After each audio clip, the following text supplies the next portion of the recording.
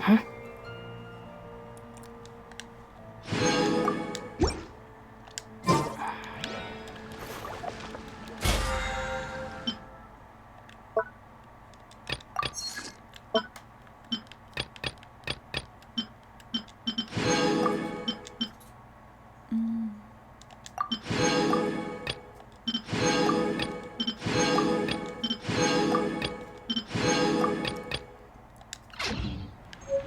Just let me know if you ever find yourself in a pinch.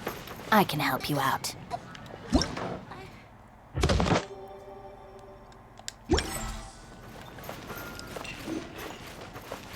Our bond is strong!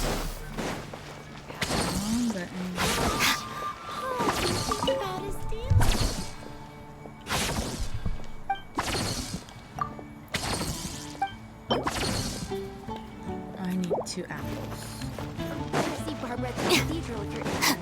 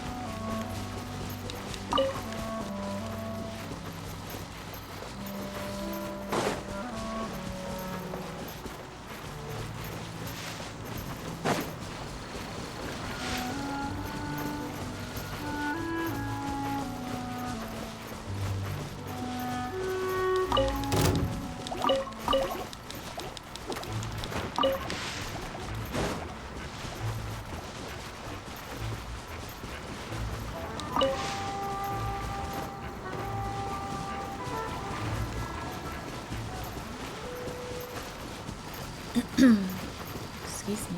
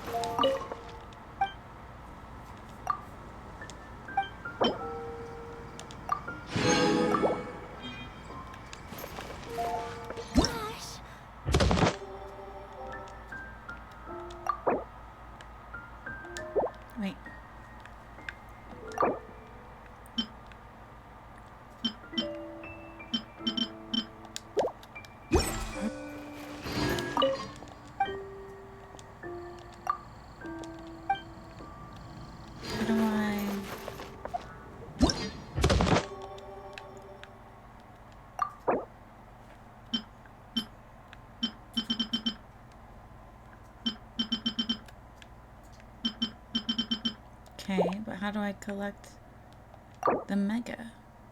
There we go.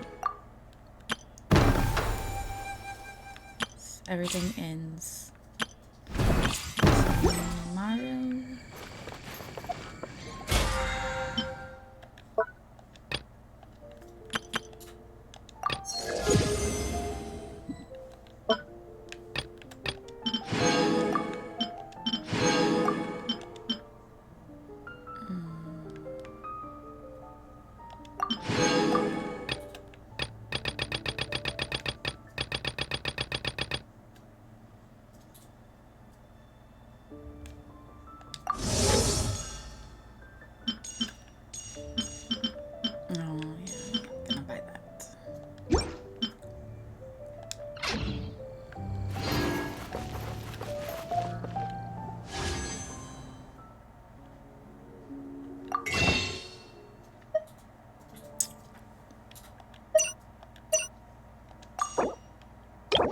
Oops.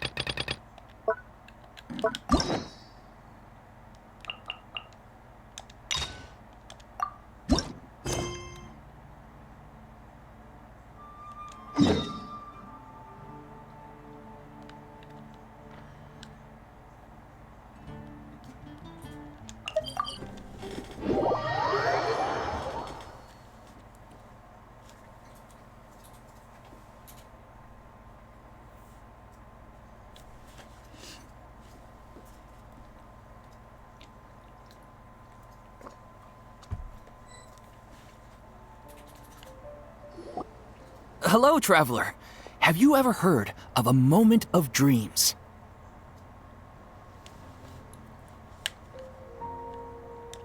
Oh, that sounds like some kind of sweet drink. I'm afraid not. It's the name of an event we started to hold regularly. Dreams have become quite the hot topic in Sumeru, and many people are excited to share the dreams they've seen at night. The same goes for me. The last time I dreamed was when I was but a little child, so I can't help but feel excited and nostalgic about dreaming again. Oh, right. Everyone's able to dream again now. Yes, we organized an event to give everyone with new dreams a platform to freely share their experiences. And thus our event, A Moment of Dreams, was born. So, it's kinda like a fireside chat. You could say that. We hear all sorts of wild and fabulous stories every day. Really, why not have a listen for yourselves? Yeah, but to us, Excuse me. dreaming is as normal as breathing. Wait, but if there are free drinks and snacks involved, then Paimon might consider it. Oh, really? So you mean you've already seen many dreams? But no need to get so excited. It's really nothing special. No. We need experienced participants like you to share your experiences with dreaming. Please allow me to address you two as dream experts. Oh, expert? Paimon kinda likes it. Now you seem interested. Please, follow me to the meeting place. It won't take much of your time. Rest assured, you'll find all the drinks and snacks you'd like there. Wow, how accommodating. Sign us up. But wait, Paimon's getting ahead of herself again. We should see what the traveler thinks first. Why aren't you saying anything? All right, hurry up and take us to be dream experts. Very good. Follow me then.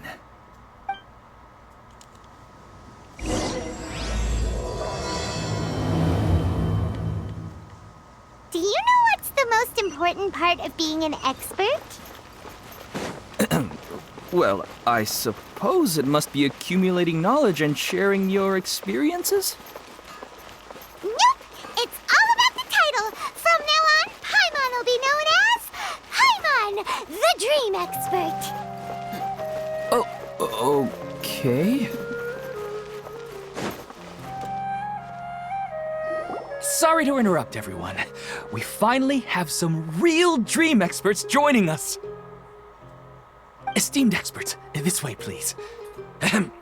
Now, if anyone has any questions, please feel free to ask them. They must be dream experts from another land. Great! Oh, I have a question. Me first! Me first! No rush. Everyone, please line up and ask in an orderly fashion.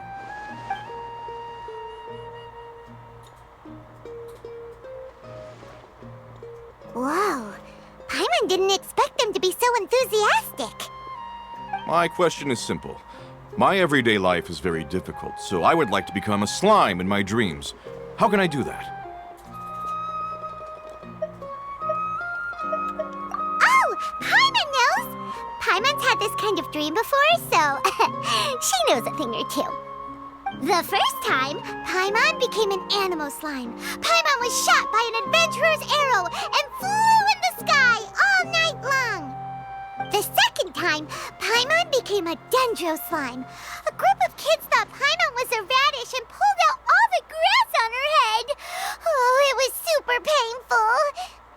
The third time, Paimon became a cryo slime. In the end, Paimon was captured by a chef and turned into a smoothie. And the fourth time, Paimon became a powerful Geo slime and went to take revenge on the forest boar that used to bully Paimon. But then the boar showed up with all of its relatives and Paimon lost again. Wait, why did all of your dreams end so tragically? Because slimes are monsters, even though they look cute, they usually cause trouble and end up getting killed by adventurers. Things don't tend to end well for monsters. Believe Paimon. I suppose you're right. They are monsters, after all. I just want to experience a different life, but it seems that becoming a monster would be even worse than my current life. Maybe I'd be happier if I became just a regular finch. Or fish. Looks like being an expert is way easier than Paimon imagined. Next! Oh, it's my turn. Esteemed expert, I want to know what posture I should sleep in so I can have the same dream as the one I had last night. Well? Hey, you're supposed to be helping. First, why don't you tell Paimon about the dream you want to have again? Oh, it's quite ordinary. I sat and chatted with my wife on a sunny day, listening to the breeze blowing through the valley. Why don't you just find your wife and talk with her? There's no need to wait for a dream. Well, unfortunately, she passed away. Oh, sorry. Paimon shouldn't have assumed anything. No, it's fine. I didn't make that clear. I just want a chance to see her again. Yeah, it's not really about posture.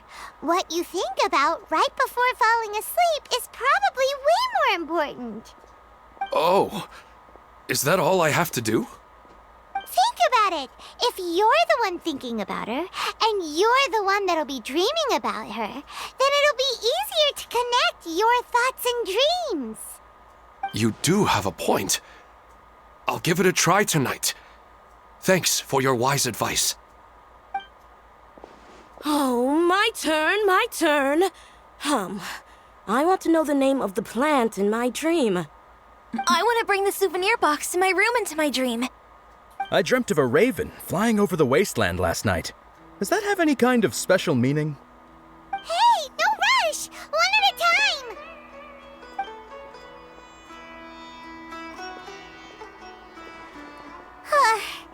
Their questions were way too difficult. We don't actually know anything more than they do. We're just more experienced dreamers, that's all. You do have a point. It's more rewarding to explore and contemplate the meaning of a question than to focus on the answer itself.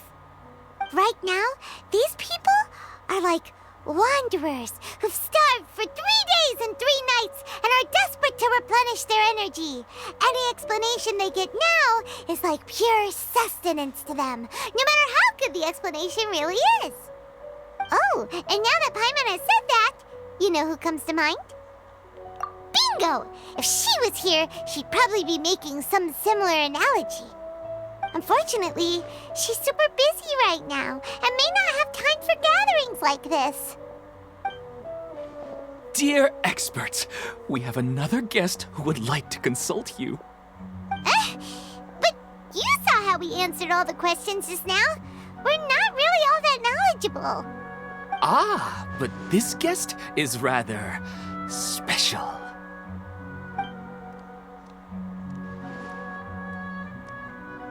My question is, why didn't you immediately tell me about such an interesting place? Huh? Nahida, how did you get here? Interesting events like a moment of dreams don't happen every day after all. No matter how busy things are, I'd still set aside some time to check it out. Anyway, I really didn't expect to meet you here. Oh, right! If there's anyone that understands dreams, it's you! You should be able to help us answer all these questions. You're not wrong. All right, they can ask me anything. The more interesting, the better.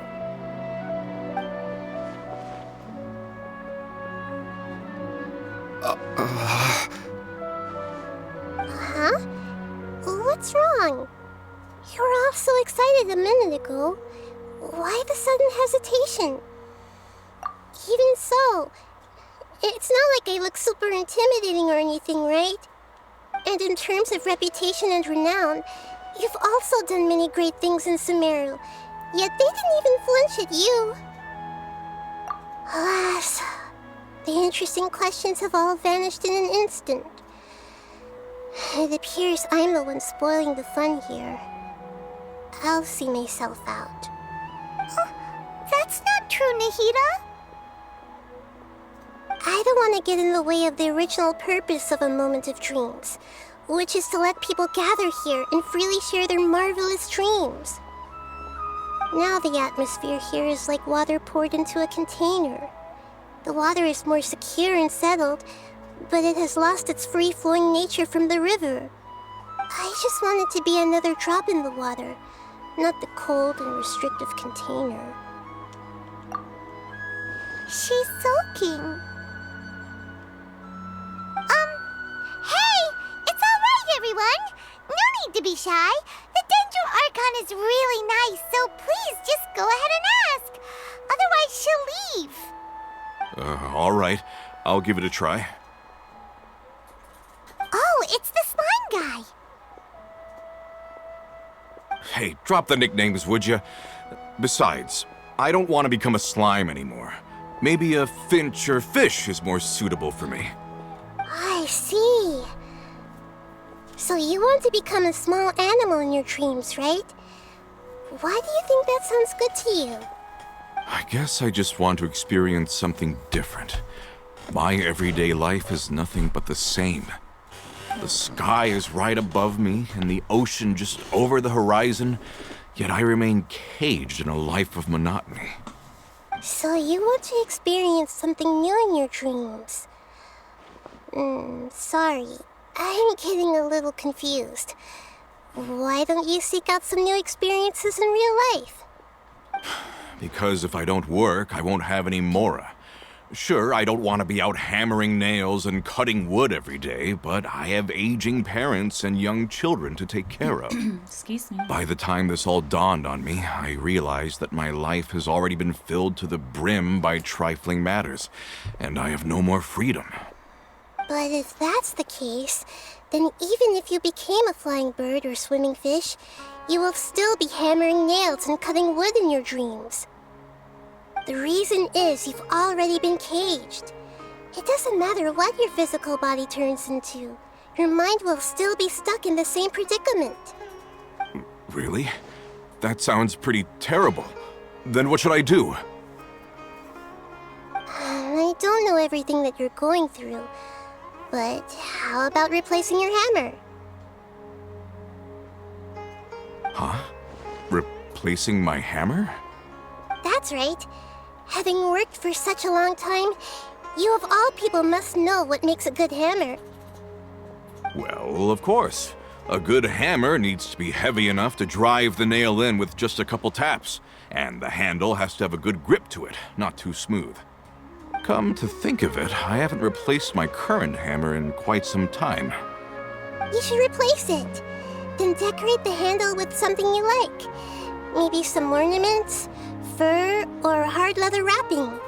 Then write the names of your children on it. That makes sense. I think it'd give me a good boost of energy at work. A new sense of adventure often begins with the little things in life. You don't need to become a bird in the air or a fish in the sea. You only need to do your best in life, and all those things you cherish will become your source of happiness. Yes. Yes, I get it now. This is a real eye-opener for me. I'll go and pick out a new hammer right away. No, I should make one of my own. Thank you, Great Dendro Archon. That's Arnahita! Only you would know how to get right to the heart of the problem. Actually, I didn't really understand the problem. Huh? I gave him that advice because I once saw a worker doing the same thing. Whenever he became tired, he would look at some names on the handle of his tool. After a moment, he'd start to smile. It really surprised me at the time. My guess is that the names on the handle were of important people to him. After observation, I know this kind of behavior motivates people. But why is that? Is it because of excitement, anticipation, or helplessness? I really don't know. And even if I could know what's going through his mind, it's still difficult to fully grasp his feelings. Oh, Paimon gets what you mean. Huh. Paimon had no idea it takes you so much effort to understand these kinds of things. That's why I was a bit nervous just now. But luckily, seeing his happy face in the end reassured me that I didn't say anything wrong. Don't mind me, though. This is just my way of learning. Hey, don't forget about Paimon! Everyone knows that Paimon's also super skilled at reading people's feelings. Thanks, you two. That makes me feel a lot better. Let's move on to the next question, shall we? I already asked the experts my question earlier, but I wanted to hear the Dendro Archon's response too. What should I do if I want to see my deceased wife in my dreams every night? Longing for the deceased. Even if you keep reliving those beautiful memories, it'll only highlight the emptiness in your real life. If your wife were still alive, she certainly wouldn't want to see you like this, would she? No, I suppose not. But our time together in my dreams is not just reliving our past together. I don't know. Excuse me. Maybe it's because I miss her too much. But it's really as if she had come back to life in my dreams. She even remembers each and every dream. After I wake up and then continue dreaming again later, we can pick up our conversation right where we last left off. That's really amazing. Statistically speaking, continuous dreams are extremely rare. It's almost as if my wife has obtained a second life in my dreams. But the more vivid she appears, the emptier I feel and the more painful it is when I wake up. I don't know whether to call it a blessing or a curse. Maybe all of this is rooted in your deep longing for her. Were there any unresolved matters or regrets between the two of you? I don't know. I suppose my biggest regret is that I couldn't spend the rest of my life with her. I really felt like I was ready to move on. I wouldn't be so hesitant now if it weren't for these hyper-realistic dreams I've been having. Huh.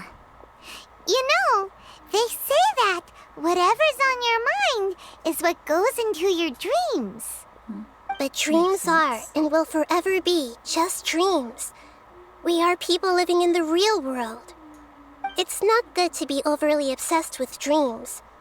All it'll do is fill up your mind and eat away at your thoughts. Yes, I know. That's why I'm also a little disappointed in myself. I still need to take care of our child. And it's probably not good to let her see me in such a state.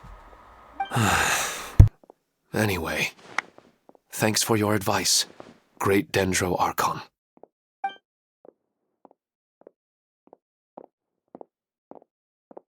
I'm a little worried about him. I hope he can find a way to cheer up soon. I think I can handle things from here. You don't need to stay here if you find it boring. You're here to have a good time, after all.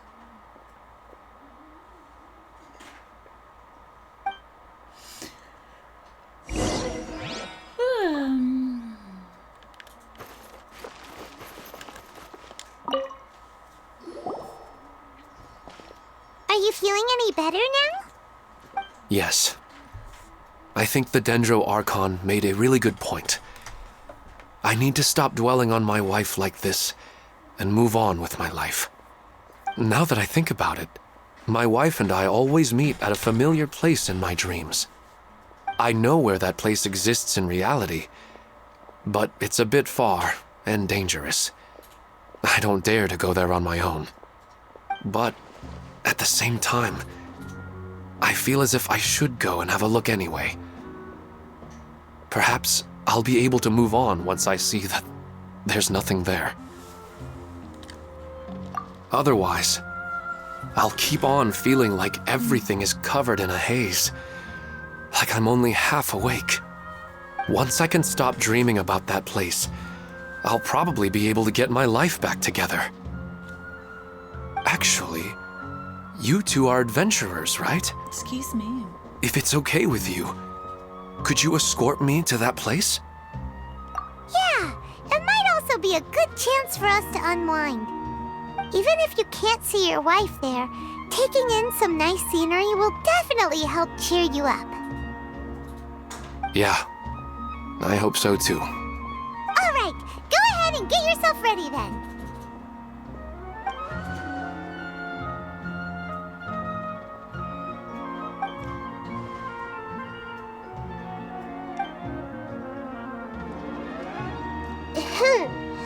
Are you headed off to some interesting place without telling me again? Huh? Wait, aren't you supposed to be answering questions? I just finished, and I really got a lot out of it. So many interesting and novel thoughts. Anyway, it looks like you're going somewhere. Why don't you take me with you? Oh, there's no need to trouble you, Great Dendro Archon. I imagine you must have many other important things to deal with. No need to stand on ceremony. Besides, I wouldn't have asked to come along if I didn't have a good reason. I wanted to use this opportunity to discuss with you some things that are puzzling me right now. Huh. I didn't know the Great Dendro Archon could become puzzled too. I'm not all that different from you, you know. Alright, let's go. We can talk on the way.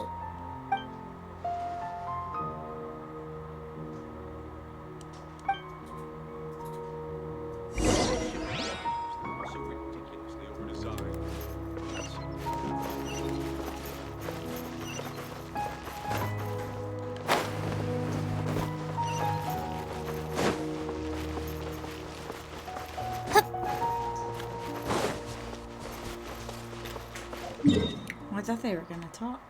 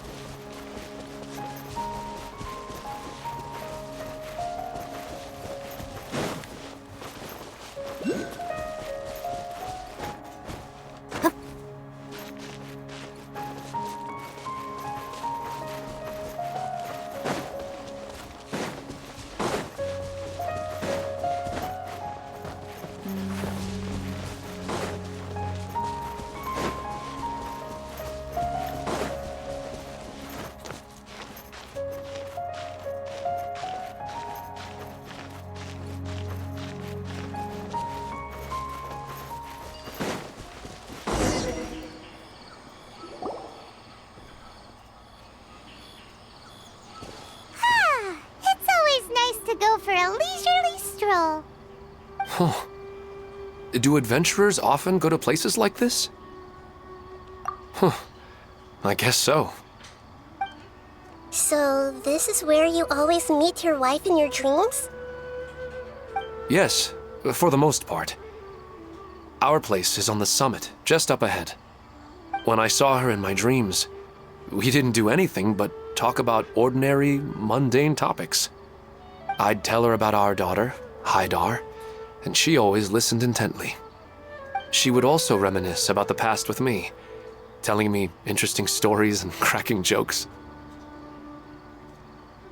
It feels like no matter how long we may chat, it's never enough. Sometimes, it's the little things in life that matter the most. This is the part I'm a little puzzled about.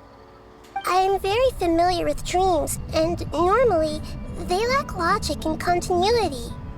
But you said she could remember what you had told her before, right? That's right. She always listened to me carefully in real life, and now, she's doing the same in my dreams. Hello. She always surprises me with some details from our lives in the real world. The fact that she can remember such things makes me feel like she's alive. Whoa, that's pretty weird. Well, dreams are kind of weird to begin with. However, the problem is that his dreams have too much structure and continuity. Most dreams are far more fragile than you can imagine. For example, a loud noise outside your window in the real world could cause your dream self to get loaded into and fired out of a big cannon. Another example. If you're thirsty in the real world, then you might find yourself trudging through a desert in your dream. But the appearance of your wife seems unusually stable and unaffected by any outside interference. Statistically, this should be extremely rare. I don't understand it either. But I have no reason to suspect or reject these dreams. They're too beautiful. But I still want to figure out the how and the why. These kind of dreams are novel to me as well. That's why I want to have a look at the scene your dreams have been taking place at. Let's go. Just think of it as a nice little hike to the top of the mountain.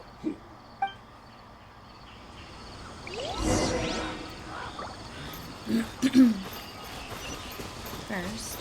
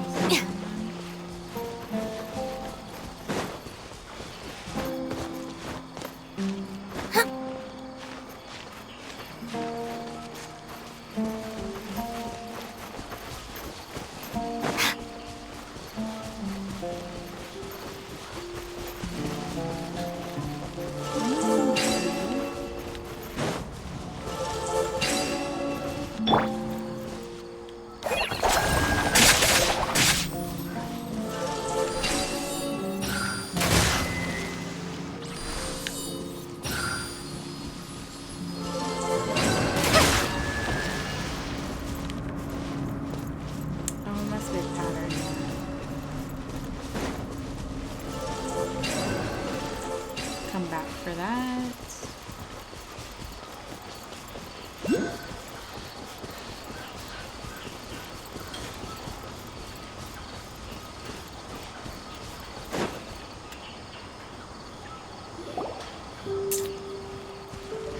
Well, he really wasn't kidding.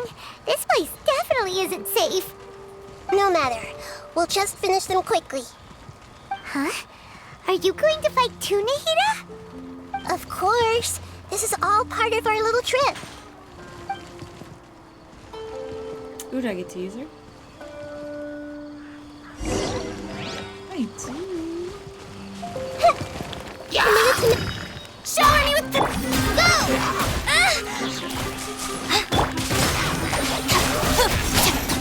I'll settle this.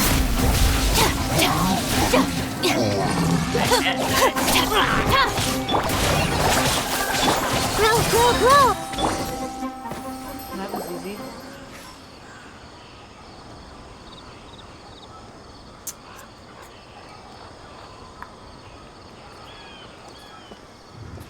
The scenery here is amazing! It also seems like a great spot for eating snacks and taking a nap. Paimon wouldn't mind spending some time here every day either. I've yet to see anything strange about this place. I do not plan to deny the power of longing. Such an intense but unquantifiable emotion could indeed have the power to organize dreams. His wife must be a really amazing person. Huh? Wait, where'd he go? Oh, so you are waiting for me here? Well, guess what? I've brought someone amazing with me today. When the Dendro Archon said she wanted to come with me, I could hardly believe it. I'll bring Haidar once I'm more familiar with the way here. She's been telling me that she really misses you. Huh? What's wrong with him? There's nobody there. Wait, Minar. Don't go that way. It's dangerous. Uh-oh, he's gonna fall! Catch him!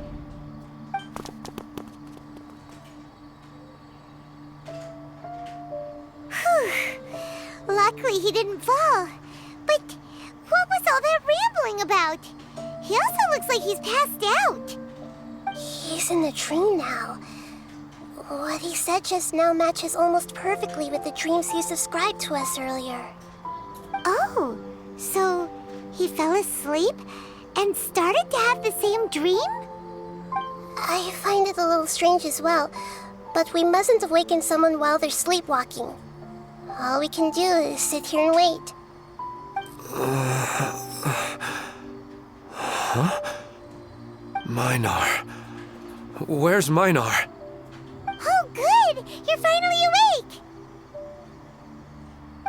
What happened?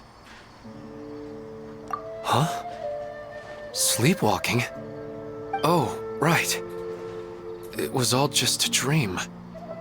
The moment I reached the summit, I saw my wife, Minar, sitting there, and walked over to her. After I introduced her to you, she seemed a little flustered and started walking away. I told her to stop because of the cliff, and then she seemed to suddenly disappear. A strong wind started to blow around me and the sky grew dark. When I realized something wasn't right, I woke up. That sounds pretty wild. Maybe you were just too tired. I don't think so. I slept a lot yesterday, and I don't feel very sleepy now. Maybe we've affected the way his subconscious constructs dreams by following him here. Anyway, all that matters is that you woke up safe and sound. I think I know what happened now. I'm sorry. If it weren't for you, I would have fallen. Let's head back now. Don't come back to this place again for the time being. Oh, okay. Nahida, what's on your mind? Paimon's a little worried now. We still don't have enough evidence to work off of, so it's hard to draw any reliable conclusions yet. But I'm concerned that Ilmon's case may not be unique to him. Oh, right! Come to think of it, there were lots of people from the event who had vivid memories of their dreams. Right. And not only at a moment of dreams, there may be people like this all across Sumeru. We need to understand what's happening and the rate of its development as soon as possible. Then there's no time to lose. Let's head back. Stop standing there, Ilmon. Let's go.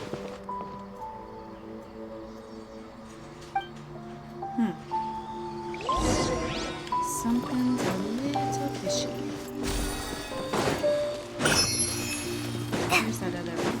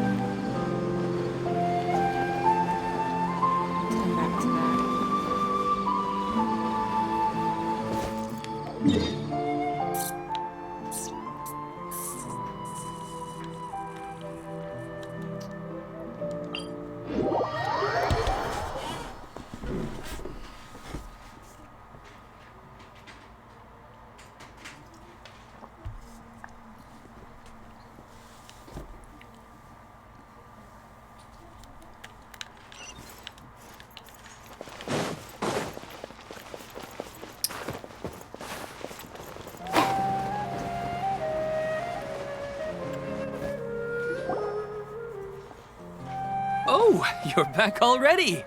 How'd it go? We have an emergency on our hands. Please notify everyone here that while they can continue to discuss their dreams, they mustn't try to visit or recreate the locations and scenes that they have been experiencing in them. What? All right, if that's the wish of the great Dendro Archon. But could you at least tell me what happened? You all look so serious.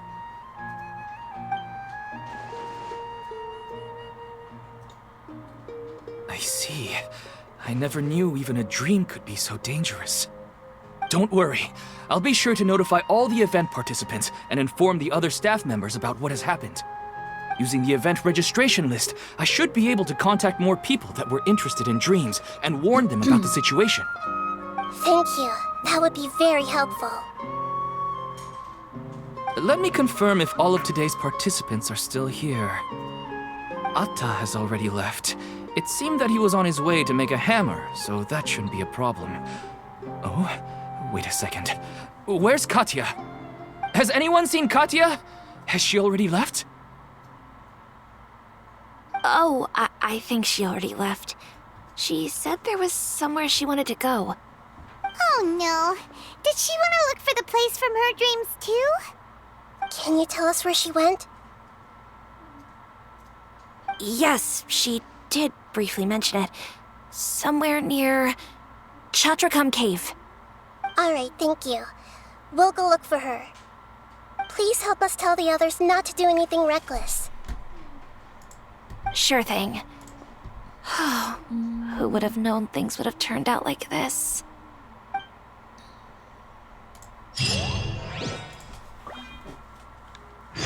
Alright, so now I gotta go to the cave.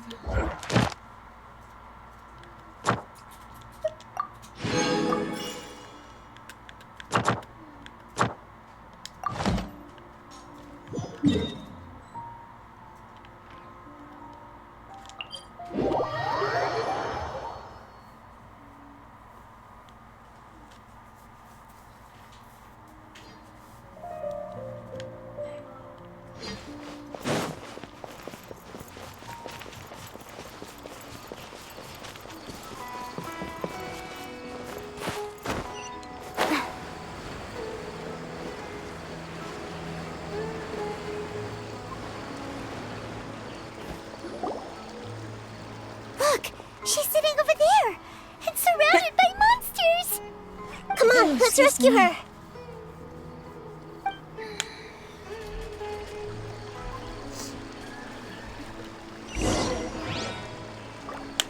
Alright.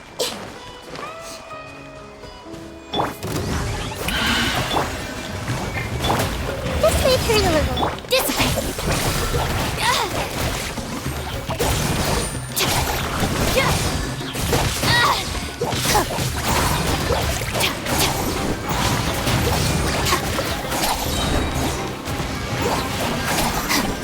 Get with me!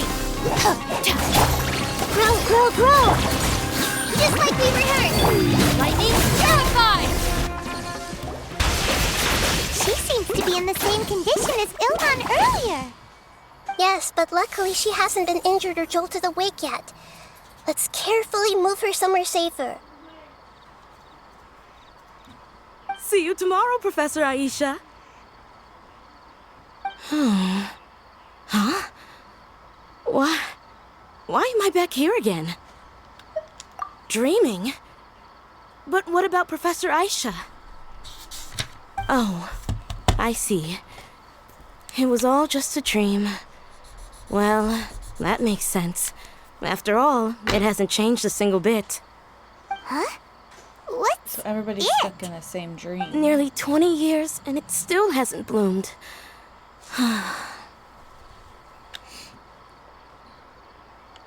Does it have something to do with your dream? Please, tell us what you mean. Sorry, I'm still feeling a little groggy. Please give me a moment here. Alright, where to start? Right, this plant. So, Professor Aisha gave me this plant just before she left. She was a good friend of my parents and my first real tutor. She was also an outstanding Amorta researcher. In addition to her extraordinary academic talents, she was also skilled in combat and would accept lots of work from the Adventurers Guild. Oh, so you mean she's left on an adventure? Yes. When I was about 10 years old, she told me that she must go look for the secrets of the Abyss, and that she would be gone for a long time. I grabbed hold of her and wouldn't let go. I didn't know what the Abyss was. I just knew that she was like family to me. She hugged me, and we cried for some time until I fell asleep. When I woke up, I was already back home. She still decided to leave, but had left behind a letter for me saying that I was the person she cared for most in this world. She claimed that investigating the Abyss could help more ordinary people protect the people and things they care about. She had obtained some important evidence during her past adventures. If she didn't set off right away, she might miss the perfect opportunity. Guess Ad Astra Abyssosque isn't just a slogan. She left a seed in the letter, telling me that if it sprouted and bloomed, then she'd come back no matter what sort of risky situation she was in. She said she looked forward to seeing me all grown up. But strangely, I've tried watering it, feeding it, everything I could think of. But I've never been able to get it to bloom. I even went to ask the Amorta researchers, and they couldn't explain it either. May I have a look at the plant? Of course. I was hoping the great Dendro Archon could help me solve this problem. Let me see.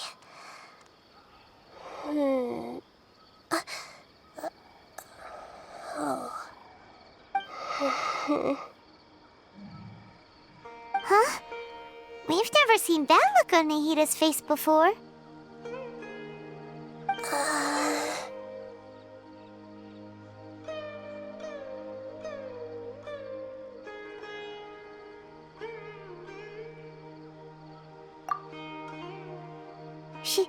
She looks a little unwell. Hold on, we'll be right back.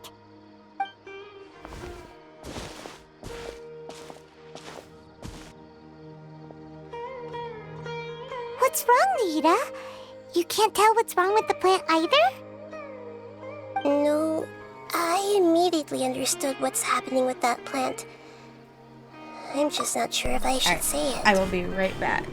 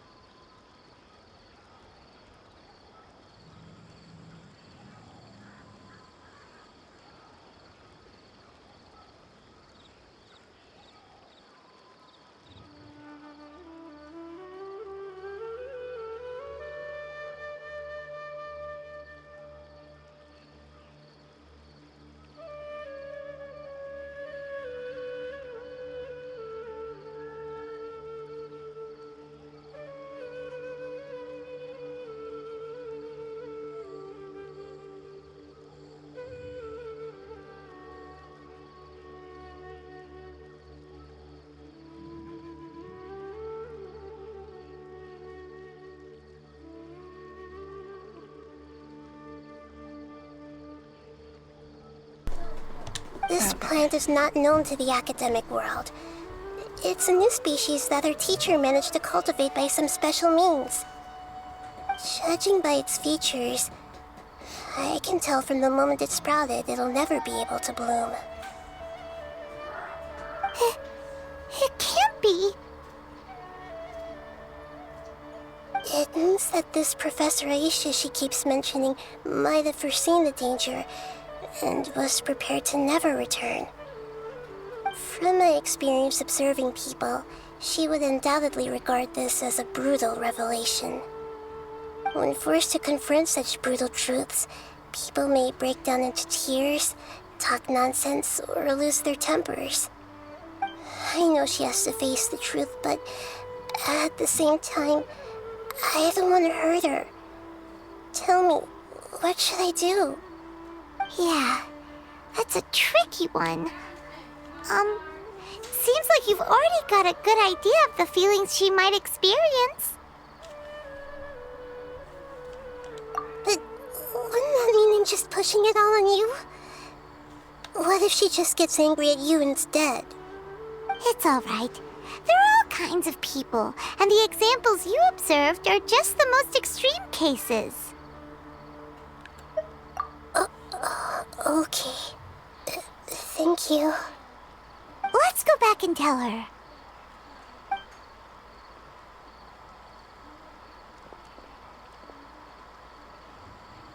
Huh? It'll never bloom? But how's that possible? If a plant is unable to bloom, doesn't that mean it can't reproduce either? All that's left for it to do is slowly wither away. Are you saying she never intended to return? Seriously? So everything she said was a lie? But she meant well.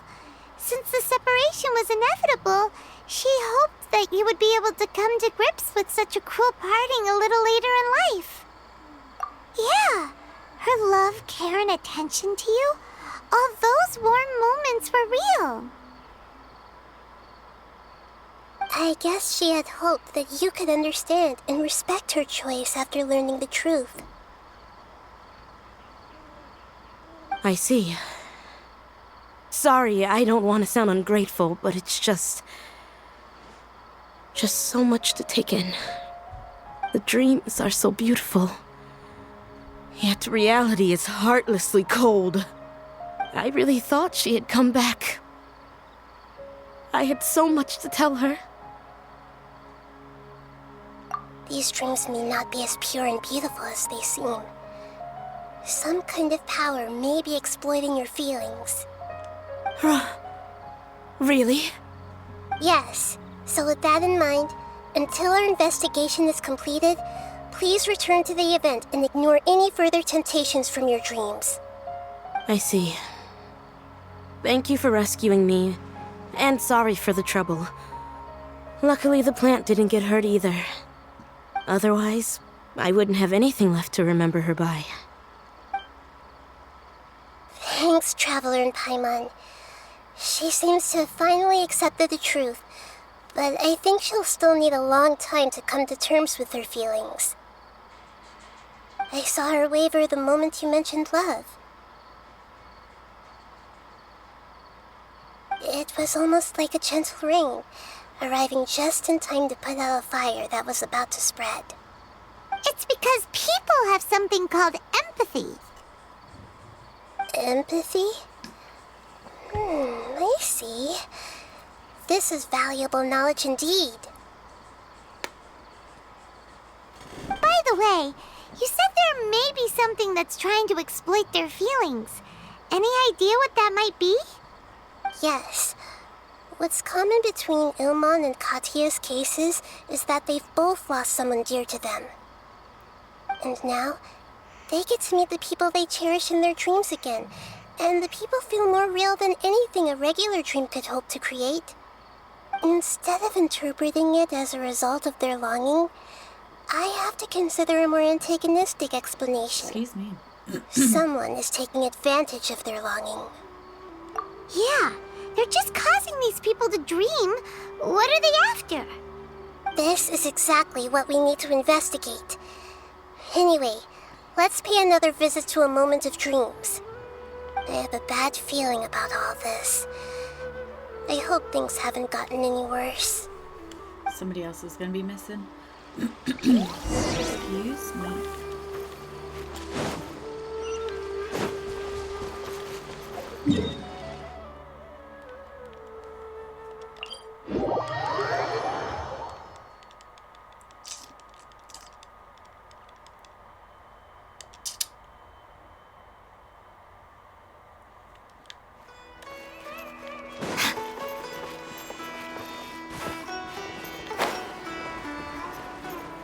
They're all dropping.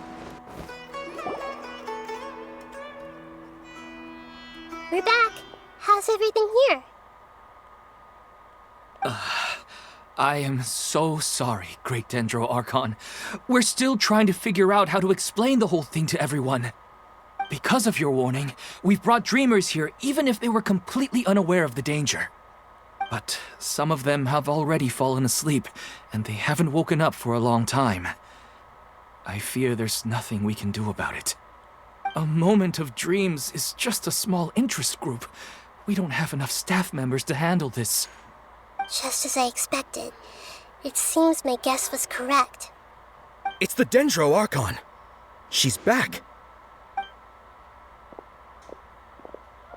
What happened? Why have we been gathered here? Many of you here have been experiencing some beautiful dreams. But I'm sorry to tell you that based on our investigation, there's some kind of conspiracy behind them. Before we learn the truth, please don't try to recreate the scenes in your dreams. Whatever you see, don't be tempted by them. Huh? But... I don't think it's a big deal. Aren't we just dreaming? It's not like dreams will have an effect on others. We've already met 2 people who ran off to the countryside alone and got caught in dangerous situations by falling to the temptations in their dreams. That's right! These aren't just dreams! It's serious! Alright, I get it. so does that mean once we have some conclusive results from the investigation, we can continue to enjoy these dreams? Yeah, I still want to visit my sister in my dreams. I'm sorry if what I'm about to say sounds a little offensive, Great Dendro Archon, but we had a discussion with the folks who just arrived here. In all of our dreams, we were able to reunite with people who were very close to us. They all seemed as if they were alive again, which makes us reluctant to wake up. Yes, that's also what we've observed in our investigation. So if the results of this investigation would mean an end to those dreams, that'd be quite cruel to us. All of us understand the danger, but perhaps you can't quite understand just how much those people mean to us. I don't think everyone will be on board with the plan to abandon these dreams for good. Before the conclusion of the investigation, they'll at least want to meet the people in their dreams one last time and say goodbye. We've never had such a difficult situation before. It appears that not many people are willing to cooperate. So they still want to return to their dreams despite knowing the danger? That's right. Compared with these sweet and beautiful dreams, our warnings of danger are dull and emotionless. It looks like the situation will inevitably spiral out of control.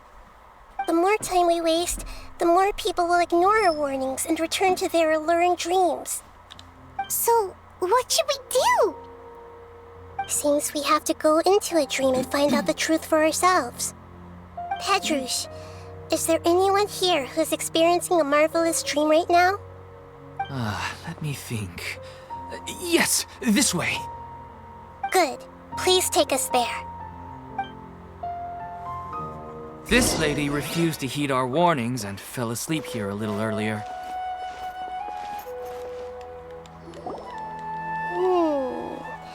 She's only asleep and hasn't started sleepwalking.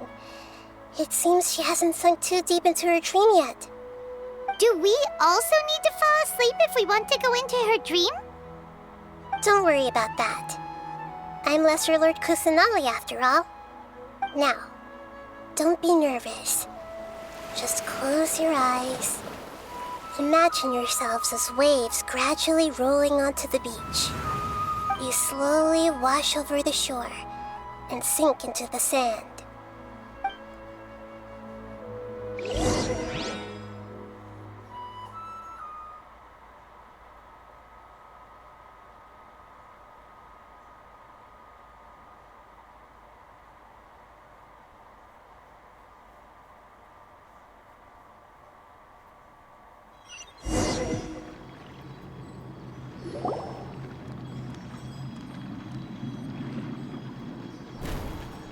What's wrong, Traveler? You look a little disoriented. Really? Paimon didn't notice anything. Anyway, seems like we've made it into the dream. I thought we would arrive at some familiar scene, but we seem to have landed in a completely unfamiliar place. Whoa! So many giant plants! Even in the sky! Amazing. Theoretically, we should have gone straight into Debbie's dream. Things do seem to have gone a bit sideways here. Anyway, let's see if we can find any leads.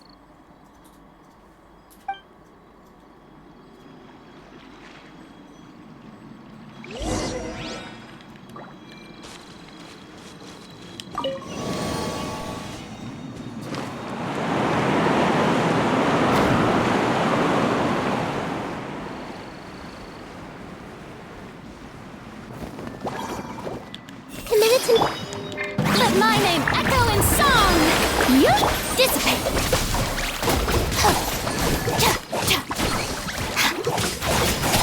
Grow, grow, grow!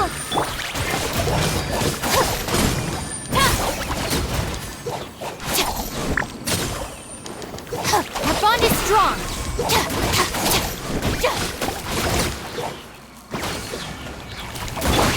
Shower me with... Committed to memory!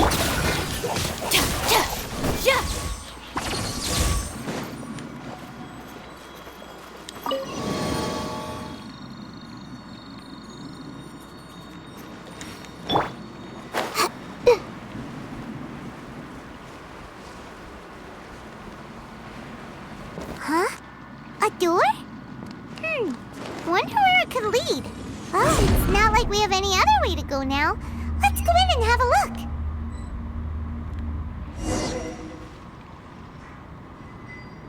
Oh, we're in the dream now. Hey, this place looks familiar. Isn't it Puspa Cafe? Oh, Paimon sees Debbie. She's right over there. Looks like we've come to the right place. These alluring dreams often portray a scene from real life, which concurs with our previous findings. Really? But what about that space we were in just now? You can't mean this is another collective dream? Yes.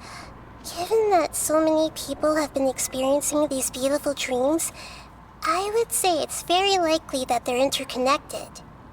Compared to an interconnected dream, independent individual dreams would be much harder to manage and manipulate. Ah, Paimon gets it now. Well, let's go talk with Debbie. Oh, but there are some other people next to her. Are they dreaming too? If this space is exclusive to Debbie's dream, then the others beside her are most likely the people she cherishes. Anyway, we should confirm that first, just to be sure. Huh. How do we do that?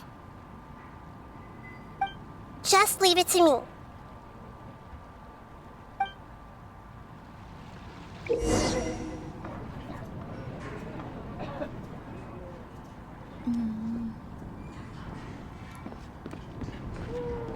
Okay.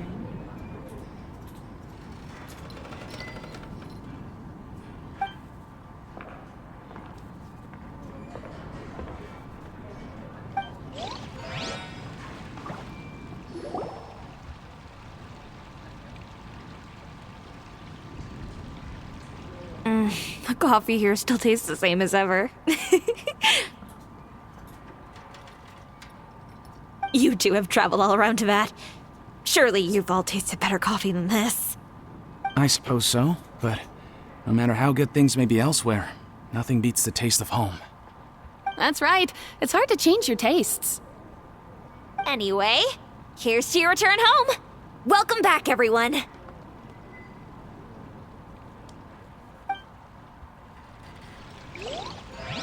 Everyone hold hands!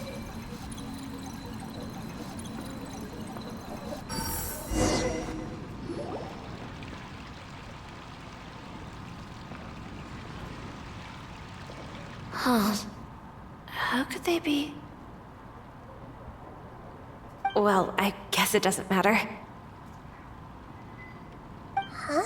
She sounds a little hesitant. I've confirmed that this dream belongs only to Debbie, because I'm unable to hear the thoughts of the other two people with her. So, this is the power of the Dendro Archon? Paimon had better watch her thoughts from now on. Don't worry. I don't often use my powers like this. It's rather impolite. Alright, I need to get myself ready. It won't be easy to break it to her, but there's no avoiding it now. The Great Dendro Archon! What brings you here?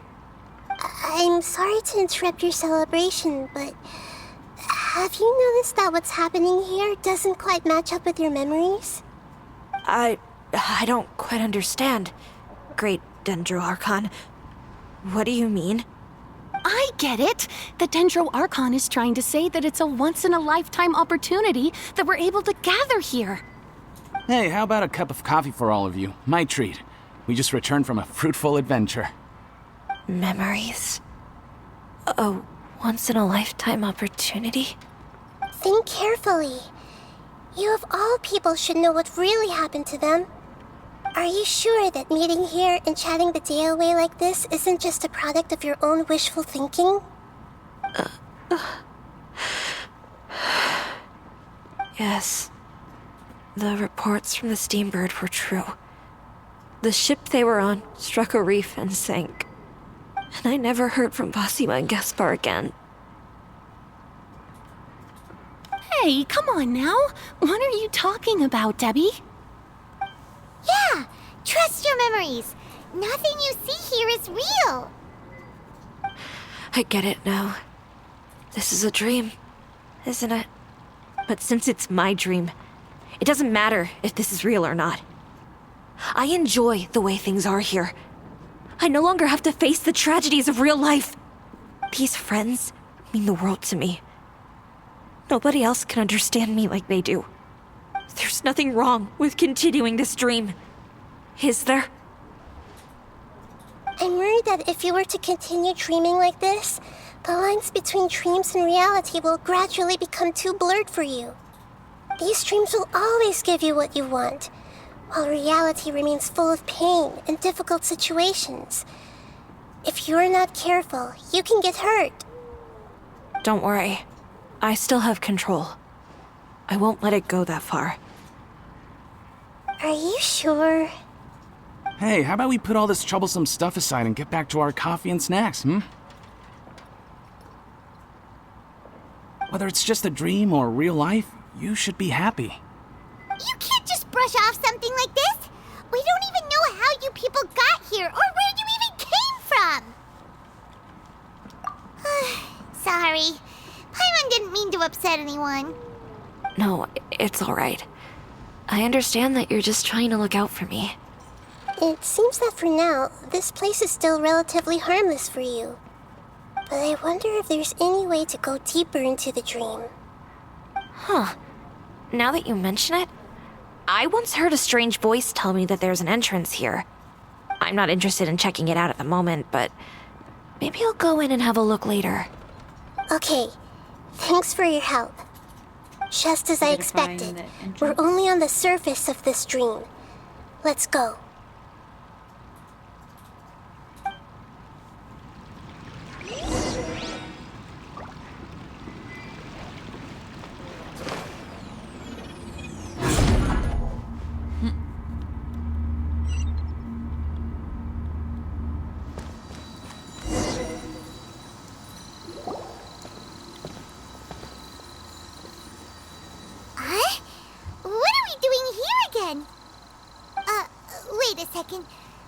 were just up there. No, down there? Did we go up or down? Don't panic. This is how dreams work. We've left Debbie's dream, but the dream is still continuing onward. I'm not sure where it'll lead us. This dream has the ability to create imaginary people, which is why people are so unwilling to wake up. If it weren't for what we just saw, Paimon might still find that a bit hard to believe. I have a guess. If these dreams are connected, then there should be some sort of order to them. The fact that Debbie was able to realize that she was dreaming means that she is not very deep in the dream yet. But the space we're in has been turned upside down. Do you remember the characteristics of dreams that I mentioned earlier? Oh, right! Dreams are chaotic. That's right. It's possible that we're heading deeper into this dream now, and the deeper we go, the closer we'll get to the essence of the dream. Right! So the answers might be waiting for us deeper in the dream! Yes, and we should get ready for whatever we may encounter.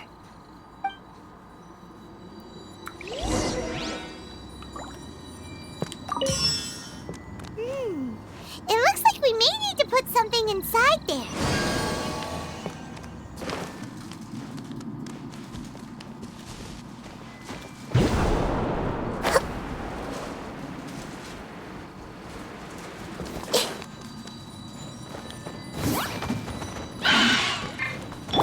Strike a pop! This may hurt a little. Dissipate!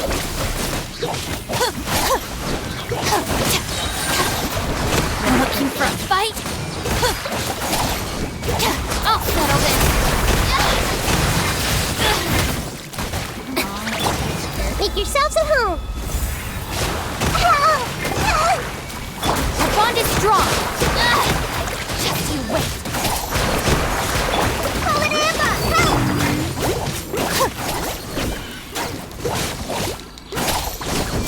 Shower me with praise!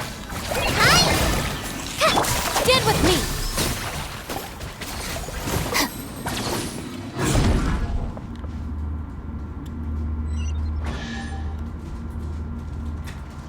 Whoa!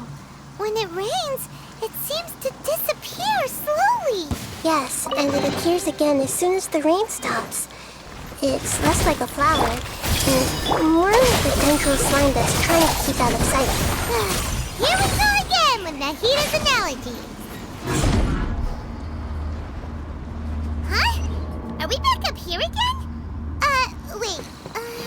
Paimon's confused. Are we up here or down there?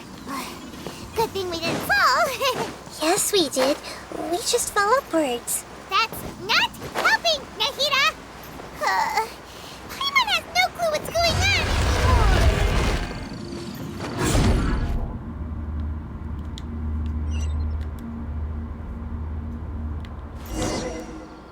Oh, I was trying to switch her. Wait, weren't we already here a little earlier? This is probably Ilmon's dream. Huh? Why would he start dreaming again? Yes, but it seems that the danger isn't enough to stop him from longing for his wife. Based on what we've learned so far, he must be sleeping more deeply for his dreams to appear here. But fortunately, he already knows this from before, so hopefully we'll be able to wake him up.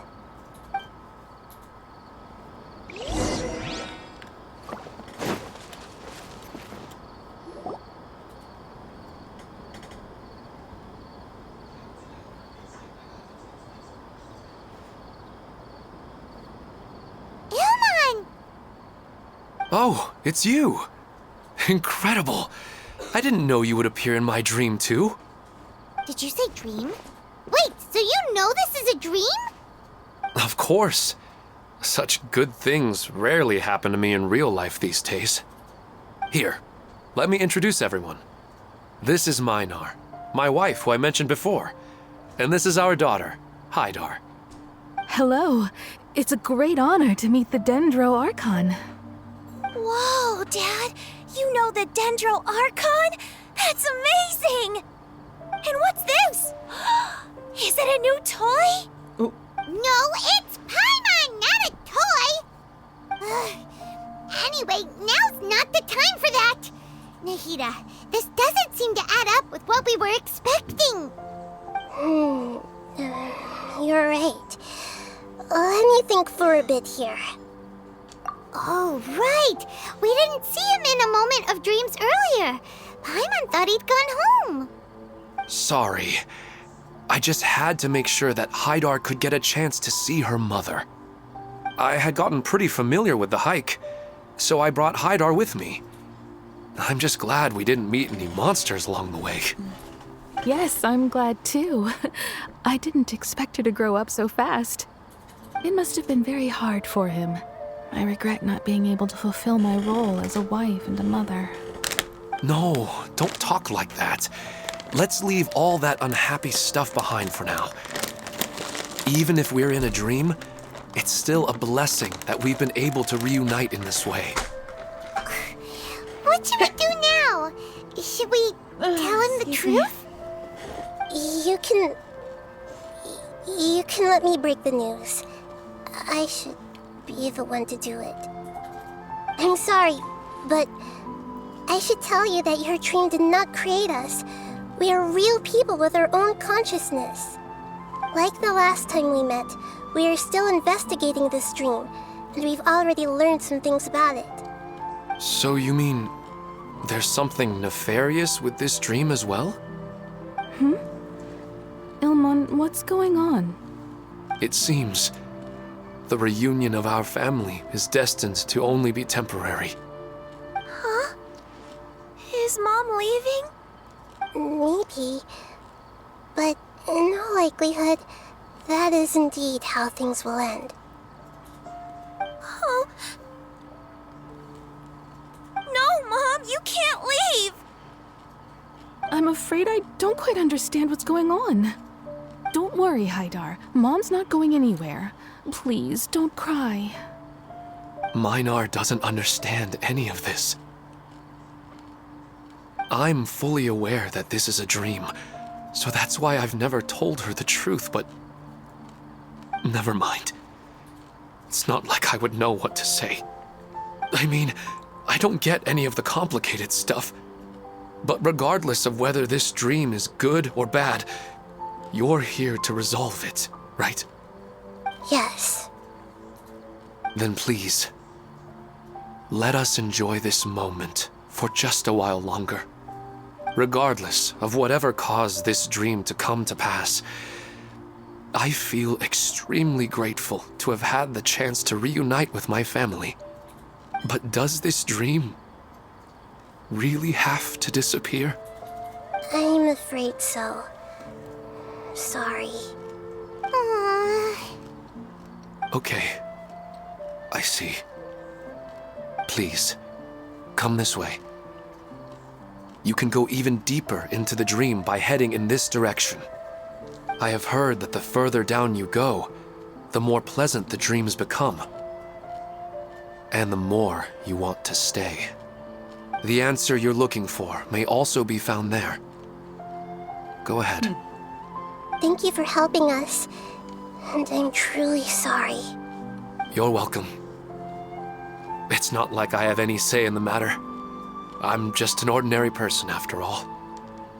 Who am I to interfere with the work of a god? I'll be right behind you.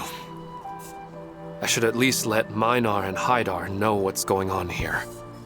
Otherwise, my daughter might be mad at her mother after we wake up. We're not doing something bad, are we, Nahida? That depends on how you define good and bad. It's the same place again. This place is almost like a flight of stairs that connects all the dreams together. But they appear to be getting more and more aggressive. Regular stairs wouldn't try to attack us. Right. Something seems to be off about our theory. Ilmon is clearly aware that he's dreaming, and he's enjoying it. Rather than dreaming on a deeper level, he almost seemed more awake. I believe we're on the right track, but we just need another explanation. It's not that the dreams are getting deeper, it's the owner's attachment to the dreams that's getting stronger. But you would never mistake dreams for real life, right? Wait.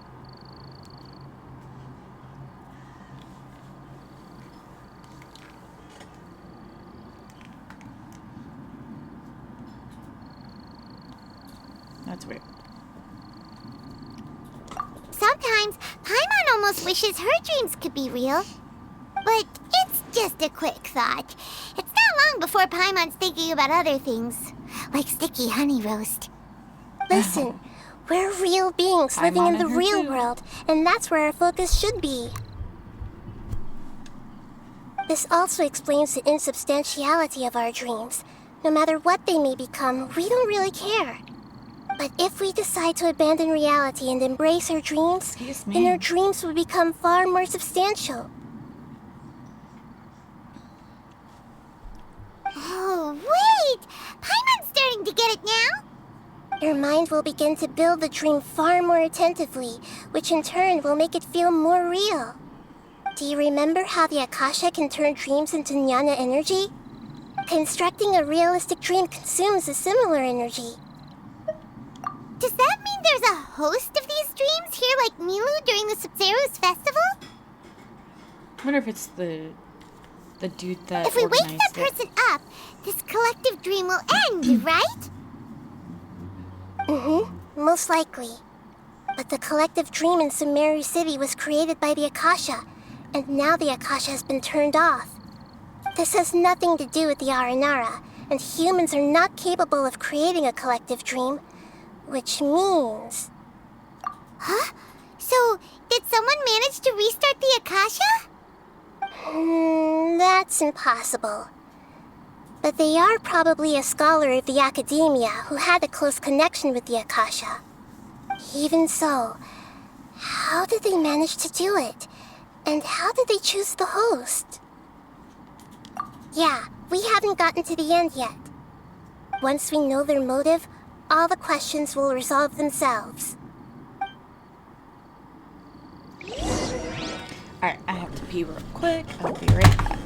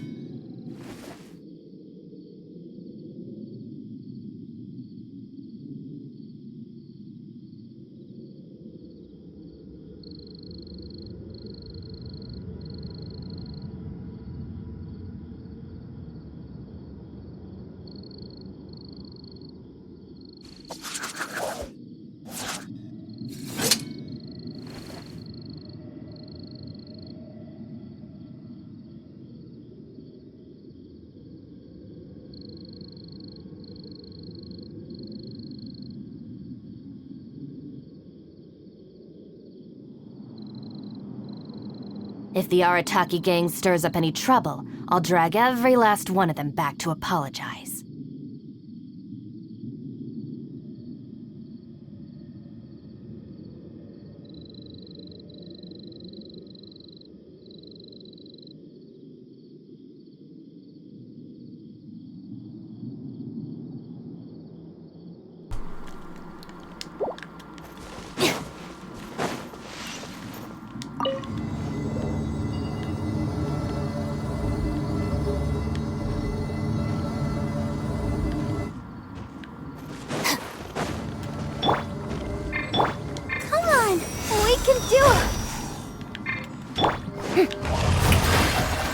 Time to shine! Commit it to memory!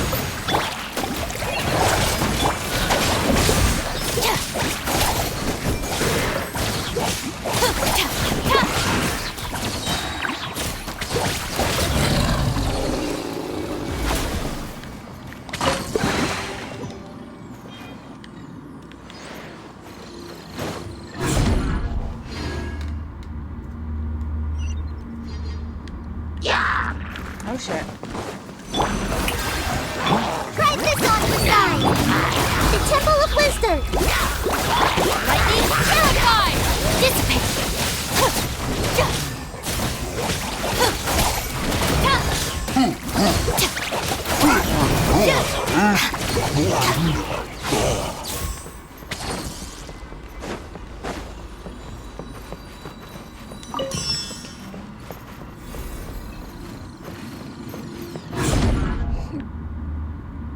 Excuse me. All the water that used to be here has turned into rain. Then let's get through here before the water level rises.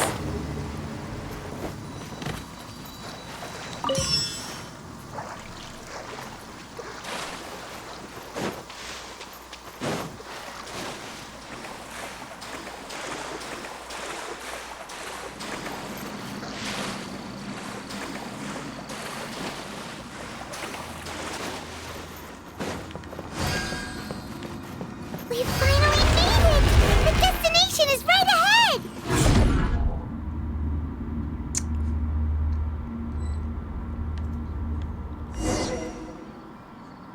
Wow! A new place!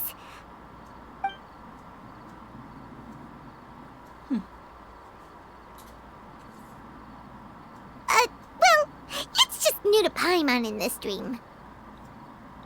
This should be the final destination. Huh? Really? Yeah, these are just ordinary city streets. I have powers related to dreams, so it's usually easy for me to tell who's dreaming and who's created by dreams. I guess only those who have thoroughly accepted this dream will be able to come here. There are so many people here. How can we find the host? Don't worry, I have a way. I have to use her.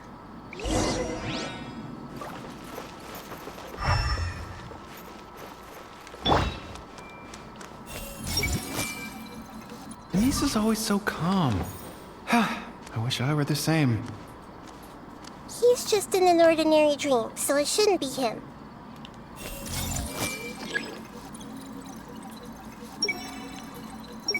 Shadia has such good taste. I can never go wrong with her opinion. No, it doesn't seem to be her.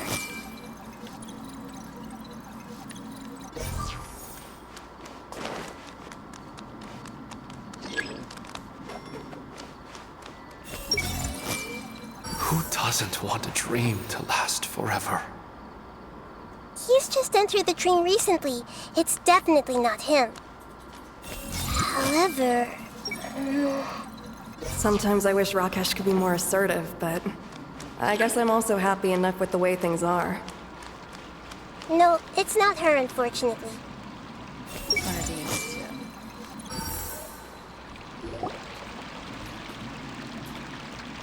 You know, I've heard that plants grow better if you play music for them.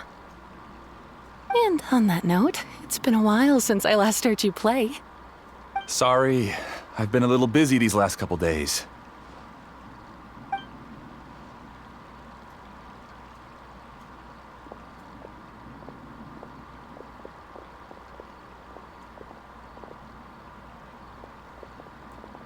Oh, the Dendro Archon. What a pleasant surprise. Oh, welcome, Great Dendro Archon. And your companions, too. Welcome. I'm Amira. I run the flower shop here. And this is my husband, Moses. Yes, how may we help you? You already know all about me. There's no need for all the pleasantries. Perhaps I should call you the dream's owner? As expected of the Dendro Archon. I'm sorry, Amira. It seems my research has attracted the Dendro Archon's attention. Why don't you go back to the flower shop? I'll come help you a little later. Okay, of course, dear. I'll see you later.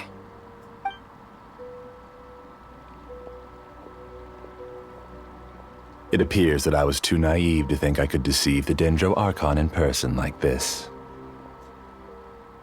To avoid looking like too much of a fool, allow me to ask the first question. How well would you say you understand this dream? This dream was built by the Akasha, and it has the power to create imaginary people who no longer exist in the real world. As for you, you found a unique way to become the owner of this dream, Going so far as to have even given up the ability to wake up again. Given up the ability to wake up? Impressive. You truly are the embodiment of wisdom.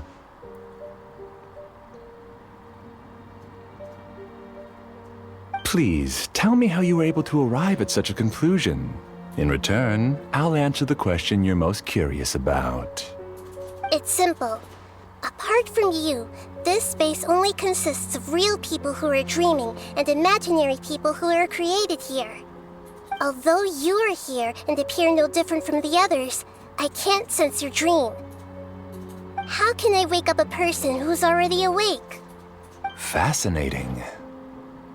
Since you're the fully awake owner of this dream, it can never collapse from you waking up. Theoretically, this should also give you absolute control over this place. I have to admit, it really doesn't get much better than that. But even knowing all of that, one question remains. How did you do it? Isn't the answer right in front of you, great Dendro Archon? It's because I've dedicated my entire reality to this dream. I uploaded my entire consciousness into the Akasha when it was still running. Actually, this all started because of an accident. My original goal was not about the Akasha or a collective dream. No. You were motivated above all to create a hyper-realistic person. The desire to reconnect with a real loved one is the one shared sentiment between all our dreamers. That's right. However, human models are too complicated. Only the Akasha has a jnana energy supply powerful enough for me to generate and sustain my models. The Akasha is truly magnificent. If I siphoned a minuscule amount of its energy, nobody would even notice. And even this minuscule amount of energy was already more than enough for my purposes. Even using just crude methods, I was still able to train a fairly realistic person. I named my first work Amira. Huh? You mean the girl we just saw? She and I entered the academia on the same day. Starting with admission procedures, we bumped into each other 6 times on just that first day. And because of that one day, we eventually went on to fall in love. We studied, conducted research, and made breakthroughs together. Our rhythm was always in step. I felt like we were 2 separate bodies that shared the same heart. However, Elazar later took her from me. Yes, I need more training samples to perfect Amira's personality. I found their details in the Akasha's database. Using the pretext of testing for mental health disorders, I implanted signaling devices in their bodies. This way I could connect them to a network, and Amira could feel their yearning. Little by little, they helped her to grow and develop a warm, human personality. To improve my efficiency and allow myself to focus on nothing but my research, I uploaded my consciousness as well, and became a part of the network. So, technically speaking, it's not that you won't wake up, it's that you can't wake up. Yes, because the Akasha was suddenly turned off, I lost all of my jnana energy. I became imprisoned in the very network I had constructed. At first, I panicked. But, after coming to grips with the situation, I realized that I could restart this world as long as I could find a replacement source of jnana energy.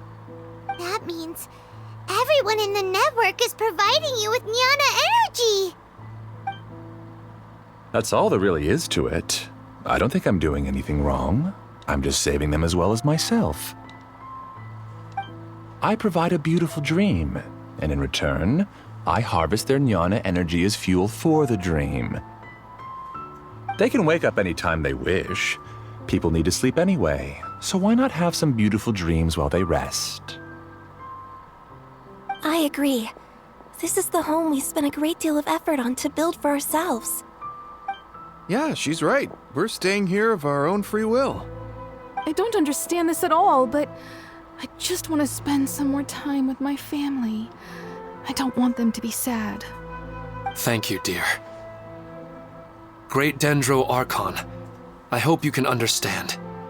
You don't need to gather around here. It's all right.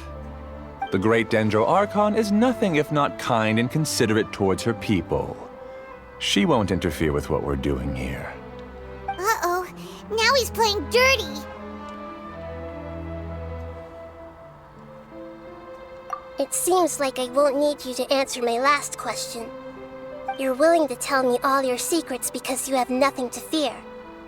If you use real people as your weapon and turn them against their Archon, then there's nothing the Archon can do. They just want to be with the people they cherish. I don't think there's anything wrong with me providing them with that opportunity. They don't wish to eternally part with their spouses and friends. What's so wrong about that? If you understood humans a little better, or had also experienced firsthand the absolute devastation of loss, then perhaps you wouldn't be so cold towards us. If you had used your talents and determination for a just cause, you could have become a sage of the new generation. Unfortunately, you've committed one of the 6 cardinal sins of the Academia by attempting the forbidden and fearing none. You equated people's feelings with cold Jnana energy and deprived them of the pain that they have to face.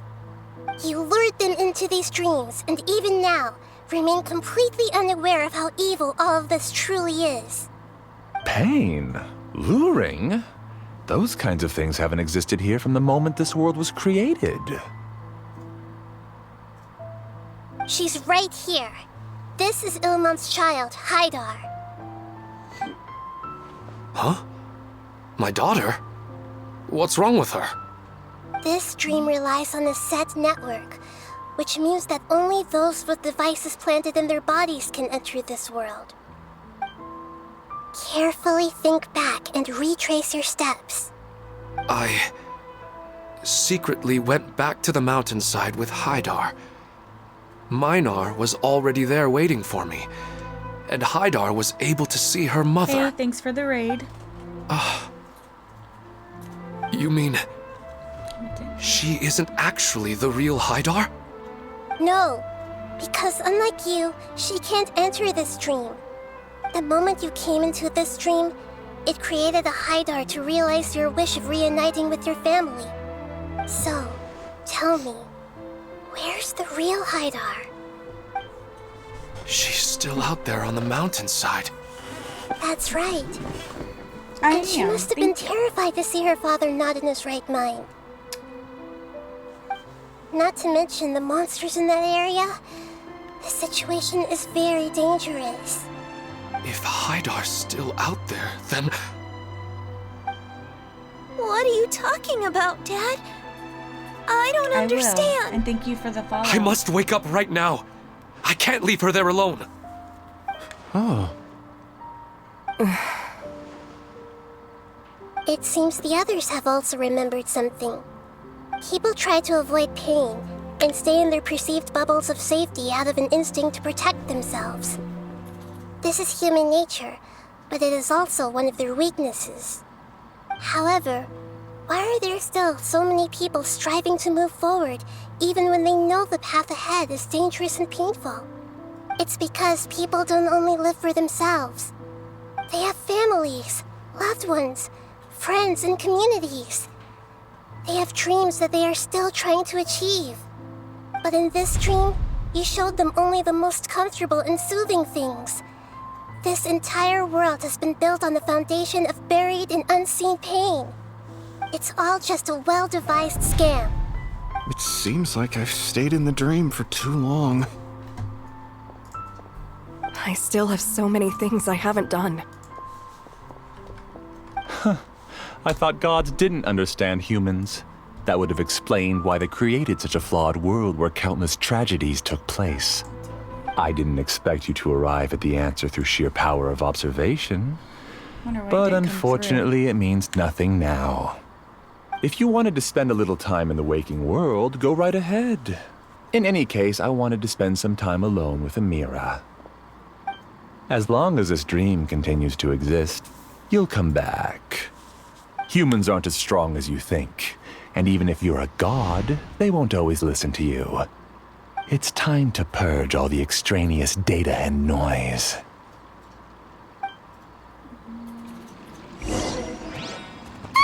Monsters, be careful! All of you, please get out of here and find somewhere safe. I am the master of this dream. I can create endless waves of monsters with the snap of a finger. Don't worry, they'll wake up before they get hurt. Mira doesn't like to see others in pain. If you know what's good for you, leave now! Make yourselves at home. Strike a pose. Let the world come alive. Get with me!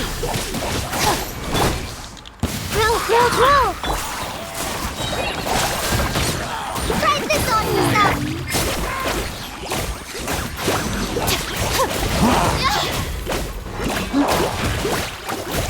Our bond is strong. Lightning terrified.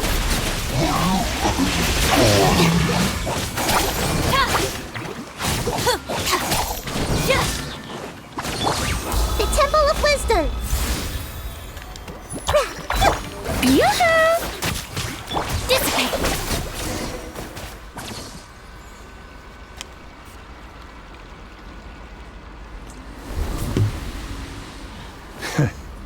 You haven't won just yet. Do I have to This fight him dream now? is mine! If I go into hiding here, not even an Archon can ever find me. And as long as people yearn for happiness, they will return here and rebuild this paradise! Hey, stop! What's that? The dream is spiraling out of control and is collapsing now. What the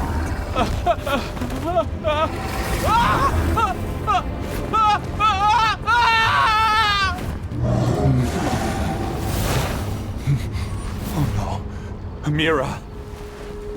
Amira! Amira!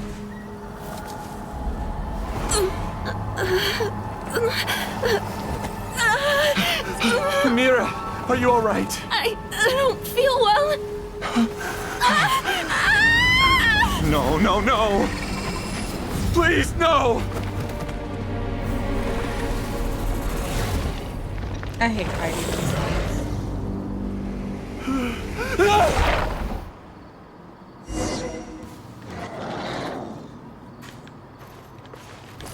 Get away from there. Ruin my flowers.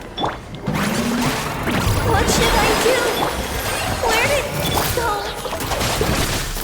Left because he doesn't want you anymore. Out of my way!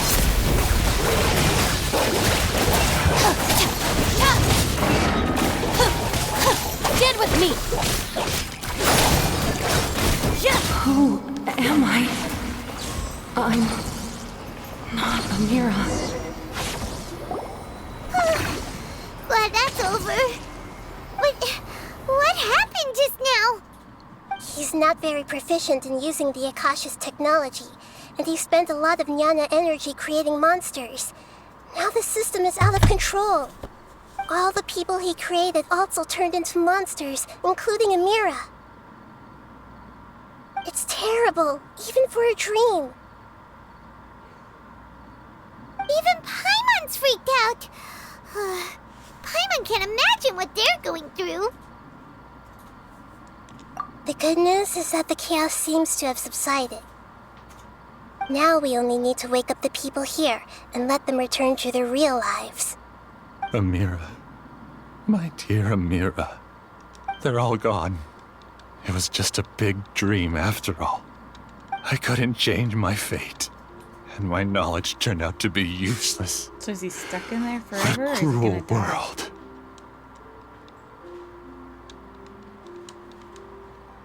Do you still think this is our fault? I don't care about that anymore. The Jnana energy used to sustain this dream has all been transformed into monsters. This dream will soon collapse and my consciousness along with it. Let me disappear with Amira. I'd rather turn into dust than to ever wake up again. It seems that everything that's happened is too much for him. He's lost all hope.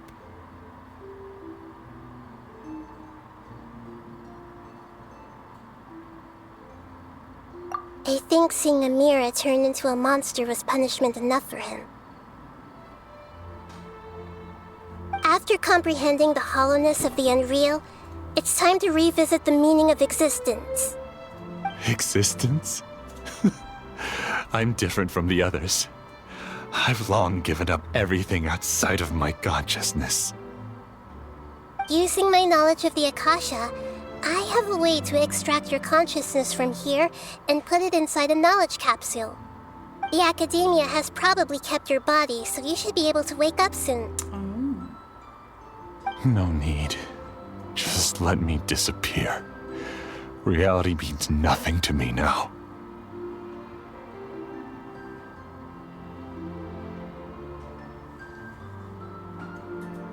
This isn't compassion. I won't let you escape your punishment by simply disappearing. As for your life after that, it'll be up to you how you want to exist. Alright, Traveler in Paimon, we should go back. We can finally wrap up this whole thing.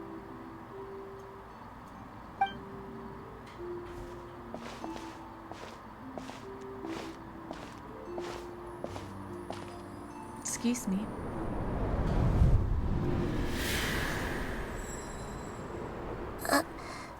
Uh-huh? What's wrong, Nahida? Oh, nothing. Let's tell the people here to gather at a moment of dreams after they wake up.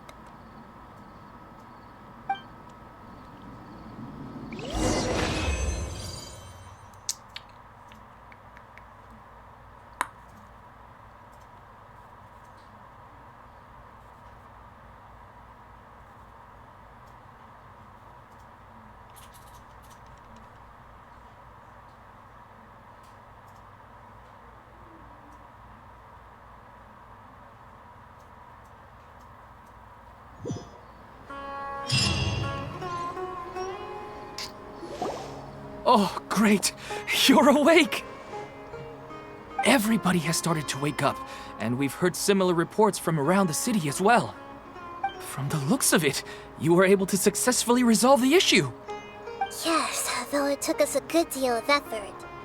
There will be many people gathering here shortly, so please do your best to maintain order. I need to go to the Academia with them now, but we'll be back soon.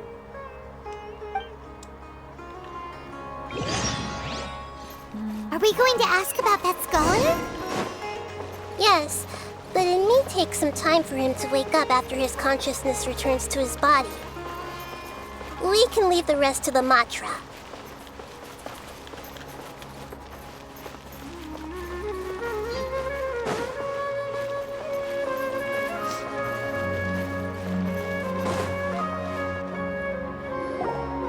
Oh, it's the great Dendro Archon. How can I help you? I would like to check the registration records of a Kashara War scholar. He should be in an unconscious state right now. Okay, just a moment. Sorry to keep you waiting, Dendro Archon. We have confirmed that there's a scholar named Beinuni who's been unconscious for a while. The cause was improper operation of the Akasha. He hasn't regained consciousness yet, and is still receiving treatment at Bimarstan. Huh? Isn't his name Moses? I guess he didn't want to be recognized or bothered by anyone. Please, give the knowledge stored in this to the Matra and ask them to import it into Beinuni's brain. Understood. But for safety reasons, I need to know why. It's simple. This contains his consciousness. It's long been trapped inside of a dream. He's committed an act that affected the safety of Sumeru. After he wakes up, I'll inform the General Mahamatra of all the details. I see. I'll take care of this right away. Thank you, great Dendro Archon. No problem. Alright. Everyone should have gathered at a moment of dreams by now. Let's head back.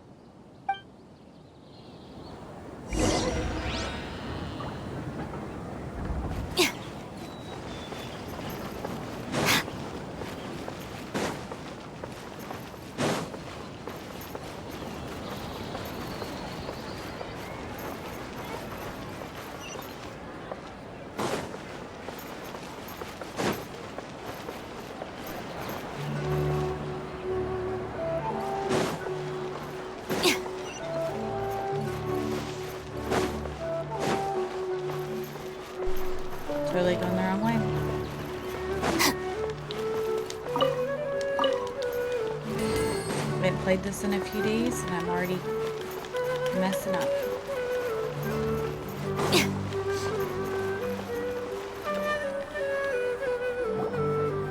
Let's be quiet and just listen in. I wonder what she's going to say. Hello, all of you who have just woken up. I'm sorry for interrupting your beautiful dreams. I may have acted a little cold when handling things in the dream. I sincerely apologize for that. Dreams have amazing power. They inspire us to remain resolute in the face of adversity and help those with aspirations achieve their desires. But dreams also have the potential to exploit people, confuse the senses, and distort the truth. Unfortunately, you are all chosen as prey for an elaborate scheme. As I've said before, I am still learning and cannot fully empathize with the pain of all the loss you've experienced. But just take a good look around you, and you'll see many other people who have had similar experiences. You should be proud that you've been able to gather here and look toward the future together. Excuse me. The path of life is long, and it's hard for us to see the destination. This leads us to ask a lot of difficult questions. What's the meaning of life? What's the purpose of my existence? Why do I keep experiencing pain and loss?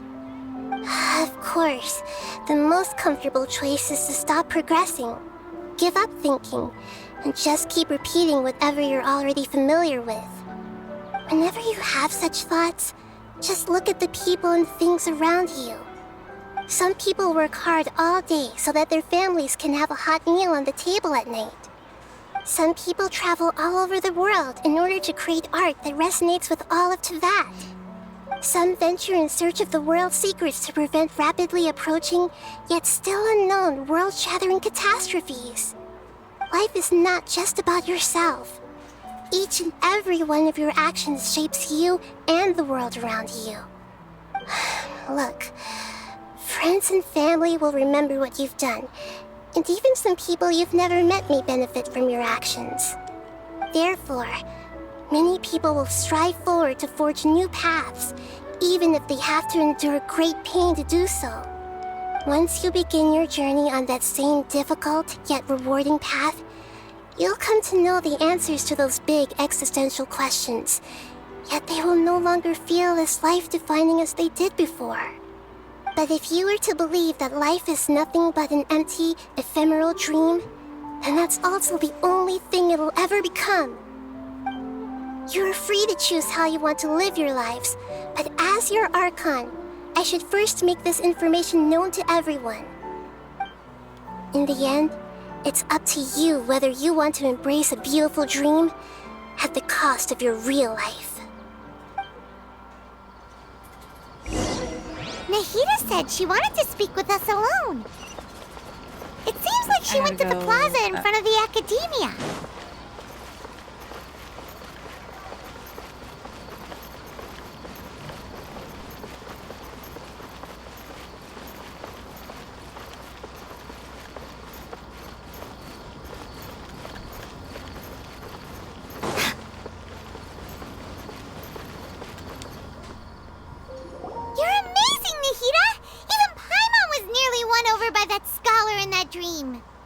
Well, he's very good at manipulating the weaknesses of human nature, but perhaps he himself had fallen prisoner to them long ago.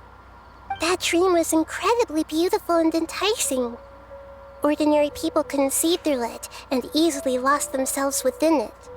But as long as you can still wake up, you can still move forward with your life. Huh?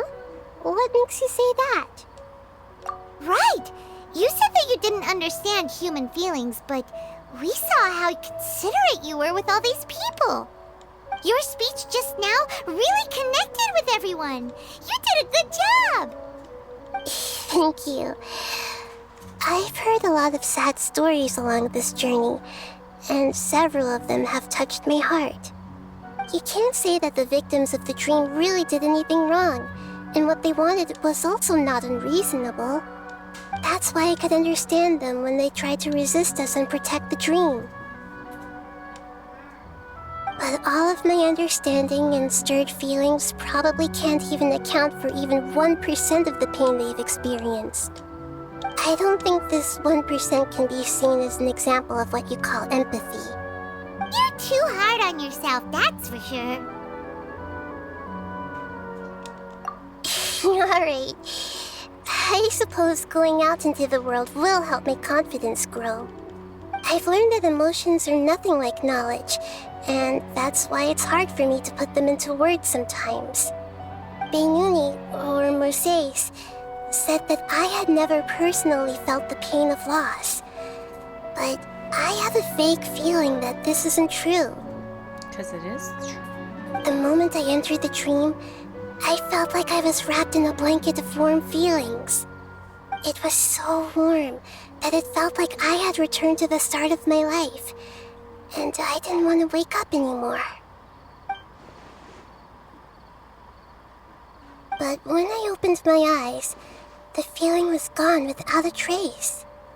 If I have to make an analogy for it, I would say I can no longer see words on a piece of paper after they have been erased, but I can still see the slight indentations of where the words had been written. But now that I've experienced this dream, I think I can say with confidence that I won't dwell too much on the meaning of that warmth. It's enough that I can tell I was once supported by that warmth, and its existence has allowed me to get to where I am today. If I dwell too much on its exact nature, I would be putting the cart before the horse. I gave a speech to inspire my people, so if I were to fail to live up to those words myself, then that would be too embarrassing.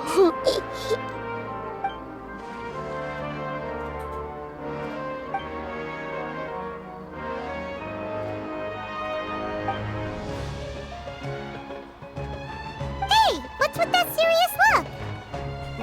You keep looking like there's something you want to say. Is there anything you want to tell me? Okay. Since we just woke up, let's stretch a little bit. A new day is about to begin.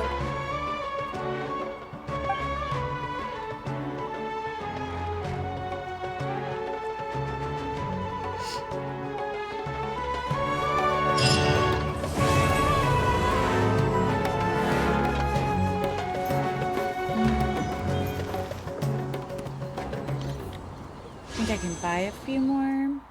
Oh, at least one.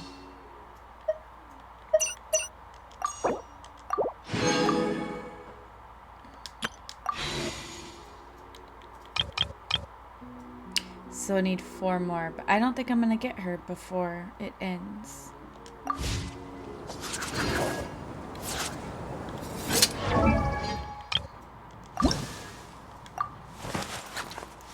Still not enough.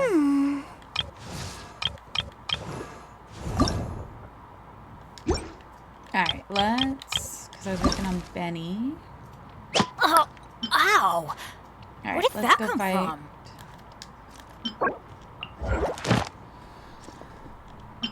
Let's go fight this. And then I can go collect everything.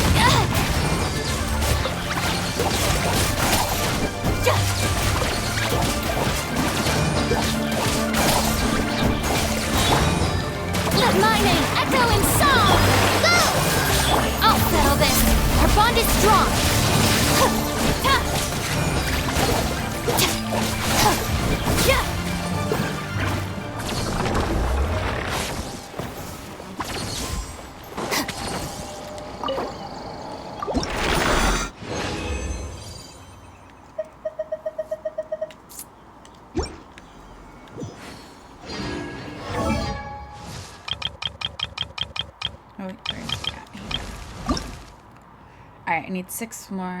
Oh, At least ow. 3 times. Where did that come from?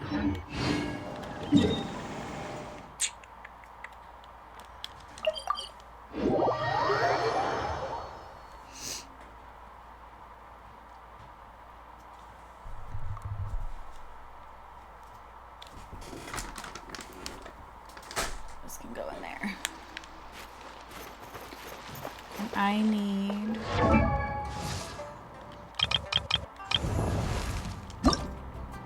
Benny's adventure team, assemble! 6.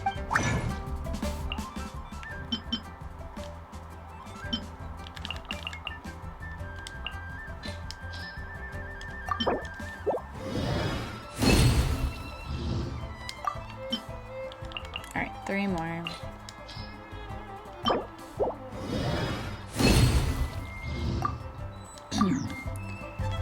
Excuse me.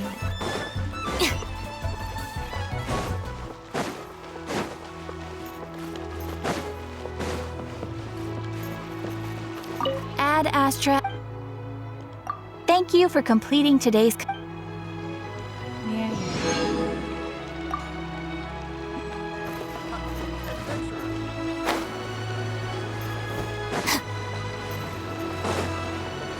Oh, I guess it leads to the same place. I don't know why I jumped down.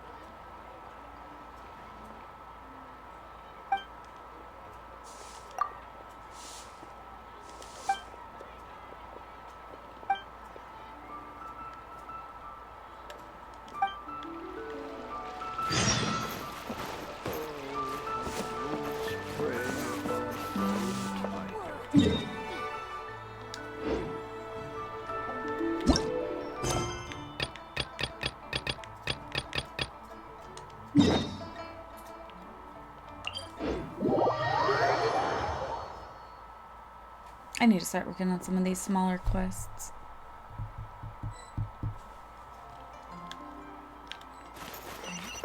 All opponents.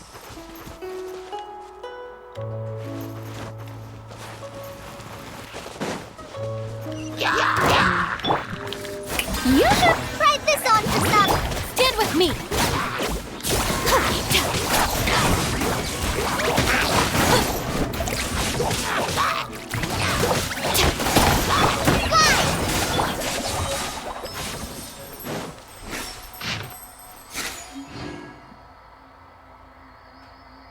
So it's...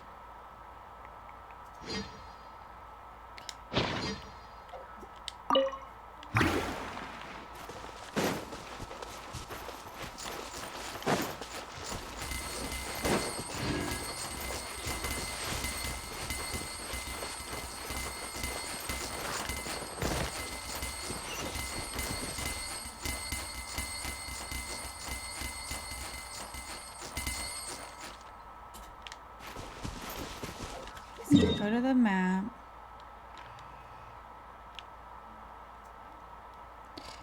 It's about here.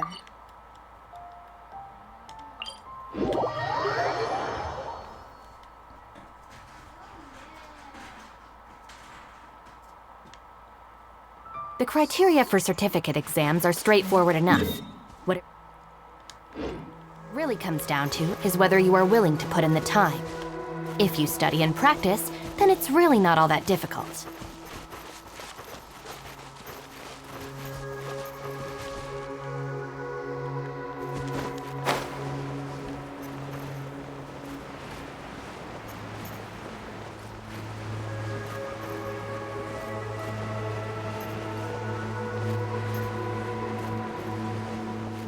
It's not that treasure chest, is it?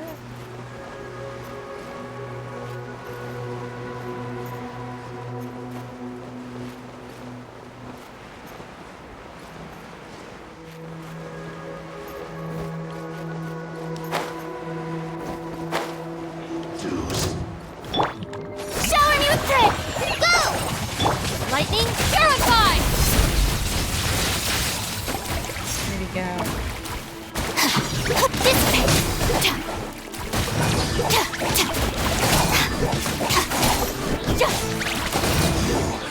Can't run from death. All right, this'll do.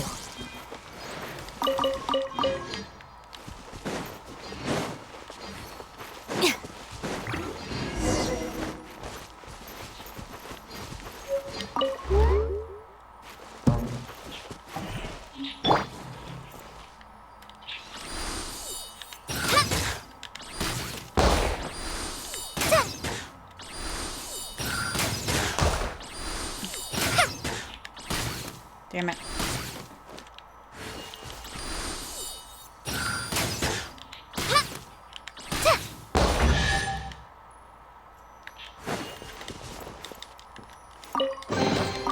Wow, this is so lucky!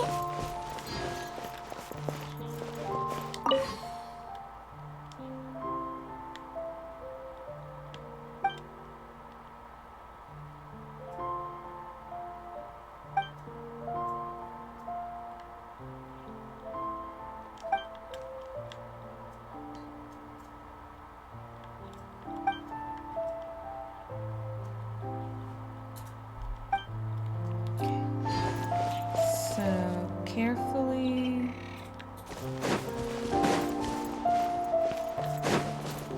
It could be anywhere from below or above.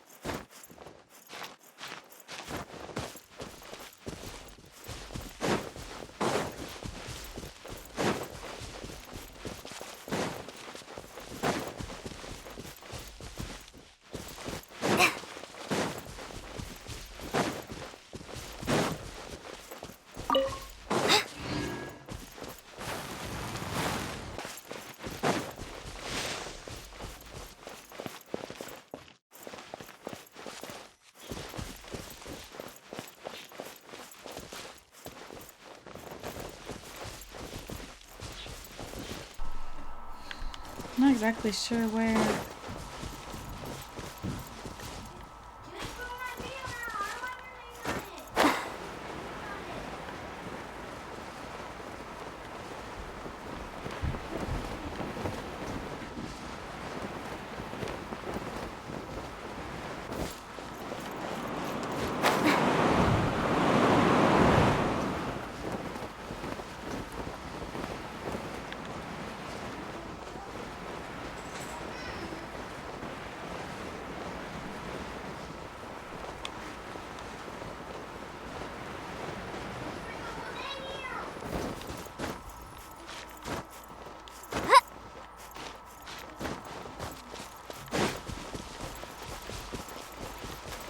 I don't see anywhere I'm supposed to investigate.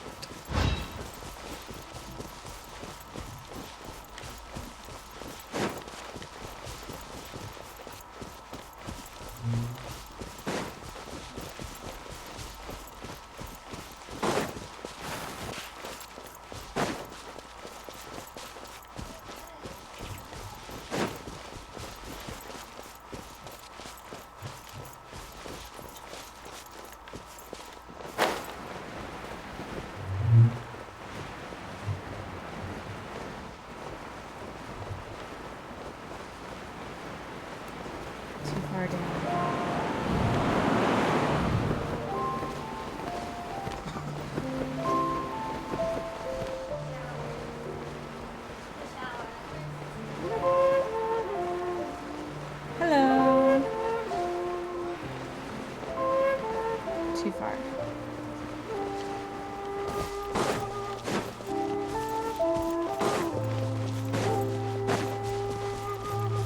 Oh, it's hidden.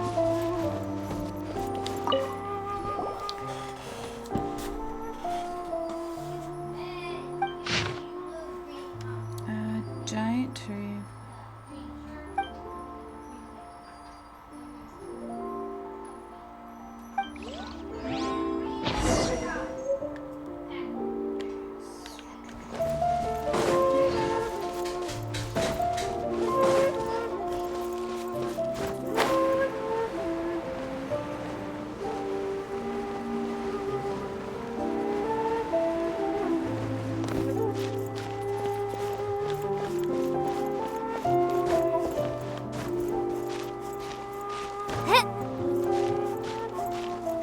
I think I have to defeat all the enemies.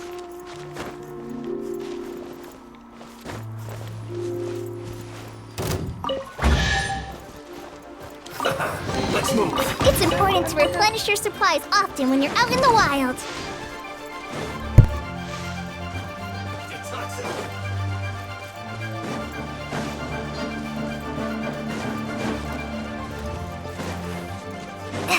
Alright, maybe I can bypass and just find the treasures.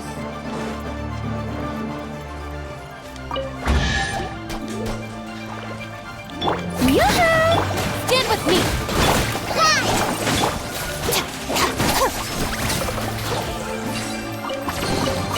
Alright, this'll do. Alright, one more. Looking for a fight?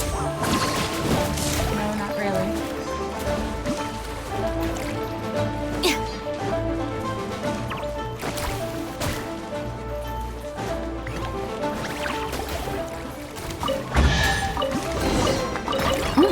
It's all yours.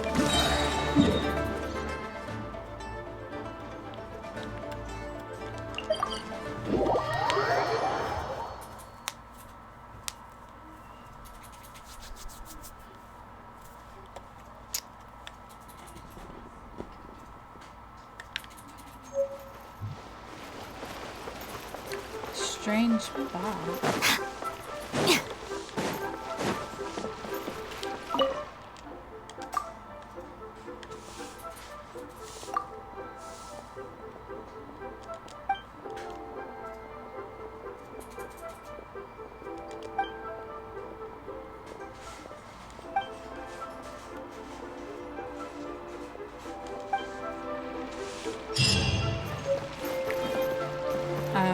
Whatever that is.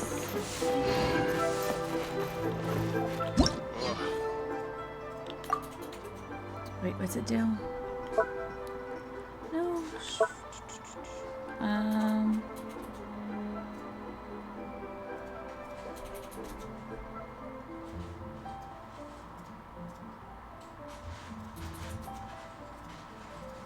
I might. I haven't done any of the domains yet today. I've only so far worked on Benny's enemy. So how do I use this? Please. Can I use it anywhere?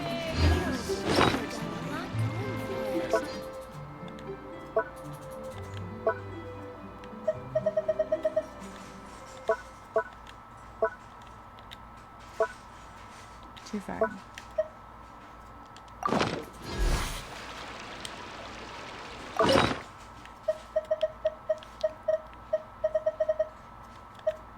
Can you even turn food?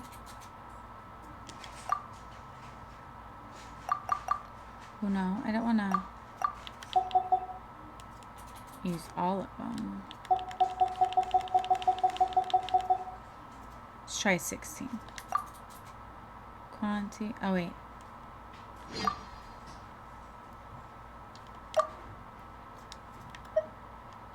Do I have to do all?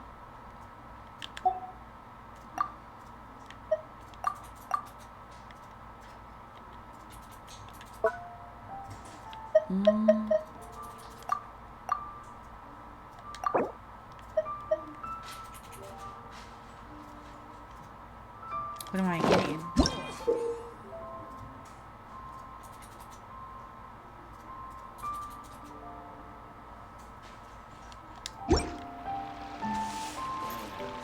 Out of my way! Time to shine! Dissipate! Ready, steady, go! Let the show begin. It's kind of cool. Wait, do I only do it once?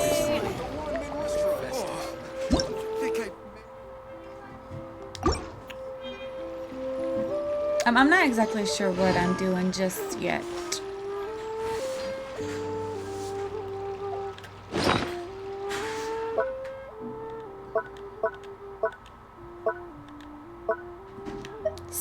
Oh, you can only do it once every 6 days. Can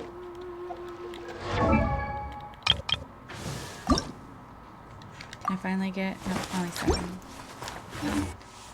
Alright, let's go back.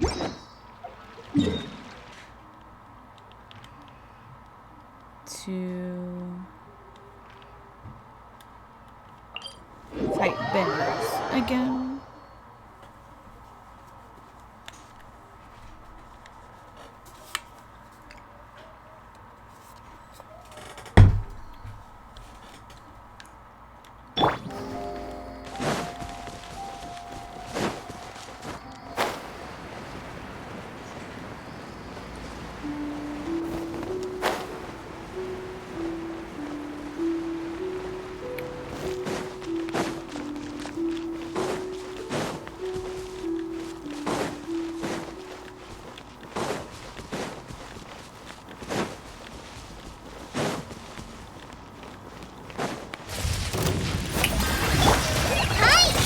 Our bond is strong!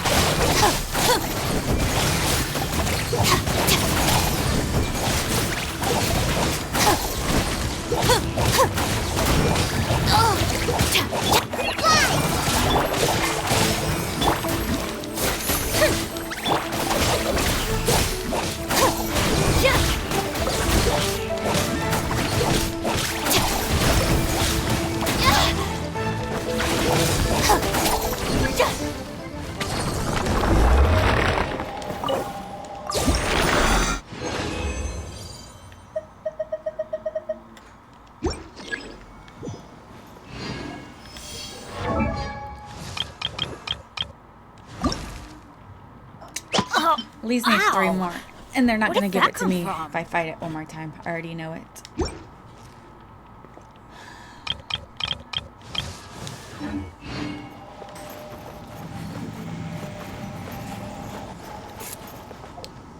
So. Not enough. I don't know if I want to try for her one more time or just save it for the new character. Decisions, decisions.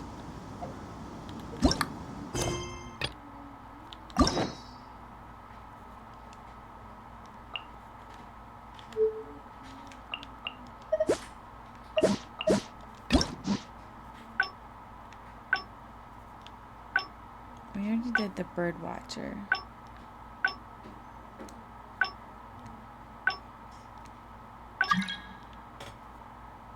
So I already did all those.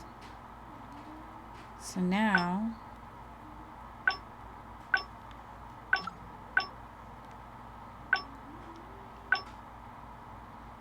how do I go this route?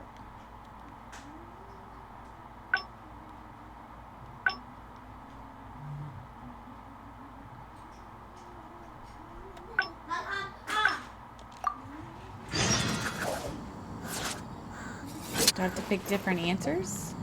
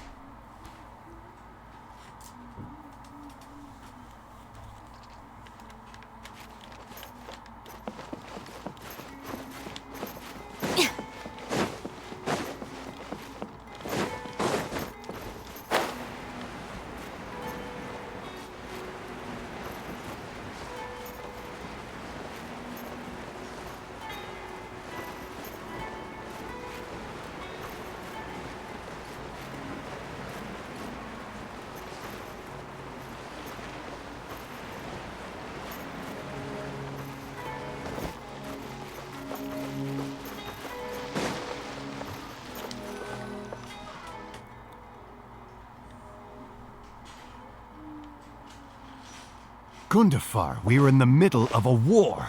Your place is at the front lines by my son's side. Pray tell, what provokes your unwarranted return to the palace? A matter of utmost importance, Your Majesty, such that I must personally report it to you. Huh. Outdoor theater. Looks fun. Okay, so I've already been through this, so... Ah, yes. Here's what I was thinking about the unused funds. Given that the acting Grand Masters saw fit to allocate these funds to my trip in the first place, I think it's my responsibility to make sure that every last mora is put to good use. In other words, what do you say we find a way to spend the remaining budget? Perhaps a fancy meal at a nice restaurant? Or a river cruise that takes in the sights of Sumeru City? Or we could buy a few nice mementos to take home. Hey, no need to put it like that. Let's keep walking. We can consider it some more on the road. The rules of the Knights of Favonius state that any and all expenditures during a business trip are counted as travel expenses. That's more than enough justification to live a little. Okay, so this is the other... Of course, with me being here on my own, it was looking like a wasted opportunity. But now that I've run into you, why don't we make this a joint trip?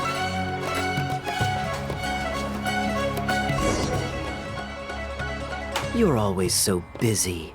It's high time you gave yourself a proper break. Even the sharpest blade loses its edge if it's always in use.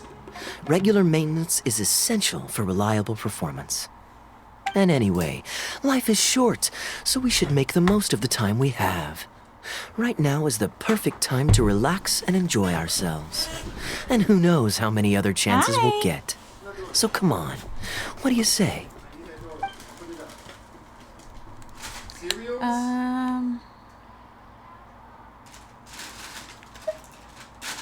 Great.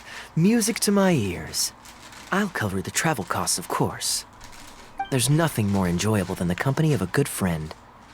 Let's call this a nice little excursion to round off my long business trip. Now, let me think where we should go. I've seen a lot of Sumeru already, so let's go for someplace new. How about Liyue? I'd be heading past there on my way back to Mondstadt anyway, so it's not out of the way. Well, lucky me. I'll hold you to that. Liyue's Ministry of Civil Affairs frequently corresponds with the Knights of Favonius, so the address on their letterhead is one of the few places I'm familiar with. I don't have much luggage, so it won't take me long to pack. Give me a moment, and then we'll head there together.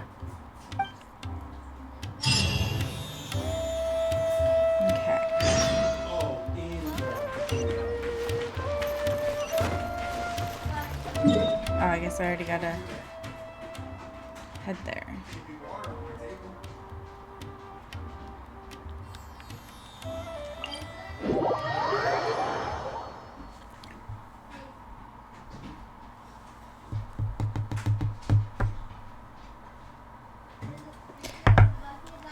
Alright, before we continue, I have to run to the restroom real quick.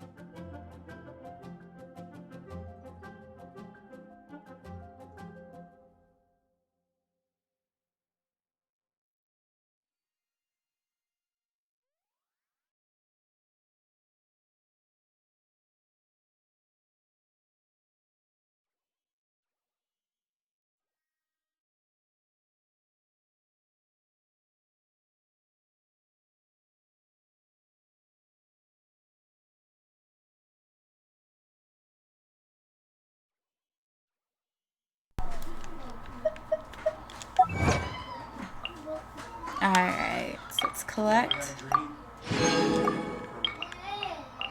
Did you really? What? Have a dream that she broke her arm? I had a dream that she was climbing something and she fell. And when she went to go catch herself, Honestly, it wouldn't surprise me. Look what Bree did when she had that nurse's maid elbow. Alright.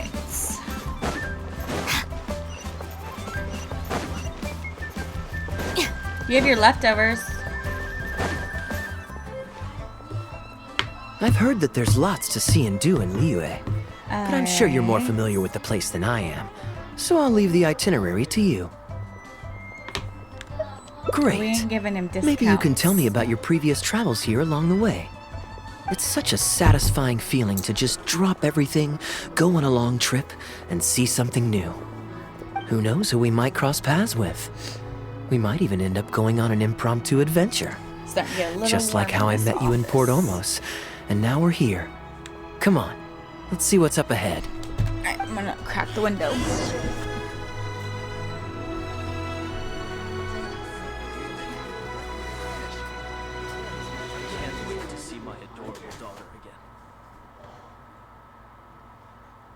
Just let me know if you ever find yourself in a pinch. Hey. I can help you out.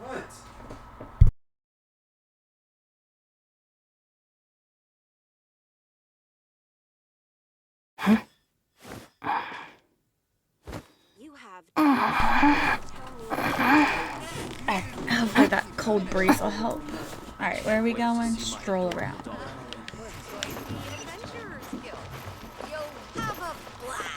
Oh, we're just going Do you know next door. this shop? It looks pretty nice from the outside. Shall we take a look?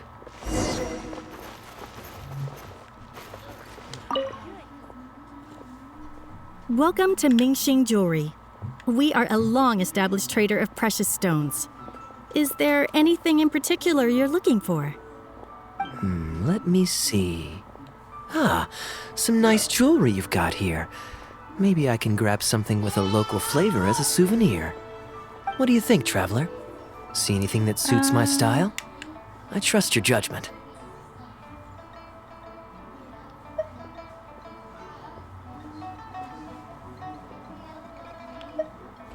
I don't know what the right response would be. Sure. You're interested in souvenirs. If you're struggling to decide, you might want to consider getting some jade. You can't go wrong with a nice jade pendant. They're an elegant addition to your look, whatever your age or gender. If you're looking for a specific design, we can make it to your specifications. It does take some time to fulfill an order, however. High-quality jade is hard to come by, so our waiting list is at least a couple of weeks. Oh, that's a pity. I'm just visiting and I won't be in town for very long. So as much as it pains me to do so, I'm afraid I'll have to leave this beautiful bijou behind. No worries at all, sir. If you're looking for something off the shelf, why not go and see Mr. Shurto at the Jade Mystery? He also deals in jade and precious stones. Exactly. But on that note, let me give you a word of advice. There's no risk in purchasing a piece of jade that's already been cut. But you could lose all of your mora betting on uncut rocks. I won't say any more, as I don't want my fellow vendors to think I'm bad-mouthing them. But I think you catch my drift. It's only human nature to spend a little when you're on a trip, but don't be too hasty to part with your cash. The Ministry of Civil Affairs takes everyone's economic well-being very seriously, and they often send out the Millilith to spread public awareness of well-known scams. As guests here, I'd encourage you to watch out for anyone trying to rip you off. I think that's sound advice wherever you go into that. We appreciate it, boss. Alright, go. Oh.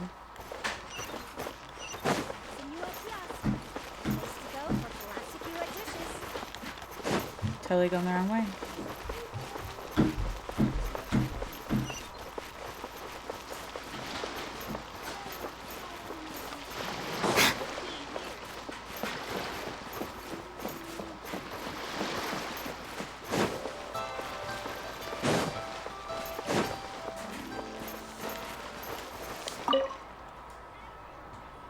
Welcome! Looking for uncut stones or pre-cut jade? We've got plenty of both for your viewing pleasure. Uncut stones. Ah, yes, we were just briefed on that. Let's take a look at the pre-cut jade. I believe I detect a quiet but distinct tone of apprehension in your words. Please rest assured, there's nothing to be quite so wary about with my business. Feel free to peruse at your leisure. I think you'll find that everything I do here is entirely above board and legitimate, and I sell only pure and unadulterated goods. No scam guaranteed. Sure, you can bet on jade and lose if you're unlucky, but that doesn't make it a scam. My terms are clear and transparent, and I only do business with willing customers. What scammer can claim that? Sounds perfectly reasonable. At the end of the day, it doesn't matter how much the vendor is charging. If the customer decides to hand over their money, they're taking the bait of their own free will. Yes, exactly. I'm glad you understand. Although your peculiar phrasing at the end there, you almost make it sound as if I really am scamming people. Anyway, betting on jade is what it is. Feel free to try your luck, but if you can't afford to lose, then it's not for you. We don't need to cause each other any trouble. I'll leave you to browse at your own pace now while I deal with other potential customers. Amber-colored jade would probably make for a good souvenir. Why not?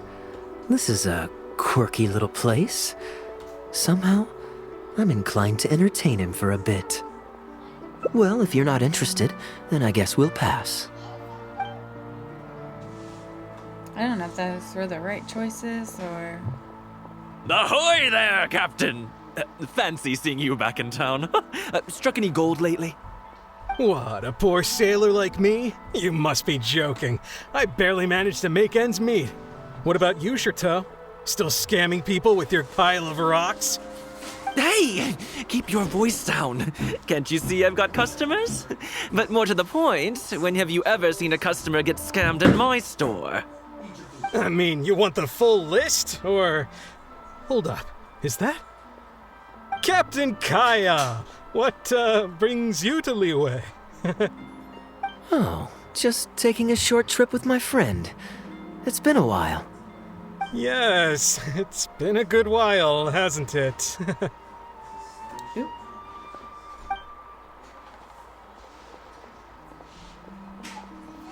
Anywhere you'd recommend I visit while I'm here?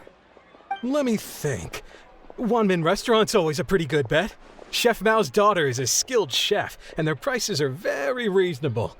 My wife can't get enough of their boiled fish. You could give that a try. And, speaking of my wife, she won't let me forget what a great help you've been to us before. So thank you, on her behalf. Your wife? Ah, yes. How is she doing these days? Keeping well? Very well, thank you. Very well. Anyway, I've got something I need to do down at the South Wharf, so my apologies, Captain Kaya, but I'd better get going. All right. See you. Ah, I finally remembered who that was. Captain Wu. He runs a transport business between Mondstadt and Liyue. Hello. I see. So you went through that whole conversation with no idea who you were talking to. Well, that explains the generic pleasantries and the general awkwardness. Old Wu's usually quite the chatterbox, so it's very unusual for him to just take off mid-conversation. How exactly do you two know each other anyway?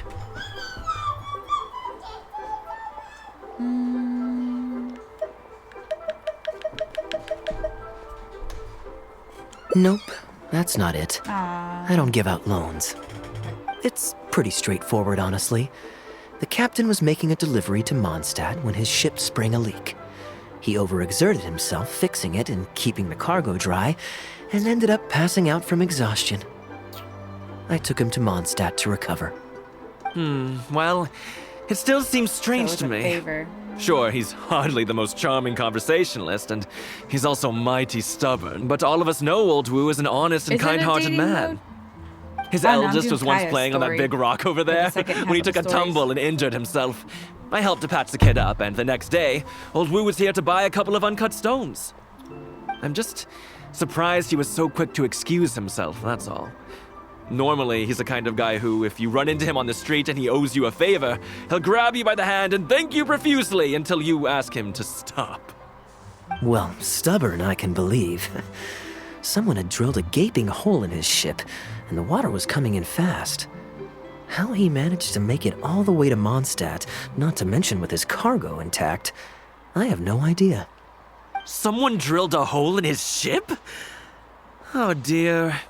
It must have been one of the less savory captains out there trying to sabotage his business so they can squeeze their way into the market. When competition is stiff, sometimes things get ugly. It's the way of the world, unfortunately. His line of work isn't easy. The poor fellow usually has to set sail before the break of dawn. He's been loitering around a lot these past few weeks, though. I thought maybe he'd come into some Mora. Competition is fierce these days, and there's not a lot of Mora to be made in shipping.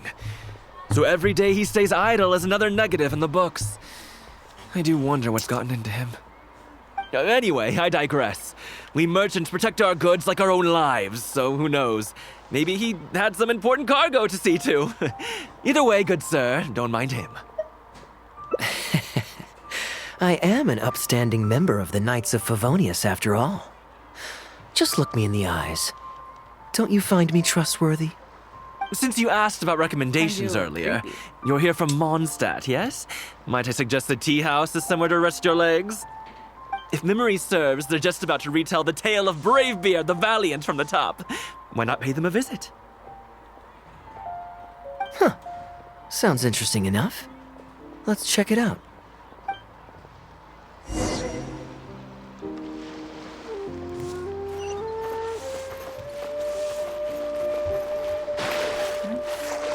I would fall into the pond.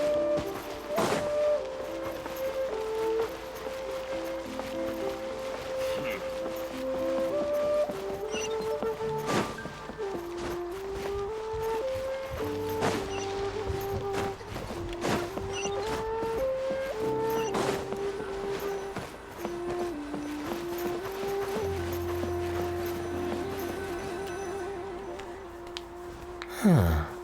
So this is the Hu Tea House. We meet again, Captain Kaya. What a coincidence. Twice in one day. Oh, that didn't take me long, and I ran the whole way. Wu, weren't you just at Wanwen Bookhouse buying a book for your daughter? What's this talk about the wharf? Shh, just leave it be, Aunt Jong. There's no need to embarrass him right in front of everyone else. I take it that you two aren't from around these parts. I'm a caravan guard by trade, and meeting people from all over the world is one of the main perks of the job for me. Why don't you join my table so we can get to know each other? Oh, seems like the tea house is the place to be in Liyue. Feels like I'm back in the angel share. Did you manage to get something for your daughter just now, Captain Wu? Yes, thank you. If it weren't for you, Captain Kaya, she might not have even made it into this world. I'm so lost, Wu. What's the story here? Your wife's originally from Mondstadt, isn't she? Did you run into Captain Kaya when you were there on business, or when you were visiting the in-laws? The latter.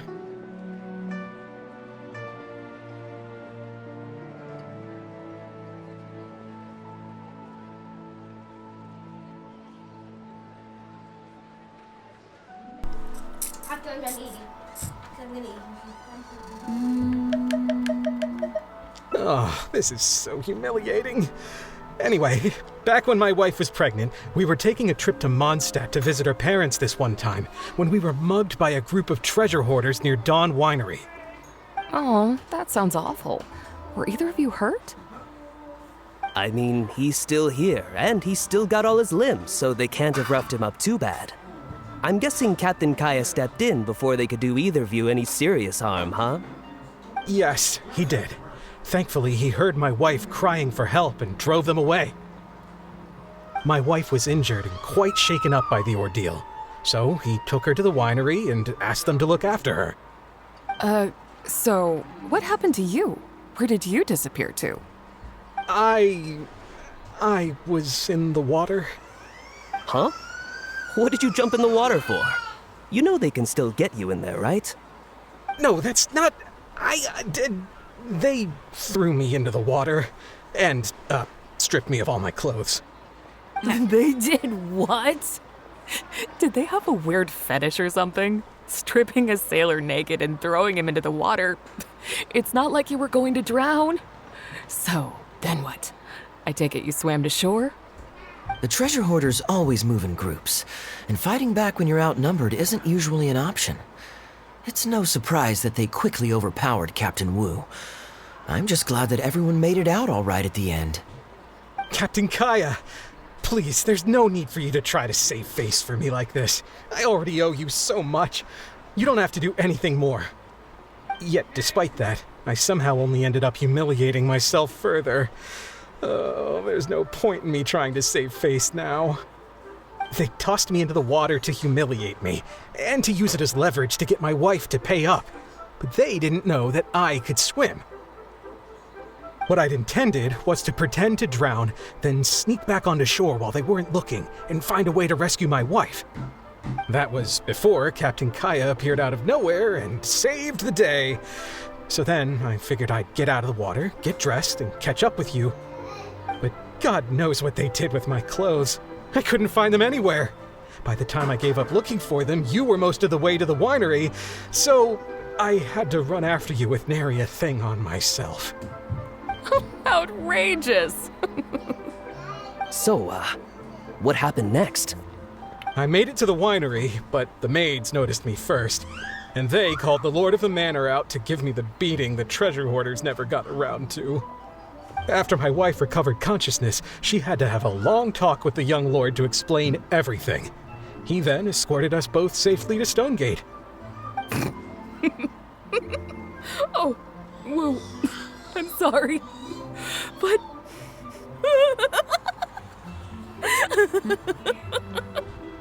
Ugh, good luck living that one down.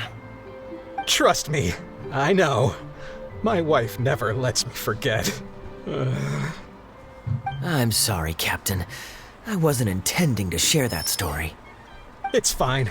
It's my own fault for thinking I could sweep it under the carpet and forget about it. I don't know if I can ever repay you for all you've done. That's why I get so embarrassed every time I run into you.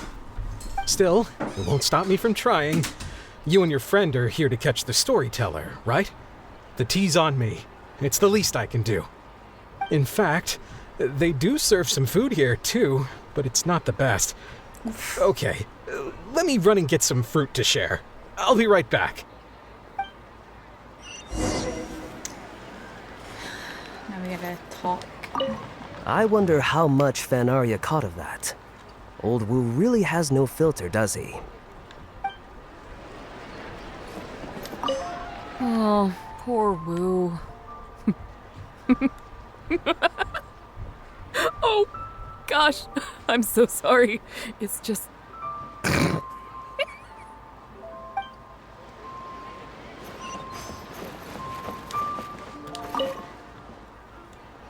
He really didn't have to share all the details of that story. But since he didn't seem to mind, I wasn't about to stop him.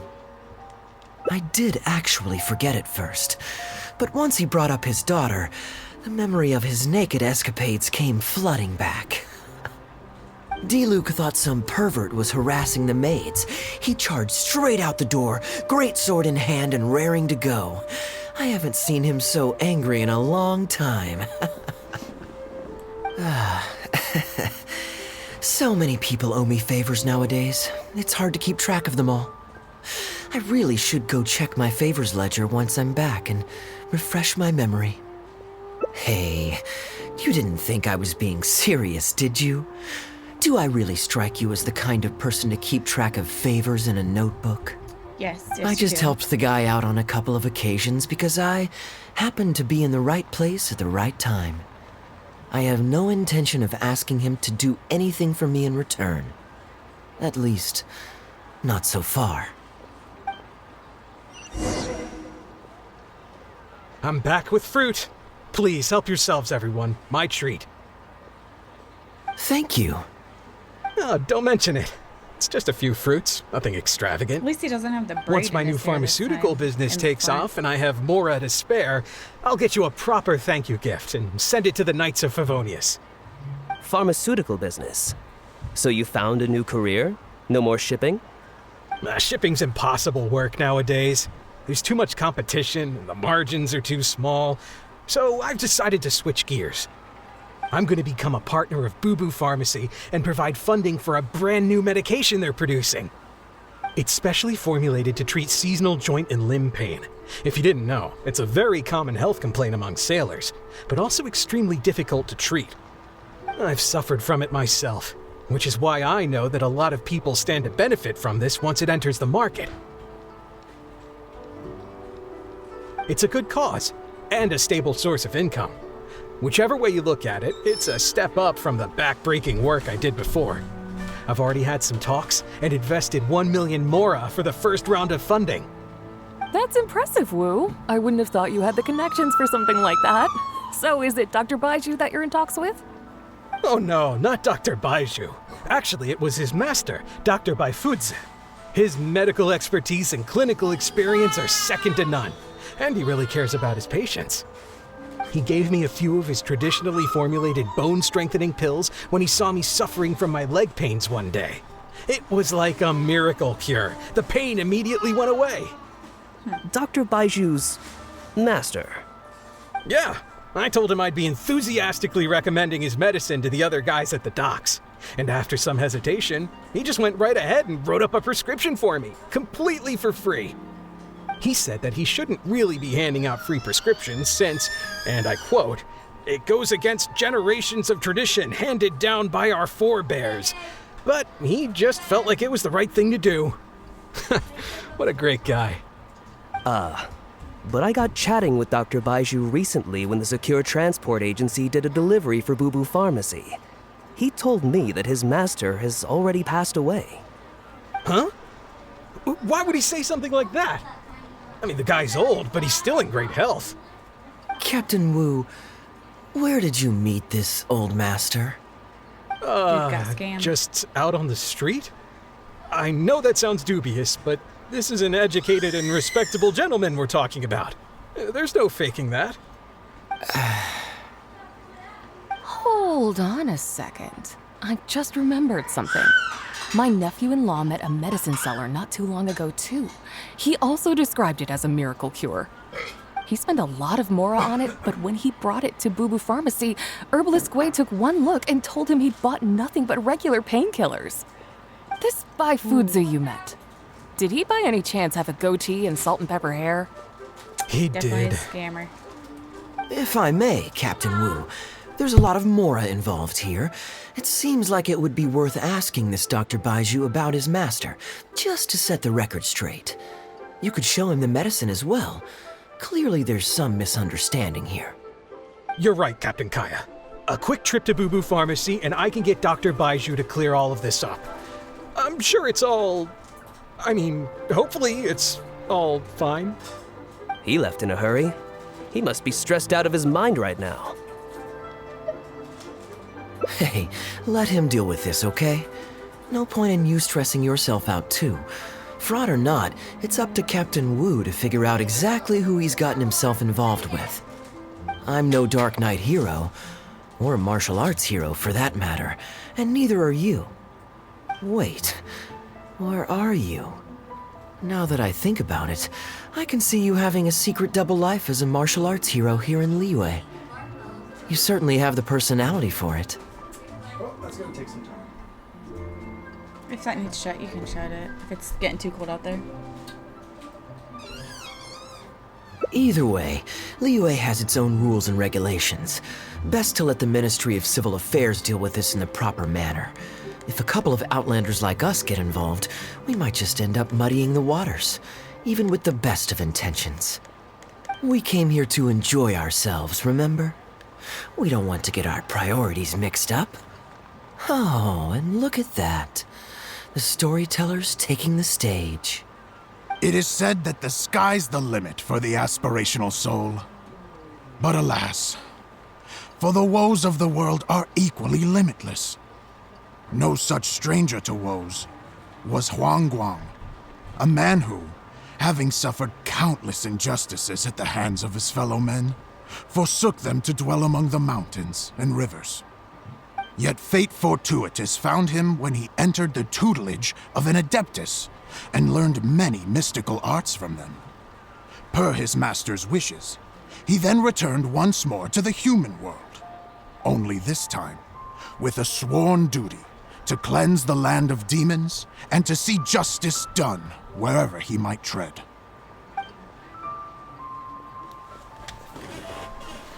Is that all? Oh, I was hoping to hear the rest of the story. It was all right. I suppose the hero always has to sacrifice himself to save others, and it does make for some good storytelling, but it leaves you wondering how he really feels about the whole thing. Did he ever have second thoughts? Only he can know, I suppose. Oh, I see the show is over. Yeah, I saw Dr. Baiju. Looks like it was a scam after all. Then what are you waiting for? Don't just stand there. You need to report this to the Ministry of Civil Affairs right away. Hold on. Let's not lose our cool. Get your story straight first, so you can give them a clear and detailed account of events in the order that they occurred. And one more thing. Do you still have a way to contact this guy? Well, I'd arranged to meet him at the Yunsheng Tea House once I've withdrawn the next sum of Mora, so I suppose he'll still be waiting on that. Okay, so you've got another meeting lined up. I've got no one to blame but myself for this. I can't believe I was so gullible. I guess the world isn't made for naive simpletons like me.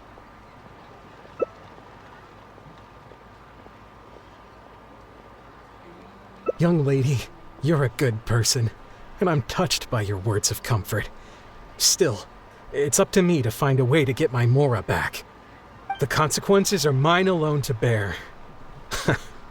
At my age, I'm sure I should be comforting the young with words of wisdom rather than the other way around.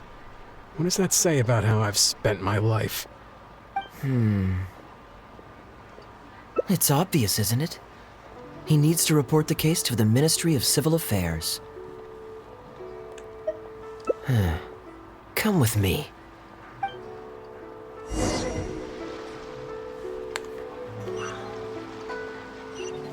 Where'd he go?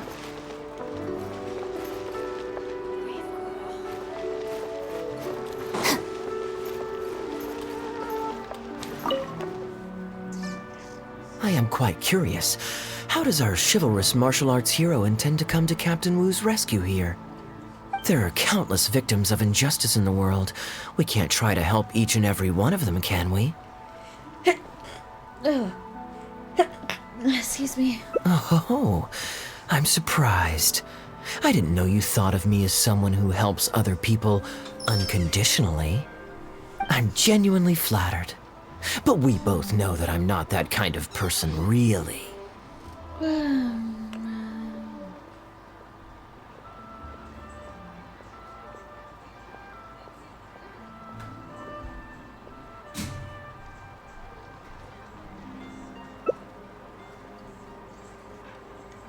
Your logic is very straightforward, and quite endearing in its simplicity.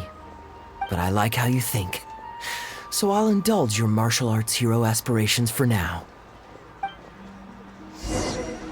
Okay.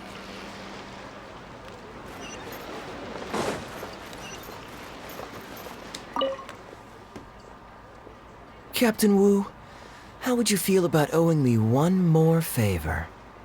I'm sorry, Captain Kaya? Let's say, hypothetically speaking, I found a way to recover your Mora that would leave the man who defrauded you feeling angry and frustrated, but give him no way to get back at you. If it could be done, and the only cost was owing me yet another favor, what would you say? What exactly are you getting at? The Traveler here is adamant that you should ask me for another favor. Personally, I blame the storyteller. After the inspiring tale of Bravebeard, she's all gung-ho about playing hero and righting this injustice once and for all.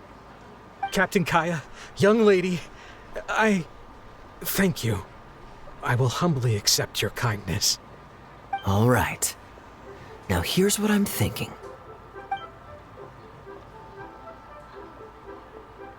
All right, then it's settled. Per our brave hero's plan, let's rendezvous at Yanshang Tea House tomorrow. Alright. Now we wait.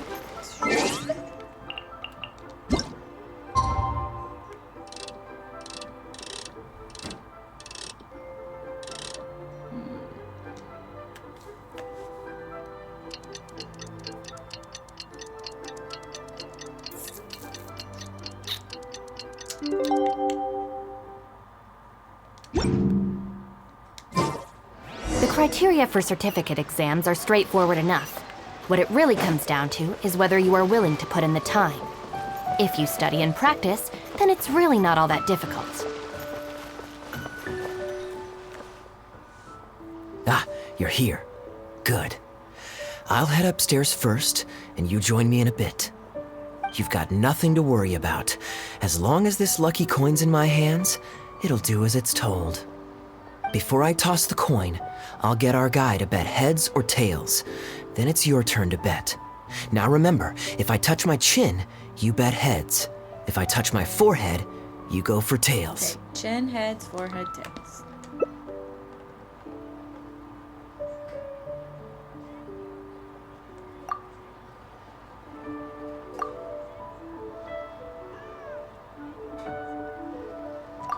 Hello. Are you waiting for someone? As long as you follow the rules of the tea house, you're welcome here. Please be our guest.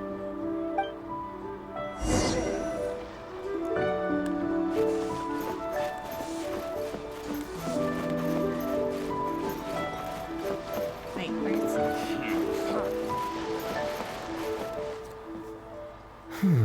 From the way you describe it, Liyue does sound like an attractive place to settle. Perhaps I might have to make the move here after all.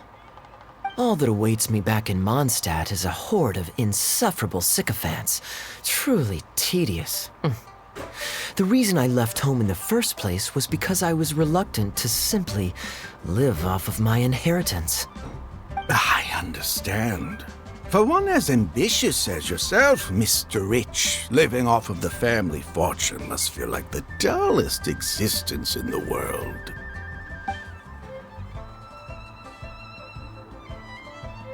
What are you doing?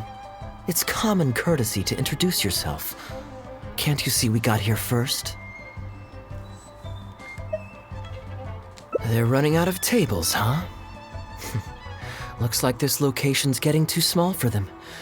Very well, I'll make an exception for you this one time. Let's hope the tea, at least, won't disappoint me. So, my friend, what's your name?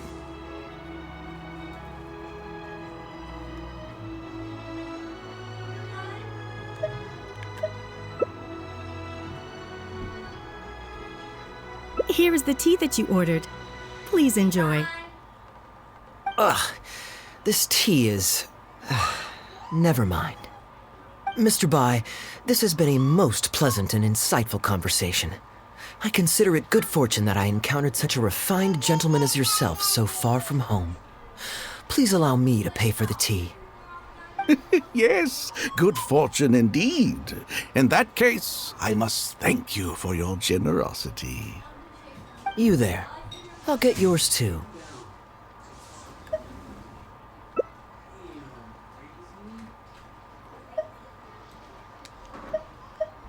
Oh, you can't tell? My family's lived in Mondstadt for generations. I got bored sitting around at home and decided to set off on a journey to expand my horizons. The sights of Liyue Harbor are rather spectacular. I've half a mind to buy a waterfront property here so I can come vacationing every year. That would be quite nice. If the family would spare me a little loose change, I could even invest in an antique shop or two so I have something to do during the day. And the point of life is to enjoy yourself. If something makes me happy, it's worth every mora. Mr. Rich, just to clarify, that's quite a large sum of mora as far as the common woman is concerned. It's understandable that our friend over here feels out of her league. The name's Albert. Surname Rich. But only the servants in the house address me as Mr. Rich. Now that we're so well acquainted, Mr. Bai, please just call me Albert. Albert does have a nice ring to it. It is my honor to become friends with someone of your caliber. You flatter me. What say you to acting as my guide during my time in Liyue? I'll pay you handsomely, of course. Naturally, board and lodging would be included. And I could pay you in the region of 50,000 mora per day?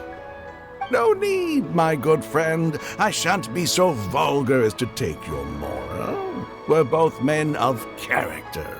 The pleasure of your ongoing acquaintance shall be ample reward in itself. To join a noble gentleman on his travels is a rare opportunity.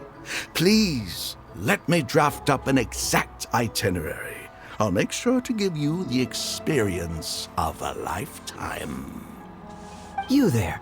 You're welcome to join us if you want. Which clan did you say you were with? The Hoo-Ha clan or something? The Hoo-Ha. Goo-Ha, huh? Strange choice of name. Gotta say, I've been in Liyue for a while now. This is the first I'm hearing of them. I guess they're one of these obscure ones who keep to themselves. Yes, well, there are many martial arts clans and factions in Liyue. It's only natural that you haven't become acquainted with all of them. Ha, fair enough. Still, weird name. Bet they have some even weirder practices. Seriously though, what kind of skills do you guys train anyway? It's all for show, right? I saw some people performing a few tricks down at the wharf. Is it that kind of thing?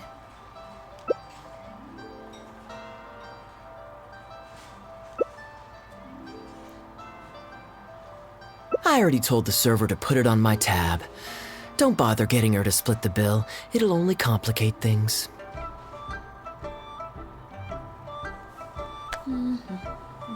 Young lady, there's no need to take things so seriously. Why don't you loosen up and enjoy the free drink? Are you trying to make a point by throwing my generosity back in my face? All right then. What if I say your bill is mine and don't let you pay? Please, my friends, let's not get so worked up. Yinchang Tea House is no venue for a duel. We'll all get escorted right out the door. You young people have hot tempers, I understand that. But there's no need to come to blows over a few words taken to heart when there are far more diplomatic ways to resolve the dispute. Did I hear that right? So you'll only pay for yourself if you win, but I'll get the check for the three of us if you lose. It's not that I care about the mora. After all, I offered to pay for everyone's drinks in the first place. No, what I find truly absurd is your refusal to play fair. I demand that you also pay for three if you win. I don't even know if this is how I'm supposed to go. Fine. You can have your apology if you win, but on one condition. We'll do the best of three, and the winner pays for the table. Well, as long as you're no longer raring to fight. Peace begets wealth, as the elders used to say. Why do you join us, Mr. Bai? Let's entertain this gal for a forehead sec. We don't want her to think you're stingy. But I wasn't even a part of your argument. What are you trying to say, Mr. Bai? Whose side are you on here? Of course, I'm on, And anyway, it's no big deal if you win. It's just a few cups of tea after all, so you can just take it from your fees as my guide. All right then. I suppose it's not all that different from the dice gambling games I used to play in my youth. If it's just for a few drinks, you can count me in. All right, now we're talking. Okay, now that we've agreed on the rules, how should we do this coin toss? After all, a Mora coin looks the same on both sides. Well, that should be simple enough. Here, I'll take this coin and ask the counter to draw a line on one side. You two can wait for me.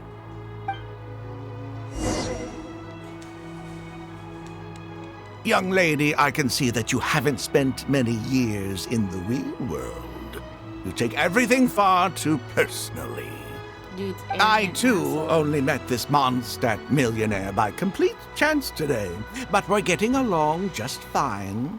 I actually came here to meet with a business partner to count the cash from 2 recent investments, when this gentleman struck up a conversation with me. In the real world, you've got to keep up appearances. There's no need to offend the rich. After all, if you keep them happy, you can probably make some more off of them, too. You young people are much too impulsive.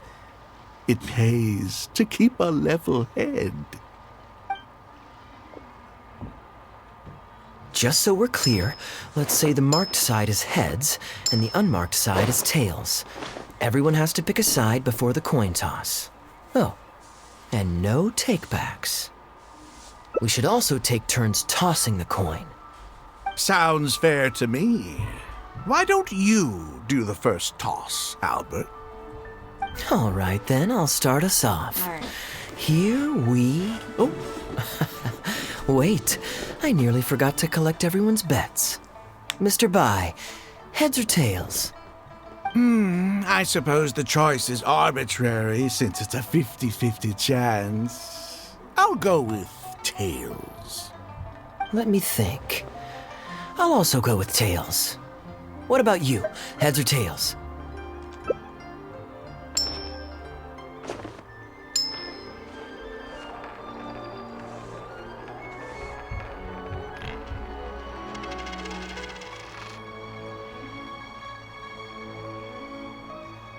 Oh, darn, I won. Lucky me, I guess. I won as well. Guess there might be a formal apology in the cards after all. I have a suggestion. If one of us loses twice in a row, they should get knocked out while the other 2 carry on playing to decide the winner. Otherwise, with 3 of us playing, it'll start to get difficult to keep track of who's won the most times. I flipped the coin last time, so why don't you go next? I don't want you blaming my coin-tossing skills if you guess wrong this turn. Here. Now just wait a second, my dear friends. Please let me do the second toss. Oh? Anxious to take your turn, Mr. Bai? You are both young, and I've already seen your short tempers for myself. If Albert loses this round and this young lady wins, you'll be tied. And before you know it, you'll be at each other's throats again. Sure. Well, that's not my only consideration either. You two may be too young to know this, but I've been around the block a few times. What's to say this isn't a trick coin, In dice games, people use all sorts of methods to rig the game. Some even fit the dice with mechanisms that give them whichever result they want. If Albert wins the next round, and you, young lady, lose for the 2nd time in a row, then the 3rd round will just be a tiebreaker between him and me, and you won't get your apology to the Guhua clan. If that happens, only for you to then find out that the coin was rigged all along, you're sure to accuse me of working with Albert to scam you while mocking the Guhua clan. I can only imagine the kind of vengeful warpath that would put you on. A purely hypothetical scenario, of course, but one that I'm bringing up now to avoid any misunderstanding further down the road. Go on, give me the coin. I'll show you how to check if it's been rigged. Very diligent of you indeed, Mr. Bai. Looks like I chose the right person to be my guide. Here, take it. A rigged coin will always be a little heavier than a normal coin, you see. This one seems perfectly normal to me, however. But don't take it from me. Why don't you test it for yourself? What's your bet this time, Mr. Bai? I'll stick with tails. Tails, huh? Well, you seem to have a feel for this, so I guess I'll match your bet again this round. Tails it is. And you?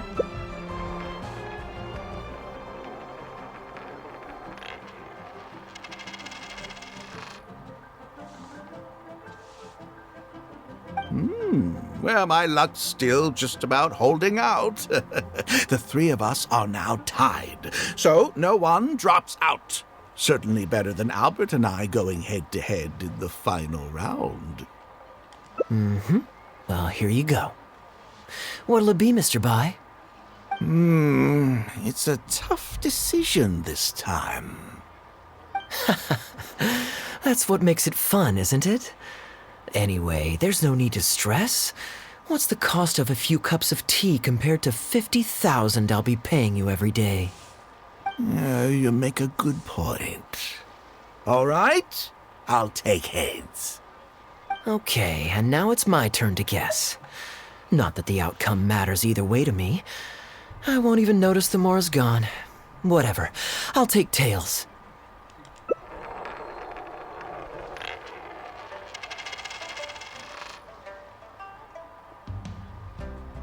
Why did it have to be heads? This whole thing started because you two got into a spat, and now I'm the one that has to foot the bill. What say you to another round? Sure, why not? I'm having fun. I can go for as many rounds as you want. What a miserly person. Do as you please. The two of us can play. But Albert, all the fun of gambling is in the stakes involved. What say you to throwing a little loose change into the pot? Ah, come on now. No need to walk on eggshells here. Let's keep it simple, shall we? If you guess right, I pick up the tab. But if you guess wrong, I'm afraid it's still on you. Sure. That's exactly what I was thinking. Well, here's the coin. You can toss first. I'll take heads. I'll choose. Wouldn't it defeat the whole purpose of betting if you guessed the same as me? This is a two-person game now. Surely one of us has to guess heads and the other tails. All right. It all comes down to luck, after all. I'll take tails.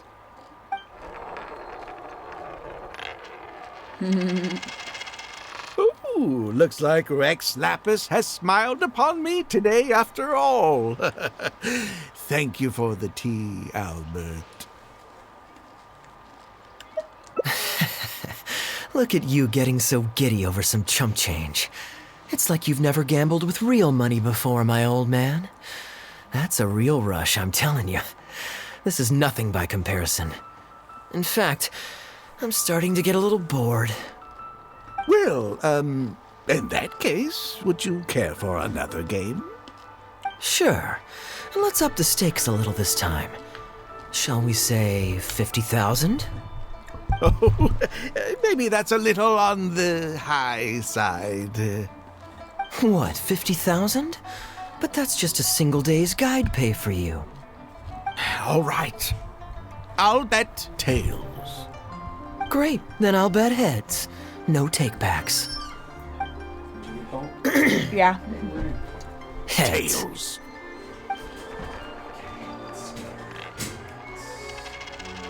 Oh, how unfortunate. I shouldn't have gotten greedy. Well, with both of our After all, in the they start long getting a run, little warm in gambling here. is always a losing game. 50,000 more. Oh, good. My goodness. Albert, I'm terribly sorry, but as it happens, I forgot to bring my coin purse with me today. Could you perhaps take this 50,000 out of my guide fees? Call it an advance payment. That would make us even. Advance payment? Sorry, I'm afraid that's not my style. It'll have to be cash. This day just getting better and better. Well, so be it. 50,000. Let me see what cash I have on me. Works for me. Just 50,000? That's not what we agreed on. Huh? What are you talking about? I think you'll find that our bet was for 50,000. No, it wasn't. The amount was 1 million.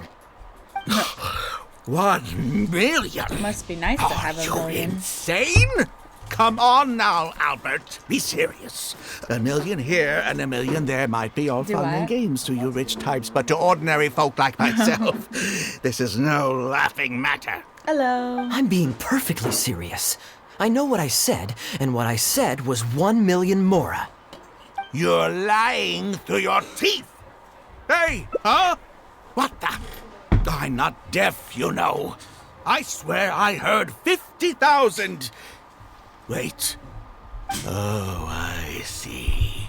You two are in this together. I never met either of you before today, and out of nowhere you suddenly roped me into betting over a coin toss, and now you're accusing me of owing you 1 million mora. Huh? Do you have any idea who you're trying to cheat? I know all the tricks in the book. I can't believe a couple of beginners like you managed to get this far. Well, don't you try to celebrate just yet. You amateurs have a lot to learn about the art of the con. Do you really think that nobody else will have heard all the commotion we just made? All I need is one witness, and this little scheme of yours falls apart. Frauds! Frauds, I say! These two kids are trying to scam me out of my hard-earned mora! Hostess! You were the scammer hostess! first. Come quickly! How pathetic. What is going on here? If you can't abide by our rules, you're not welcome at Yenshang Tea House. I don't care what the issue is. You don't get to make a racket like that in here. me. Halberd! Fang! Wait, don't throw me out! These two con artists are trying to steal my mora. You can't let them get away with it. Well, let's take this somewhere else. I don't want any of you disturbing the other guests.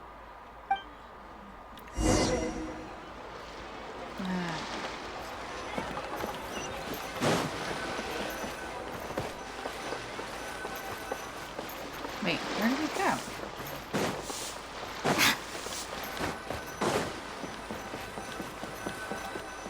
We literally just went on the other side. Okay, you two. Care to explain yourselves? Gladly. He's making up completely spurious claims. We were betting mora over a few coin tosses, and now he wants to back out. Yeah, I think that's what it's In called. the land of contracts, of all places.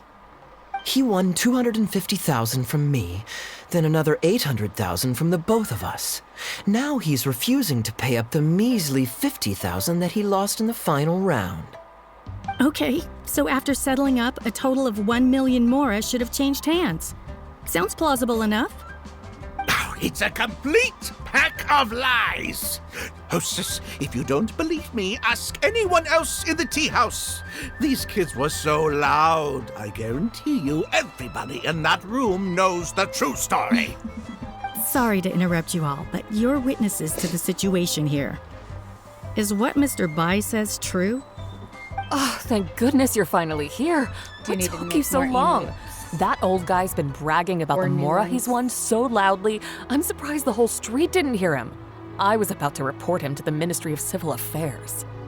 Leave me out of this. I want nothing to do with gamblers and scammers. I'm not crying. Please, just bring me my check. Our new owner laid down the law not too long ago.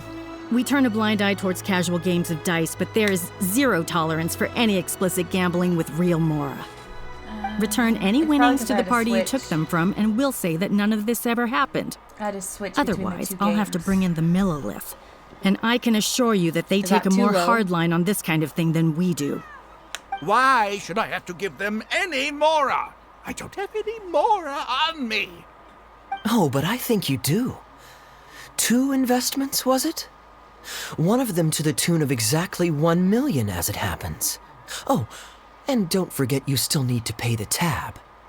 You... Wait. How did you... Halberd! Fang! There's a gentleman here that I'd really like you to meet. Please, please don't. I'll pay, all right? This was never your Mora to begin with. We'll be returning it to its rightful owner now.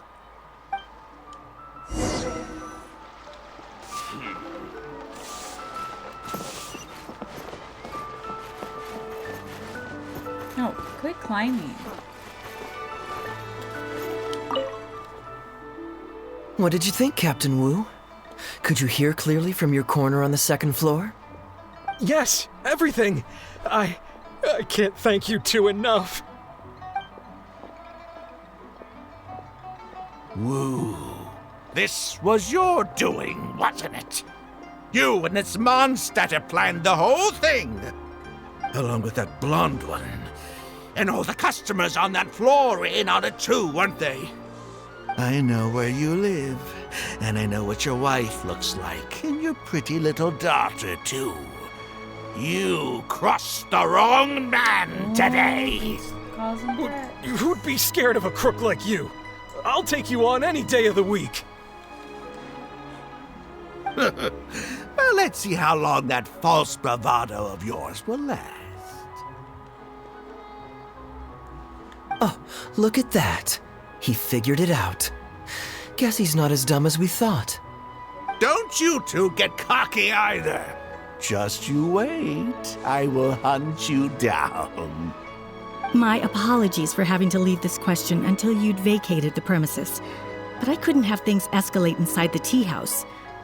I hope you can understand our position. I noticed that all the guests on the second floor were present before you took your seats, then left almost immediately after you did. Would I be correct in saying you were looking to set this man up? Wait, so you saw through it right away? Under normal circumstances, we would never tolerate a scheme like this taking place on our grounds, as it risks damaging our owner's reputation. However, I understand that our owner holds the traveler in high regard and must have good reasons for their actions. Still, I would appreciate an explanation, if only so that I can answer to the owner. Ah, as I thought. When you're operating on someone else's turf, you run the risk of clashing with the master of the house. Thankfully, we considered that possibility before going ahead with our plan. Over to you, brave hero. You're the one with the connections in Liyue. It's your time to shine.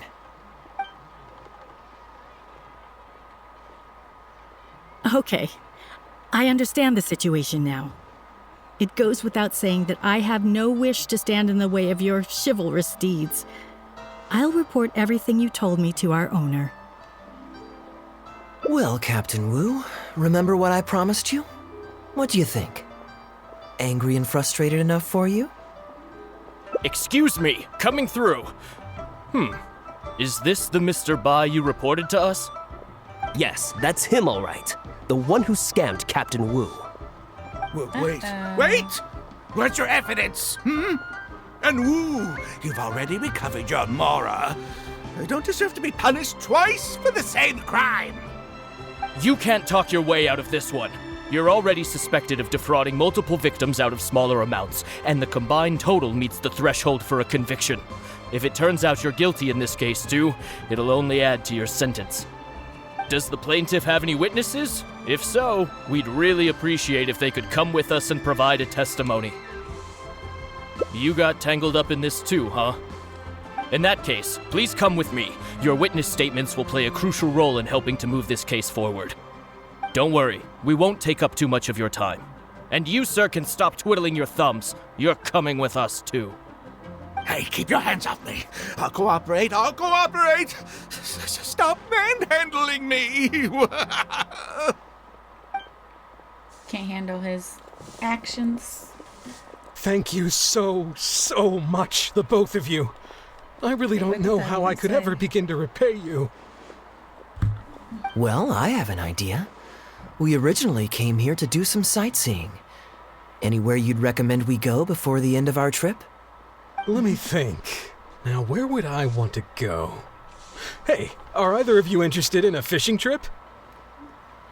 Sounds fun to me. Let's go. Wait, now we have to go fishing?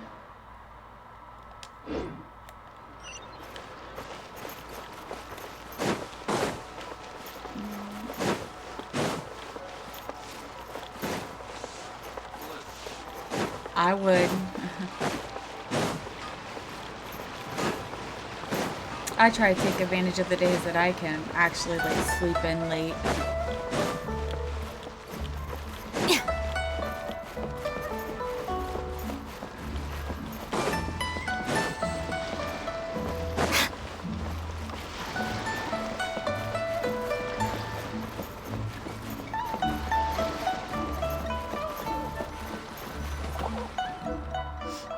Well, this was certainly an eventful end to my trip. It wouldn't have been possible without you. Or my lucky coin, of course. Wouldn't be much of a lucky coin if it had. Besides, I already taught you how to become attuned to it. You still need some practice to master the technique, but luckily it decided to play nice and spare us any more complications. A better question to ask might be, what do I do to make this coin happy to work with me and show me whichever side I wish? My answer would be that I tell the coin a joke every time I toss it into the air. If it finds my joke funny, then it cooperates with me. Of course, this whole arrangement hinges on a pre-existing amount of trust between the two of us. I can't just get any strange coins to listen to me. Yeah, I was a little surprised when he unwittingly called out our trick coin, but it didn't matter. A good gambler always keeps their options open. You have to have a contingency plan for when the odds are against you. So when I went to the counter, I marked a regular coin as well as my trick one. That safely avoided any risk of him finding out about the trick coin, but it also meant that we wouldn't be able to control the result of that round. But hey, what does it matter? The fact that he made things a little more challenging only made it all the more exciting to watch him slowly but surely fall into our trap. Especially listening to him warn us about the possibility of a rigged coin right as we were scamming him. That was my favorite part. As long as I chose the same bet as him, and you bet the opposite to me, it was always going to end up with him paying. Unless, of course, he'd had some other tricks up his sleeve that we hadn't thought of.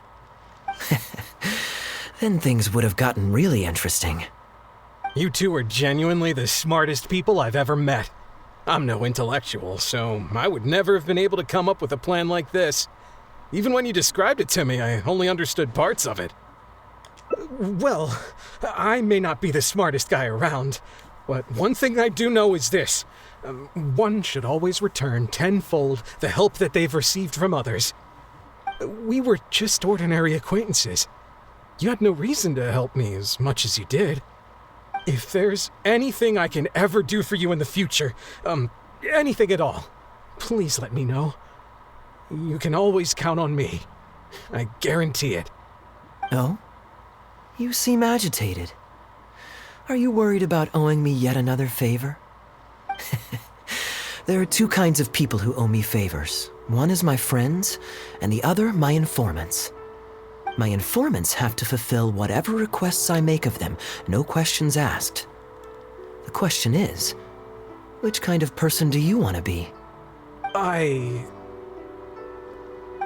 And you're torn again. Too afraid to ask to be my friend, but also daunted by the dangers inherent in becoming my informant. Well, it's okay, because I just thought of a fun and easy way to get us out of this impasse. Let's do a coin toss. This is the regular coin I prepared for the contingency plan when I was borrowing a pen from the bar. Not the lucky one that does what I tell it to. If it's heads, we're friends. But if it's tails, you're at my beck and call. May the Lord of Geo decide. So, was it heads or tails? What do you think? What does your heart tell you? I understand now. You have my most sincere gratitude. No, that's a little too formal. What I'm trying to say is, here, your fishing rods, my friends. Right, now I have to fish.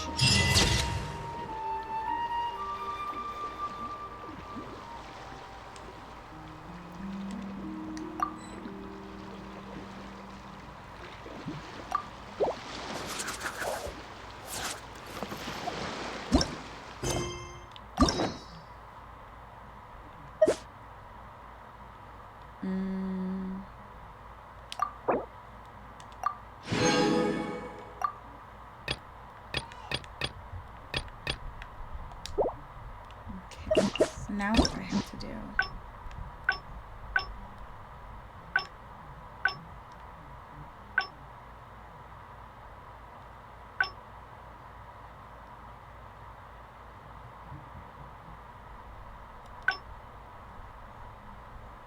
So now I have to pick a different direction.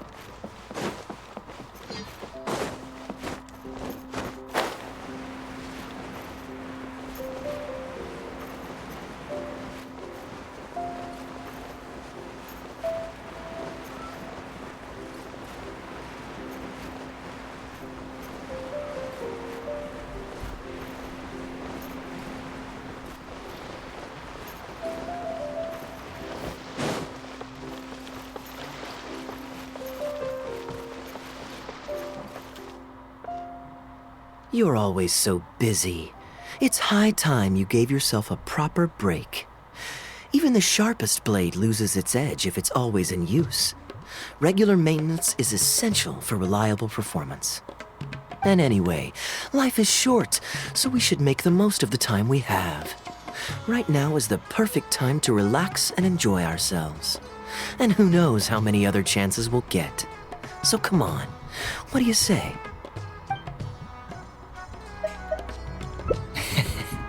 Now I remember why you're an honorary knight.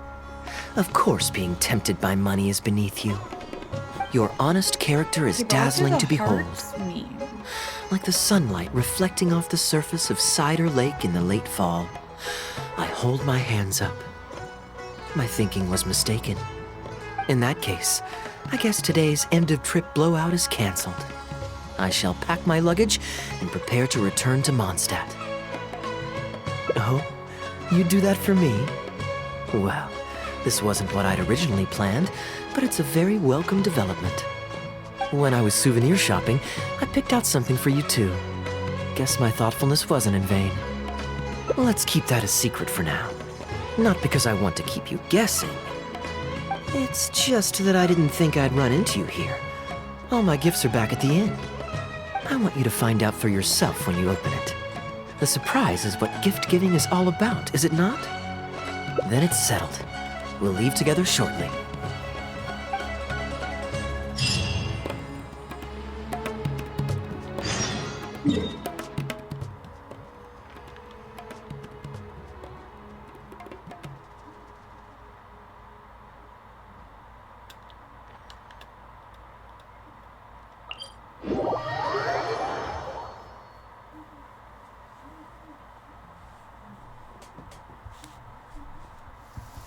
We don't need an umbrella. Just pick up the pace.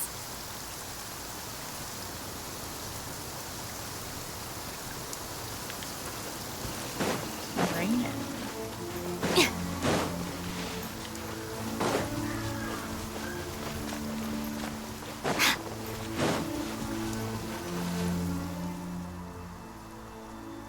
I love rainy days, but we've had rain for like a week. I just want a sunny day. Look, Mondstadt's windmills. Ah, such a comforting sight. Now, as promised, your souvenir. Here you go.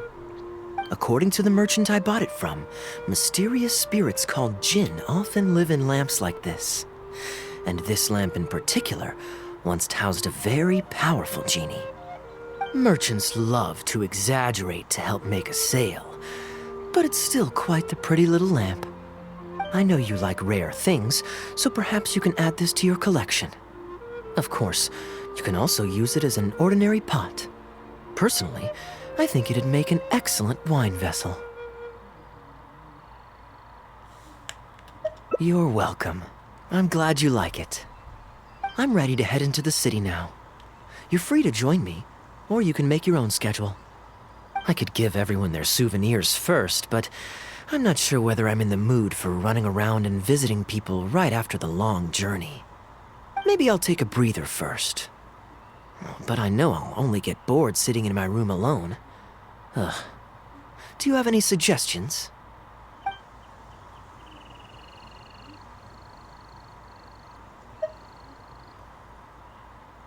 I'm gonna assume this is where it splits again, too.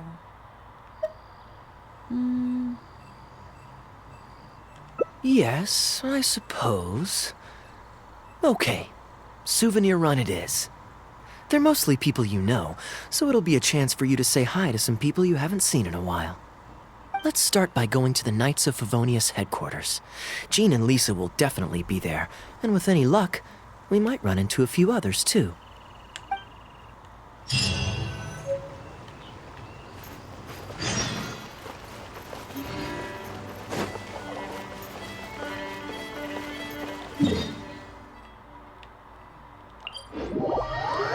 Just fly down.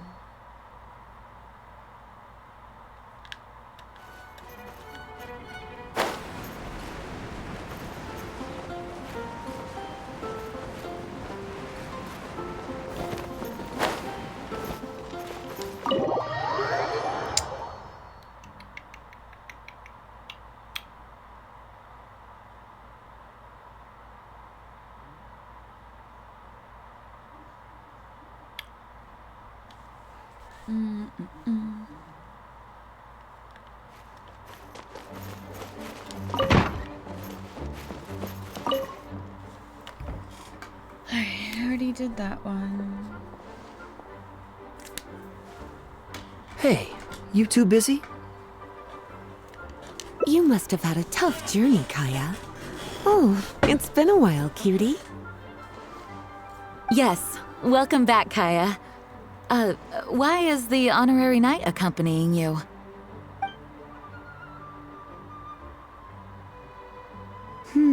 I understand. Back to matters at hand, Kaya. I have already received your report. You did well this time, thank you. A few days ago, we received a letter from the representative of the Wine Merchants Association in Sumeru. It was thanks to your on-the-spot decisions that further losses, due to continued delays, were avoided. Just doing my duty. Anything to reduce the acting Grandmaster's workload. Oh, I nearly forgot. I have some unused travel funds. I'll return the surplus now. Given the suddenness of the situation and the difficulty in resolving it, I authorized a greater than normal disbursement in case of unforeseen circumstances. But I didn't think there would be this much left over. Thank you, Kaya. Just doing the right thing. But I'm not actually here for a post-trip debrief. I brought some souvenirs back for everyone. Souvenirs from Sumeru? Here, the letter opener is for Jean, the jeweled brooch is for Lisa, and the items in the box are for everyone else. The artistry of this is exquisite. Look at the ornamentation on the sheath. This must be one of those crafts unique to Sumeru. It's my first time seeing one in person. Thank you, Kaya. I love the color of the gem in this brooch, and the setting is so elegant. You have excellent taste, Kaya. This can't have come cheap. It wasn't too bad. I didn't spend too much. Might I intrude a moment? Albedo, is that you? Come in. I finished the latest quarterly expenses report for the workshop. It's ready for your review. Traveler, greetings. And Kaya, welcome back from Sumeru. I haven't seen you in a while. You two look like you're in good spirits. As a matter of fact, the honorary knight and I traveled back from Sumeru together. Ah, yes, and I brought some souvenirs for you and Klee. They form a set. Hold on, let me dig them out. You're too kind. Klee has been constantly inquiring as to the timing of your return lately.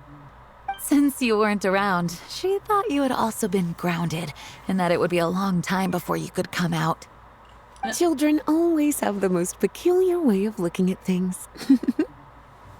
Also been grounded? Sounds like things haven't been too dull for you all in my absence. It's Klee's third time this month. Evidently, you're not the least bit surprised. No. On the contrary, what would be a surprise is if Klee ever managed to stay out of trouble for a substantial length of time. I don't even know what that is. Anyway, since my souvenir is part of a set with Klee's, there's no rush to give it to me. When Klee's next, released, I'll bring her to see you sometime. We'll collect our souvenirs together. Sure. Makes sense. Leave the surprise for the person who'll enjoy it the most. I'll leave these documents here. I'll take my leave now, everyone. Kaya, I've approved your vacation request. Use this time to relax and unwind. Don't worry about the report and other work. I'll take care of it. You too, Honorary Knight. There isn't any work the Knights of Favonius require your assistance with at this time, so please take it easy. Thank you. Then we'll be going now. Enjoy your vacation. But don't forget to return the Fox and the Dandelion Sea series before it's due. Don't worry, I'm nearly done with those. I'll be able to return them in a few days.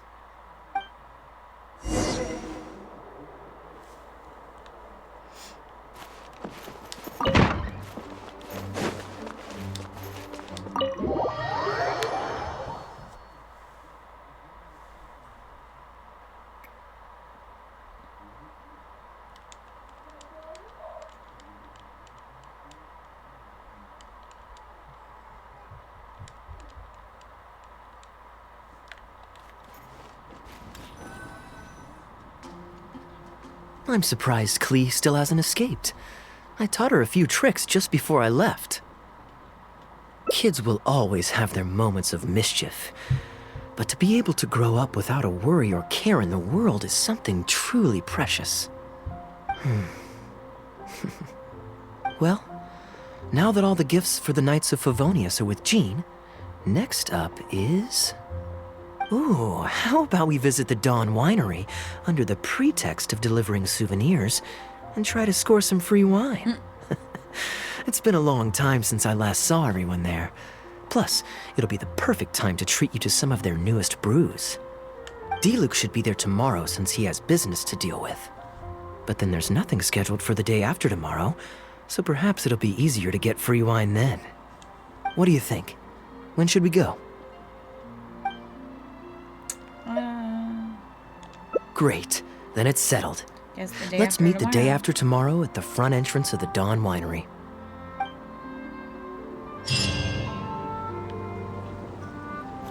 Wish you got things in between. Let's collect this.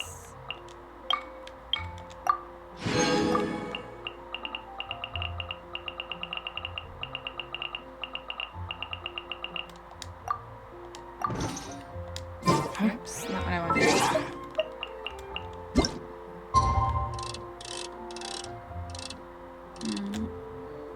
That'll work.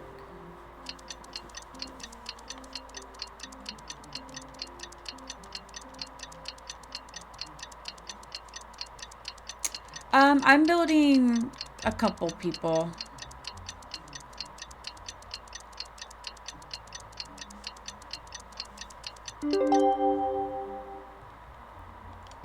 I have 2 teams right now. I gotta finish working on them. And then this is kind of the team I've been working on as well. Right now I've been doing Bennett.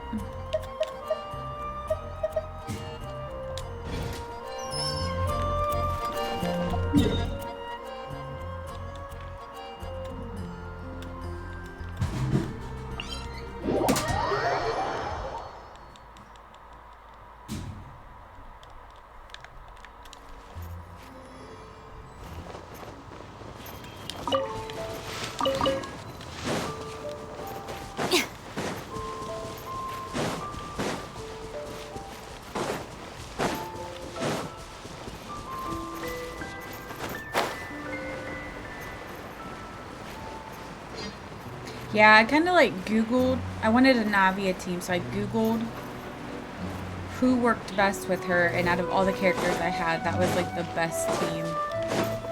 Or the team that I could come up with. You're more punctual than I expected. Let's head inside. Or I guess I could change out the one girl for Noelle.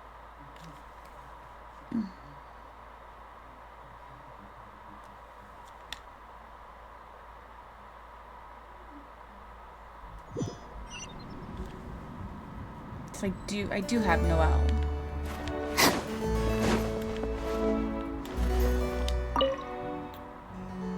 Master Kaya? And the Traveler? Welcome, welcome. Please, come in. I'll fetch you both something to drink. Long time no see, Elzer. Yes, it's been a while, hasn't it? So what brings you back to the winery this... Sorry.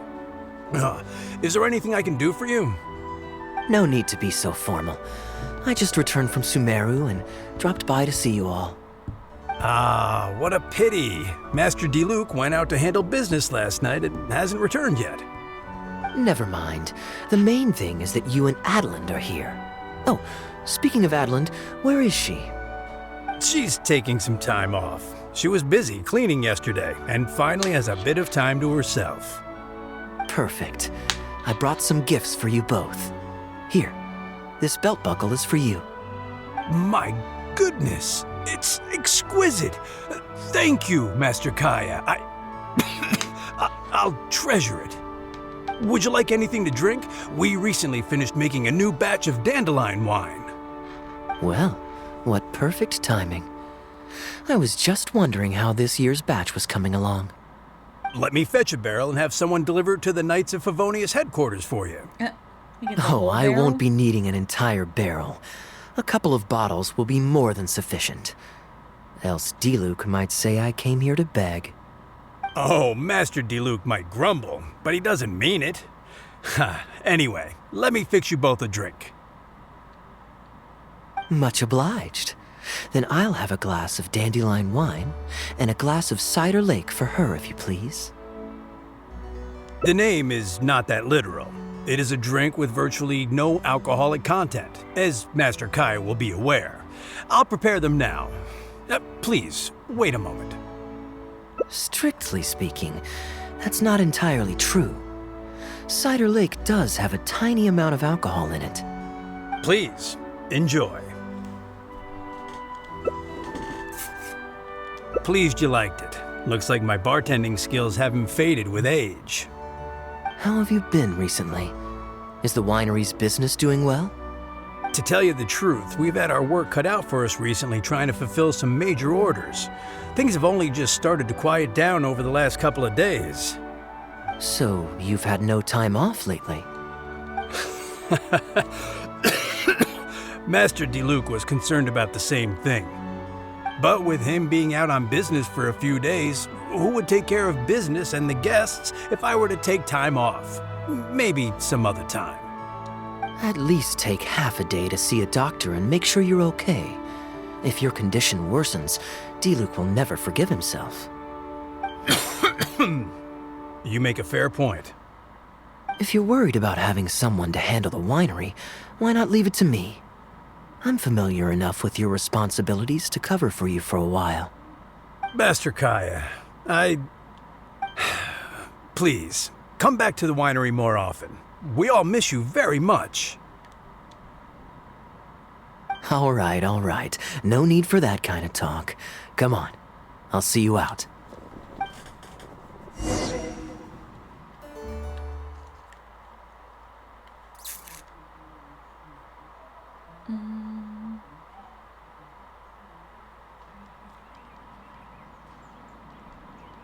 Any day now.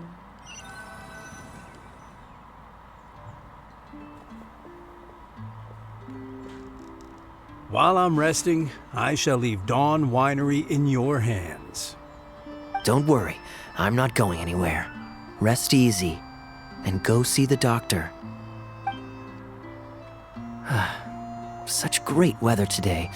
A calm breeze and delicious wine. This is quite the treat. This Though, song reminds me it's a of, pity like, this something batch that would be seems a in bit Zelda. bland. How about I go to the wine locker and fetch one from the reserve collection? I remember it's on the second floor. Of course it's fine. I promised Elzer I'd help. I said nothing about leaving the wine alone. Sorry, I'm a little late to the welcome party, but I believe I just heard the words wine locker and reserve collection. Planning on pilfering a bottle of reserve, Master Kaya? The reserve collection is reserved for a reason, you know. You should at least run it past Master Diluc first. Oh, Adeland, surely you misheard. We were simply taking a walk around the house. I see. Anyway, what brings you and the traveler to the winery today? We just returned from Sumeru. It's been a while, so I thought we might drop by and say hello. And perhaps enjoy a complimentary drink while we're here. Surely you wouldn't object, Adeland. How could I object? We're simply happy that you've come back to see us. Oh, Adeland, I also brought some gifts for you all. This bottle of essential oil is for you. If you rub it on your hands when it gets cold, your skin won't crack. Oh my! I can't believe you remembered something like that. Of course I remember. You always took such good care of me when I fell sick as a child. In comparison, They look like they're the same this is age. nothing. You're all grown up now, and you don't get sick nearly as easily. You don't need me to look after you anymore. True, I don't get sick as much. But speaking of being looked after, when I was in Sumeru, I did find myself and my stomach missing your cooking so terribly. Oh, are you hungry? Would you like to eat something? You too, traveler. Please tell me if there's anything you'd like to eat. Well, now that you mention it, I do actually feel a bit peckish. Steak? Oh, yes. A nice steak would really hit the spot. Fragrant cedarwood grilled, medium, stewed vegetables on the side? Yes, just like you always used to make. Thank you kindly, Adeland. My pleasure. Traveler, I'm sorry I'm not familiar with your preferences. Would you like to come with me and select a few dishes?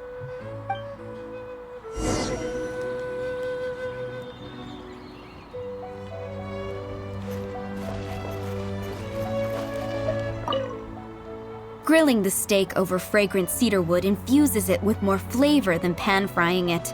It's a favorite of Master Kaya's.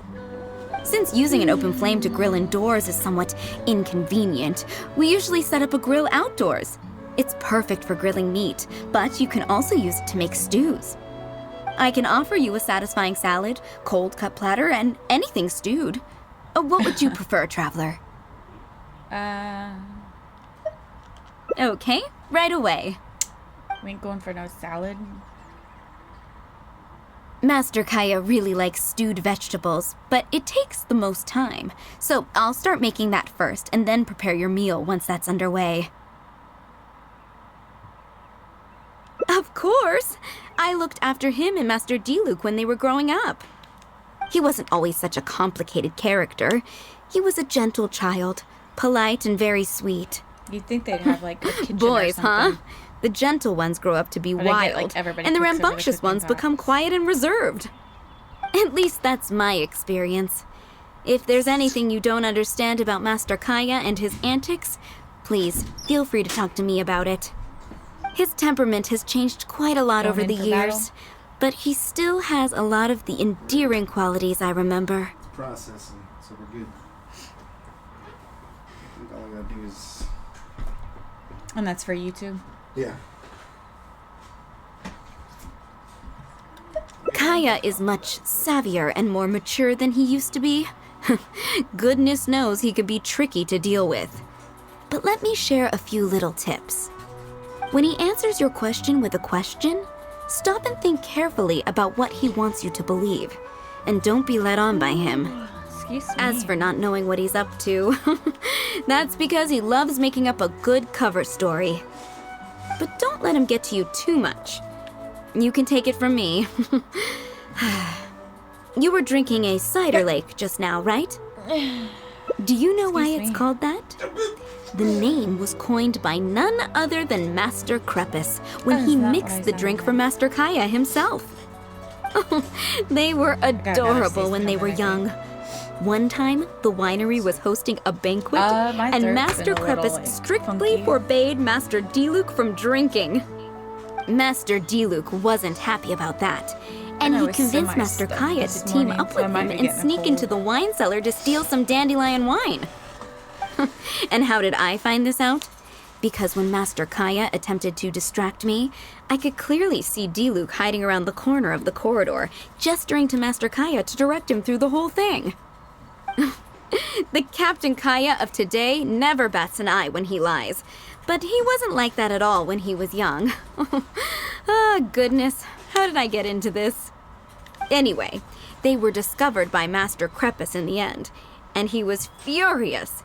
He punished Master Kaya by making him write lines, and Master Diluc was forced to clean the wine barrels in the cellar. The wine cellar had over a dozen large wine barrels to scrub, and Master Diluc was just a child. There was no way he could finish it all by himself. Master Krepus really meant to teach him a lesson. I'd originally planned to secretly finish off the work for him, but when I peeked inside the cellar, I found that Master Kaya was already there. He and I finished scrubbing the remaining barrels when Master Krepus saw that the bruises on Master Kaya's hands were even darker than those on Master Diluc's hands.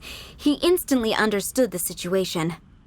Master Krepus wasn't stern by nature, so to comfort Master Kaya, he mixed him a drink and added a few drops of alcohol just so he could have a little taste.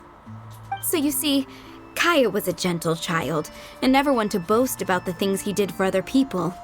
Sometimes he'd even deny it if asked. His friends have a special place in his heart, even if he keeps this to himself. Kaya's quite a smooth talker these days, but I can tell that his habit of quietly helping others hasn't changed. Ah, good. Okay, the stew is nearly ready, but the meat and the other dishes will need a moment. Please wait at the table. I'll be over shortly.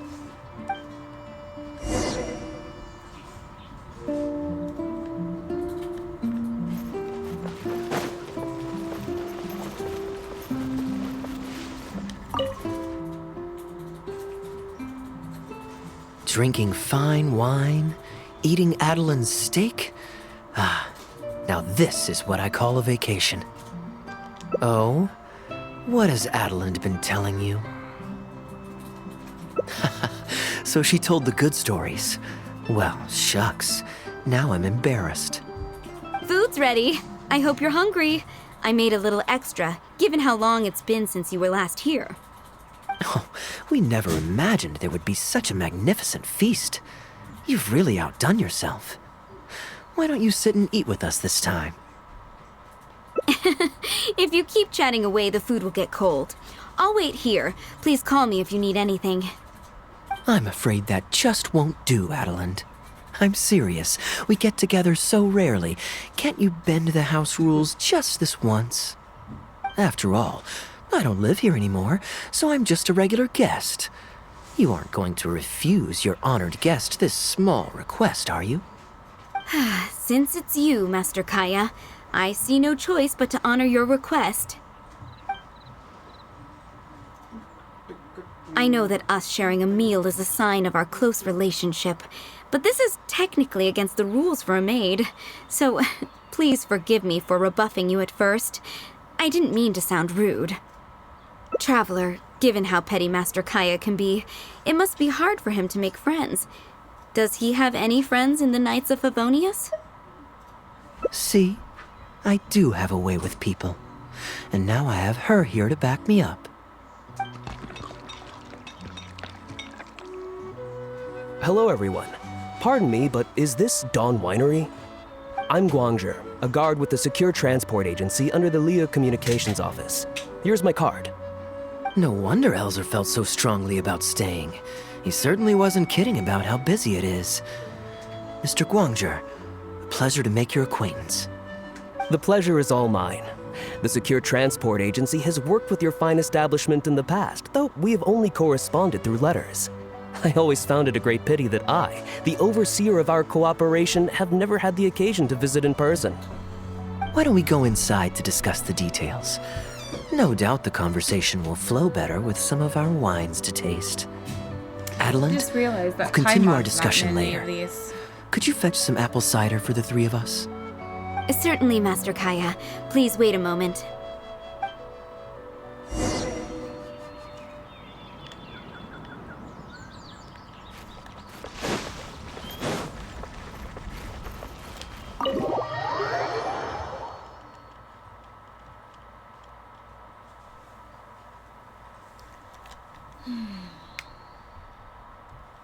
Alright.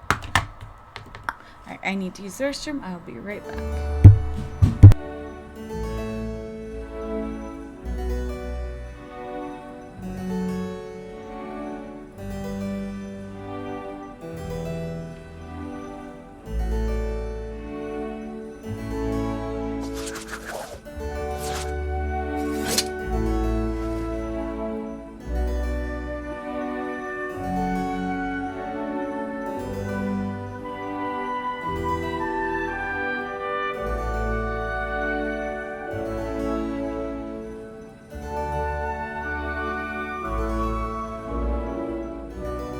If the Arataki gang stirs up any trouble, I'll drag every last one of them back to apologize.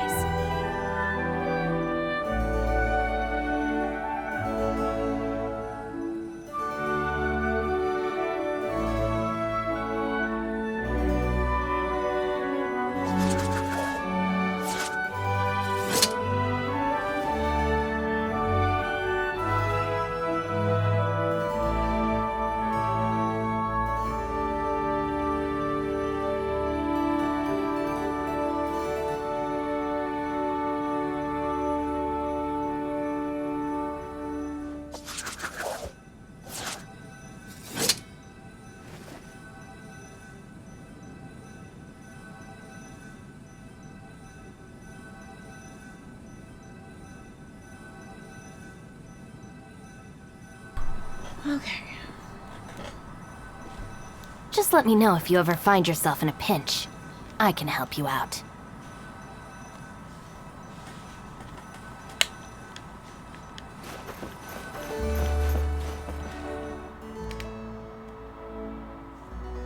And how might I address you, sir, as well as your... Just Kaya is fine. I'm standing in today for Elzer, who usually manages the winery's business. And this is my good friend. A pleasure to meet you as well. I'm not just here today to pay a visit. I actually have an invitation for Master D-Luke to cut the ribbon at a ceremony to celebrate our agency's business. Our collaboration with Dawn Winery last year was quite successful, and I was curious about your product shipment plans for the next quarter. If it's no trouble, please, also mention to Master D-Luke that our agency has expanded this year, so if the winery has any additional needs, please consider us. Master Kaya, the apple cider you requested. Master? Wait. Pardon my foolishness, but might I inquire as to your relation to Dawn Winery? I'm Master Crepus's adopted son, and Master D-Luke's brother. However, as a serving captain with the Knights of Favonius, I am rarely at the winery. My mistake. I apologize for not realizing earlier. I do hope I have not done you a discourtesy. You may have misunderstood, Mr. Guangzhe. Though I am Master D-Luke's brother, I don't actually live at Dawn Winery. I'm also a guest here today. I'm merely here receiving guests due to Elzer being temporarily indisposed. But please, don't worry. I will be sure to extend your invitation to Master D-Luke. Thank you for your graciousness. I knew the Dawn Winery's wines were delicious, but I am only now discovering how wonderful the apple cider is. It has a clear and inviting fragrance. In addition to the apple cider, the winery has an extensive collection of reserve wines and liquors. I see you are also a connoisseur of fine wines, so it would be a shame not to sample some. Adeline, please fetch a bottle from the reserve collection in the second floor wine locker. As you wish, Master.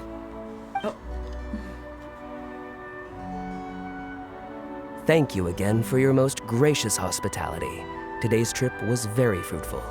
Now, allow your humble servant to take his leave. Please, it was a pleasure. Here's hoping we'll have a chance to share some more fine wines together in the future. The guest has left, Master Kaya.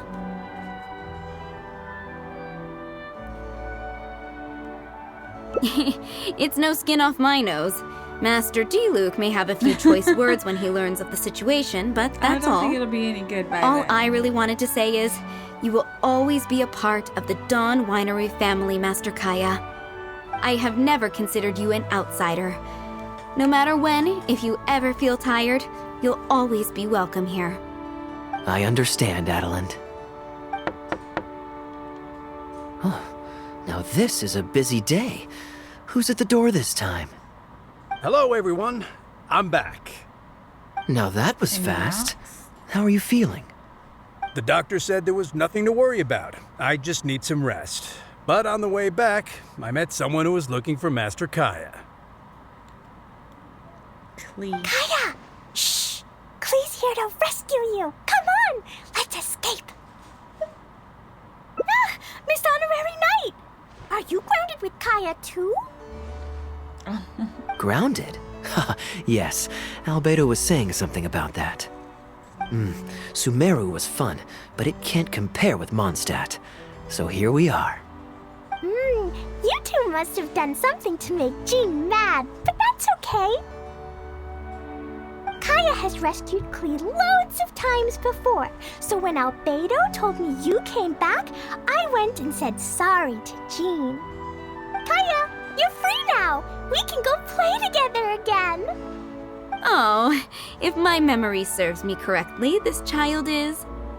This is a fully qualified Knight of Favonius, Klee. Hello, miss. I'm Klee. We're sorry. Please don't ground Kaya. What?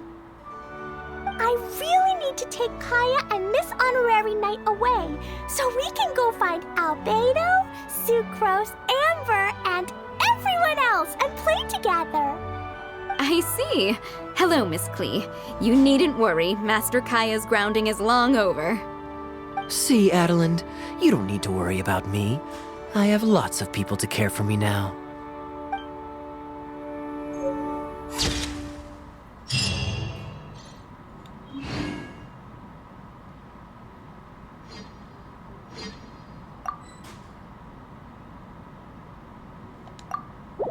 Alright, so that one's done.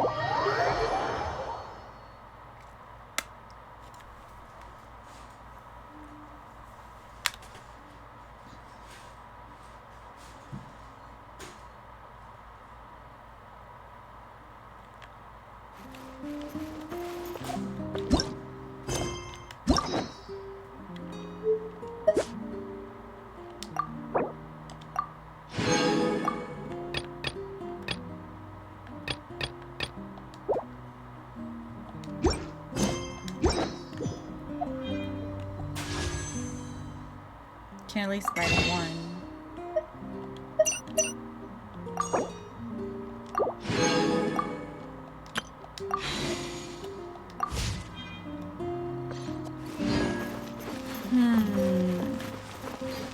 I don't want to start another one.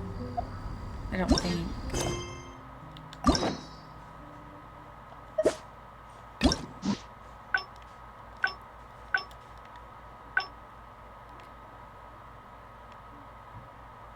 Which one does it split?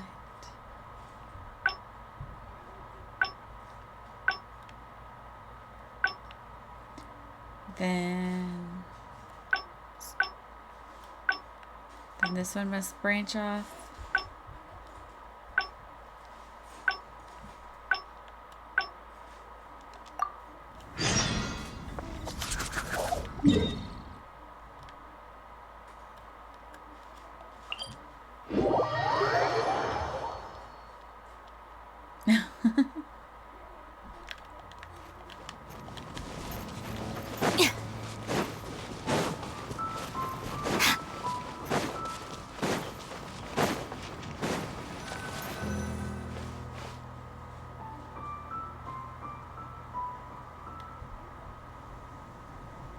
Look, Mondstadt's windmills.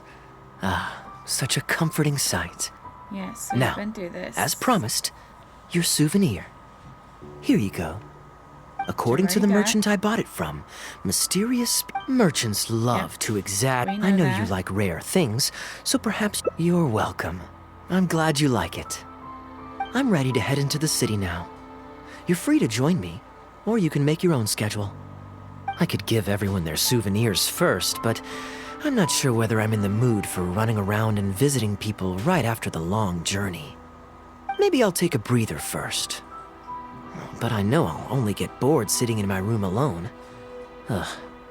Do you have any suggestions? I'm honored to have such a caring friend. Let's go to the plaza in front of the cathedral. We can listen to the bards playing or feed the pigeons. After so long in Sumeru, I've begun to miss that slow-paced and relaxed atmosphere. There's no rush. We can take our time and stroll on over. Wait, where are we going?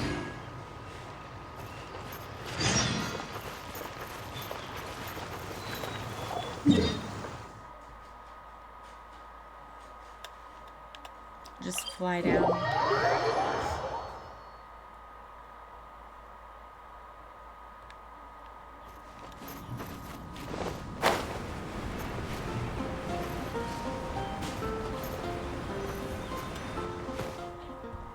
Port Ormos is always lively, even late into the night. People there go to bed much later than I imagined. Quite a stark contrast with Mondstadt. People pray and play music in the cathedral plaza during the day, but come nighttime, the streets are deserted except for the knights on patrol. Good question. Life in Sumeru is never dull. Last time I was out drinking on the street at night, some passing mercenaries invited me to dance. Although, I did learn later that that kind of thing is highly unusual even there. They must have been in a very good mood that night. They taught me a lot of songs that they usually sing during feasts. It really was a fun night. But be that as it may, I think I'm more suited to the free and easy life in Mondstadt. Simple, honest folks like me, we don't need much to be content. Fair enough. Let's shelve that discussion for now. Have you ever had a chance to hear the cathedral choir before? The hymns they sing are a whole tradition in their own right. Quite different from the folk songs that the bards play. Well, let's see if we can catch them today. Sister Grace is right there, so we can ask her about the choir's schedule.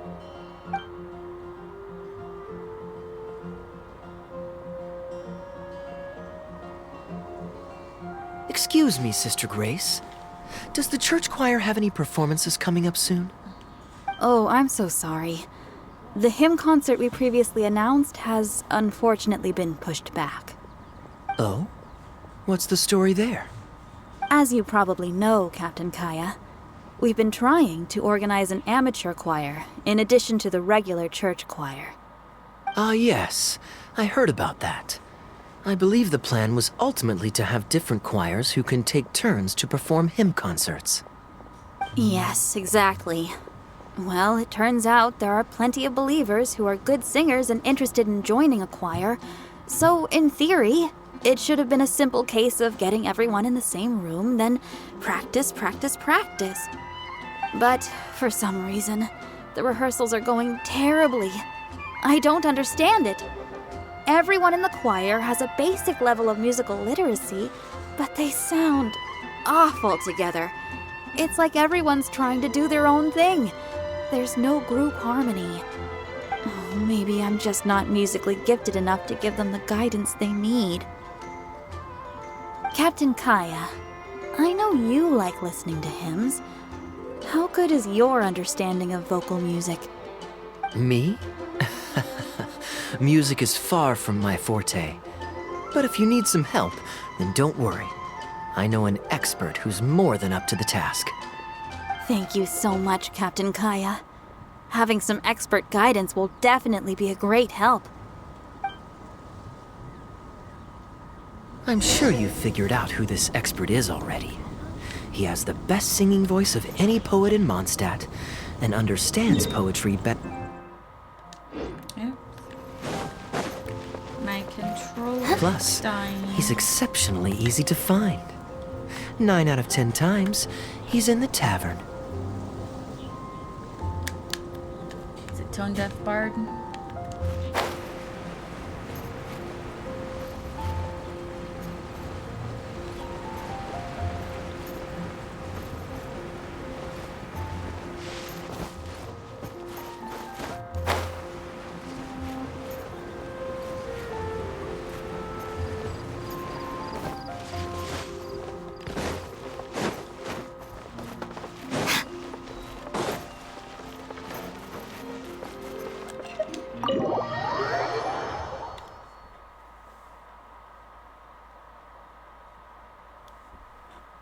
Alright, probably finish this up and then I'll probably call it for the day.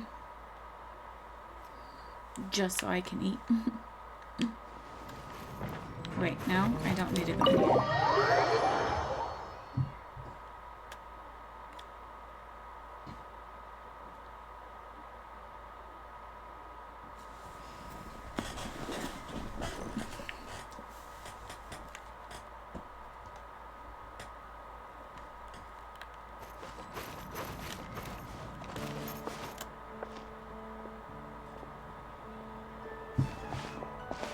It is Tone Deaf. Good day.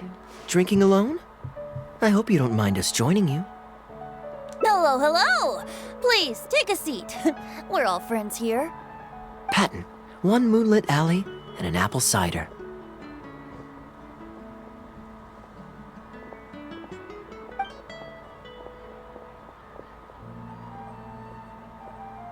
Ooh, excellent choices. Come on, let's have a toast and drain our glasses together. Here's to the time spent drinking with friends, which is more unforgettable than the drinks are delectable. Ever the poet, Professor Venti. A beautiful toast from the bard with the most. Any new songs of yours we could listen to? There's a real dearth of quality entertainment at the moment, since the cathedral's choir performance has been delayed again. Speaking of which, I trust you've heard Sister Grace's choir perform before? Of course!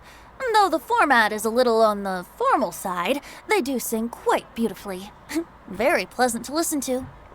So you'd say you enjoy listening to hymns? Let me think.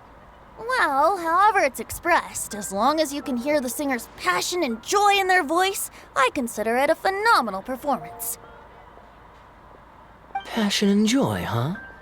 An intriguing perspective. By this logic, I suppose Lord Barbados would also enjoy the choir's performances. Oh?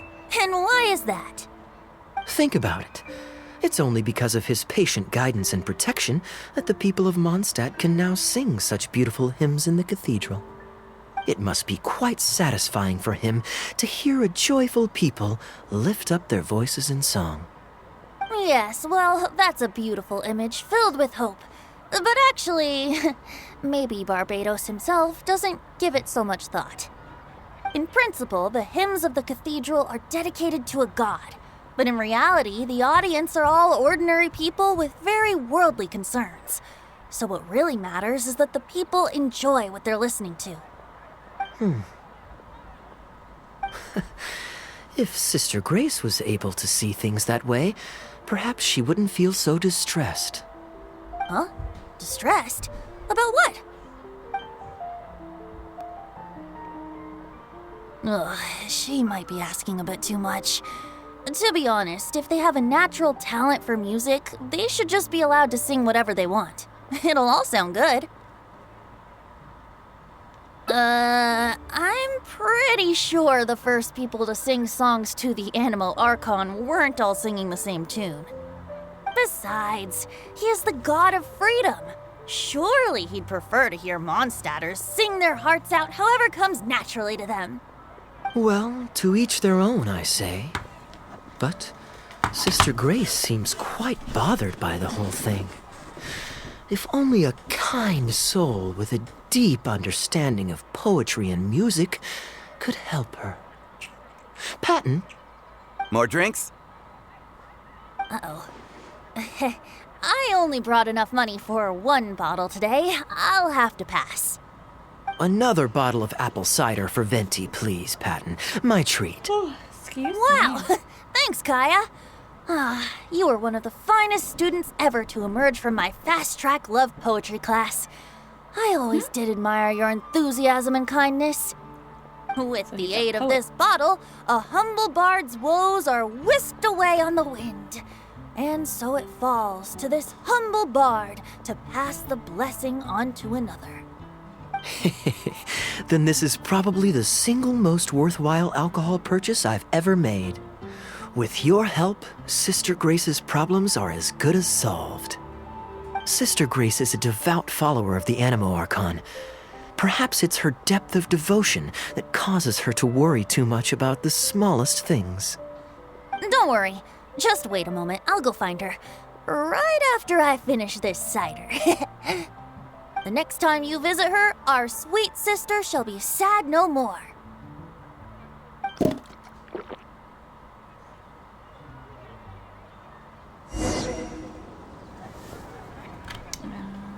It's 6 o'clock.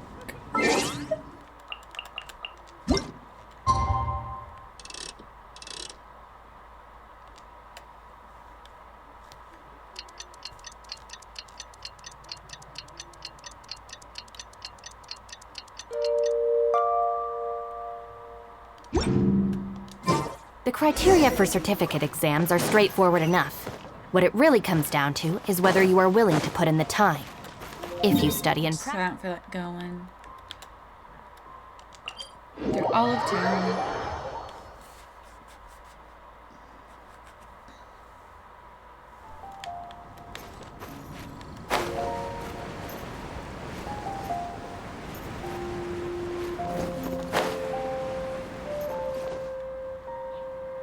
Hello, Sister Grace. How are the rehearsals going? Captain Kaya, your bard friend has a few suggestions that are somewhat fanciful in nature. Fanciful in the sense of not worth adopting? Is that what you mean? Everyone in the choir loves to sing, but they're used to singing their favorite songs. Suddenly asking them to sing in perfect harmony like a church choir with years of experience is just too difficult. So, why ask them to adjust to the demands of those staid old church hymns when you could just create a new song for them? One that they'll be able to grasp quickly? If you want, I could help. Church choirs typically stick to traditional hymns.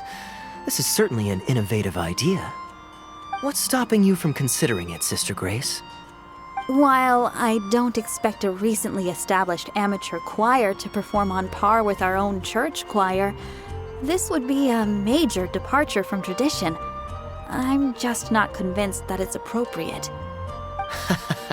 Is the Church of Favonius really such a stickler for tradition?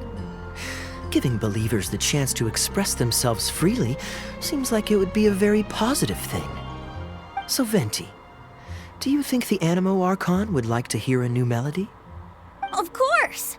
This was the wish of the people when New Mondstadt was first founded. Okay, well, let's see what our other friend thinks. Traveler, what are your thoughts? Another vote of confidence. Maybe there's hope for this idea yet. Maybe it's just a generational thing, but...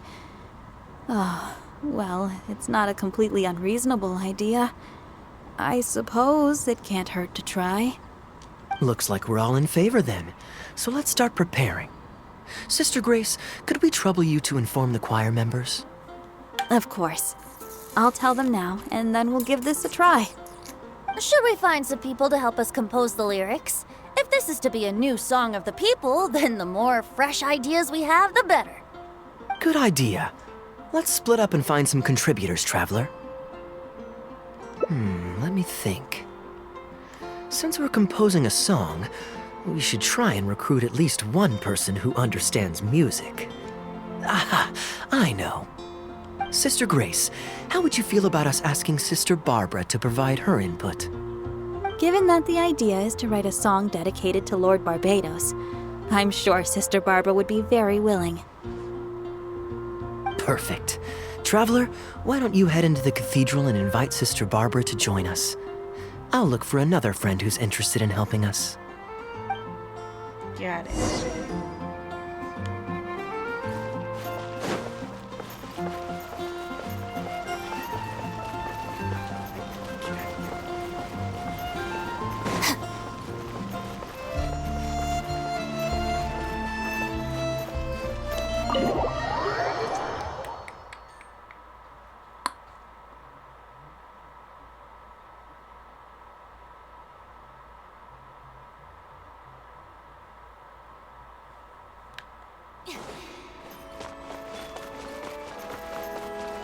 Wait, where is she at? I thought I had to go. Oh, look around. I thought she was inside.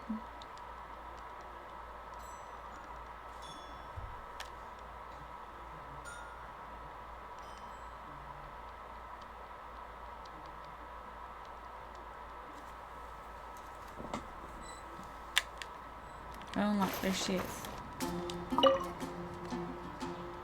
Let the wind lead. Traveler, it's been a long time since I last saw you in the cathedral. Fortunately, I have some time to spare at the moment. What is it?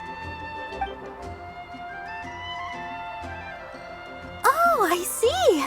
What an interesting idea. The hymns we know today have been passed down to us through the ages. Very few people would ever think to create a new one. But as long as we put our hearts into it and write with reverence and devotion, perhaps our new song can become part of the tradition that is passed on and bring joy to future generations. I never imagined that the bard would come up with such an amazing suggestion. I'd really love to be a part of this. Sure. Let's go there together right now.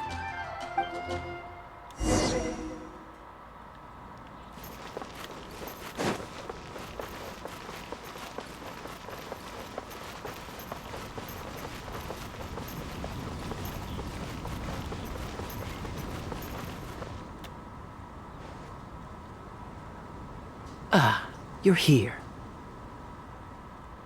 You took your sweet time. Psh, I've seen Kaya play Genius Invocation TCG, making up a bunch of baloney to distract his opponents. He's a trickster, plain and simple. So now, I gotta check with you guys to see if what he's saying is true. Can we really write about anything we want in this song? Even the evils of Mondstadt's wine industry?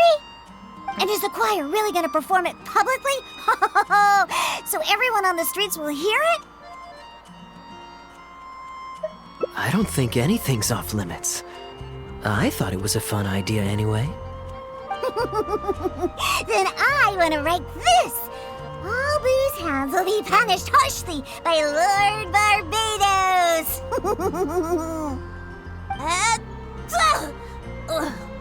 That's a very novel idea indeed. I'm used to just humming to myself while I work. So after Sister Grace criticized us for not singing in harmony, I was planning on quitting the choir. I never thought we'd be able to just sing what we wanted. What a relief. Plus, we get to write a song with Sister Barbara. I'm so honored. Thank you, everyone. Why don't we start by picking a theme for this song? I agree. Traditionally speaking, the theme should be Praise be to the gentle and loving Lord Barbados. I expect that Professor Venti might feel that topic is overdone and lacks originality, and that it may not be to Lord Barbados's liking. That's Kaya for you. Got it in one. I'd suggest that everyone start by thinking of the little things in life that bring you joy. Ooh, well then can I praise the perfect fish head soup my mom cooked last night? Of course you can. I think I'd like to rejoice in the precious days spent together with family. Let us praise Mondstadt, the city that allows us to sing freely. See? Already we have lots of wonderful ideas. Let's write them down, and then Kaya can... Kaya?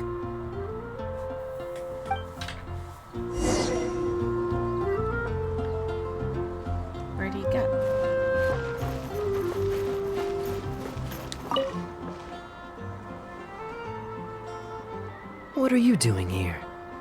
Didn't want to participate in the discussions? I just wanted to take you to hear a performance, but that obviously didn't happen thanks to the problems with the choir rehearsals. The rehearsals are now back on track, so I've done my part. If I stay here any longer, I'll probably get roped into singing with them. I'd rather it didn't come to that. My songwriting abilities are limited. If doing nothing but loitering on the plaza enjoying the scenery all day is the only way to relax, then I suppose I didn't get to relax. But that would get boring after a while. To me, it's more fun to wander around, see what's happening, and insert myself into interesting situations. Besides, can you be so sure I didn't have something to gain from helping Sister Grace with her choir rehearsal dilemma these past few days? Oh, I spy 2 naughty students skipping class, and they just so happen to be the very 2 who asked me to help Sister Grace in the first place. We're ready to review and discuss everyone's lyric contributions now. Hey, why is it that you look like you're trying to run away? I still recall the teachings of Professor Venti. The Animo Archon cares not about how moving the people's songs of praise are, but rather whether or not the song comes from the heart. With so many true believers gathered together earnestly writing a song for him, I'm sure the Animo Archon is watching on and feels very satisfied. That's what a song of worship is all about. So, mission accomplished. And that's the reason you've decided to leave? Slipping away before the final verse is sung, before the poet has uttered the last line, before everything has concluded. I don't know. Something about it just resonates with me. Oh no. You've seen right through me. Wow, that was a craftily crafted speech. I almost fell for it. But to share all this with a group of friends, only to find myself one friend short before the final verse is sung, before the poet has uttered the last line, before everything has concluded, I don't know. Something about it just irritates me. If you don't want to write a poem, then let me gift you one.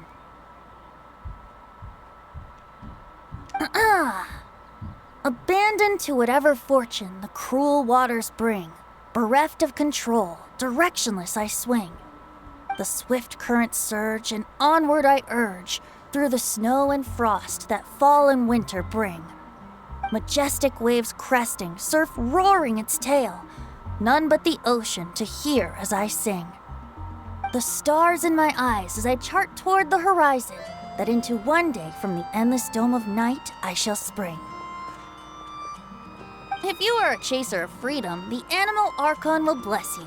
So why not let those feelings out and sing with everyone?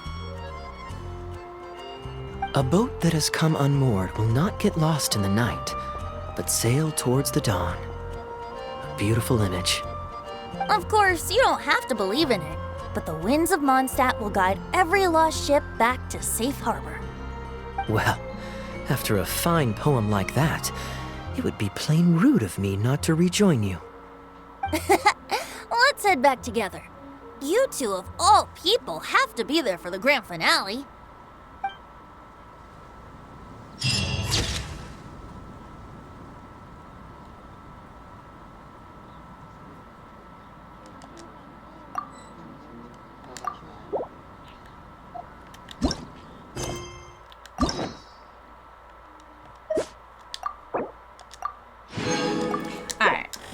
I'm going to end it there for the day. Thank you to everybody who has joined, and I will see you guys next time.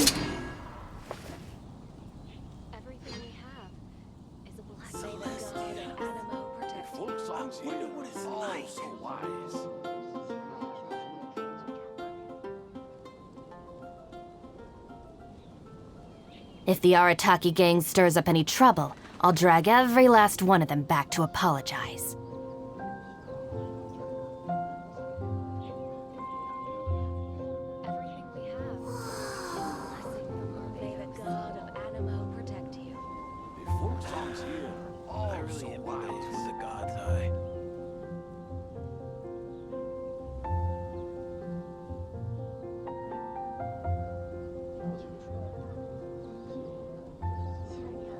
Just let me know if you ever find yourself in a pinch. I can help you out.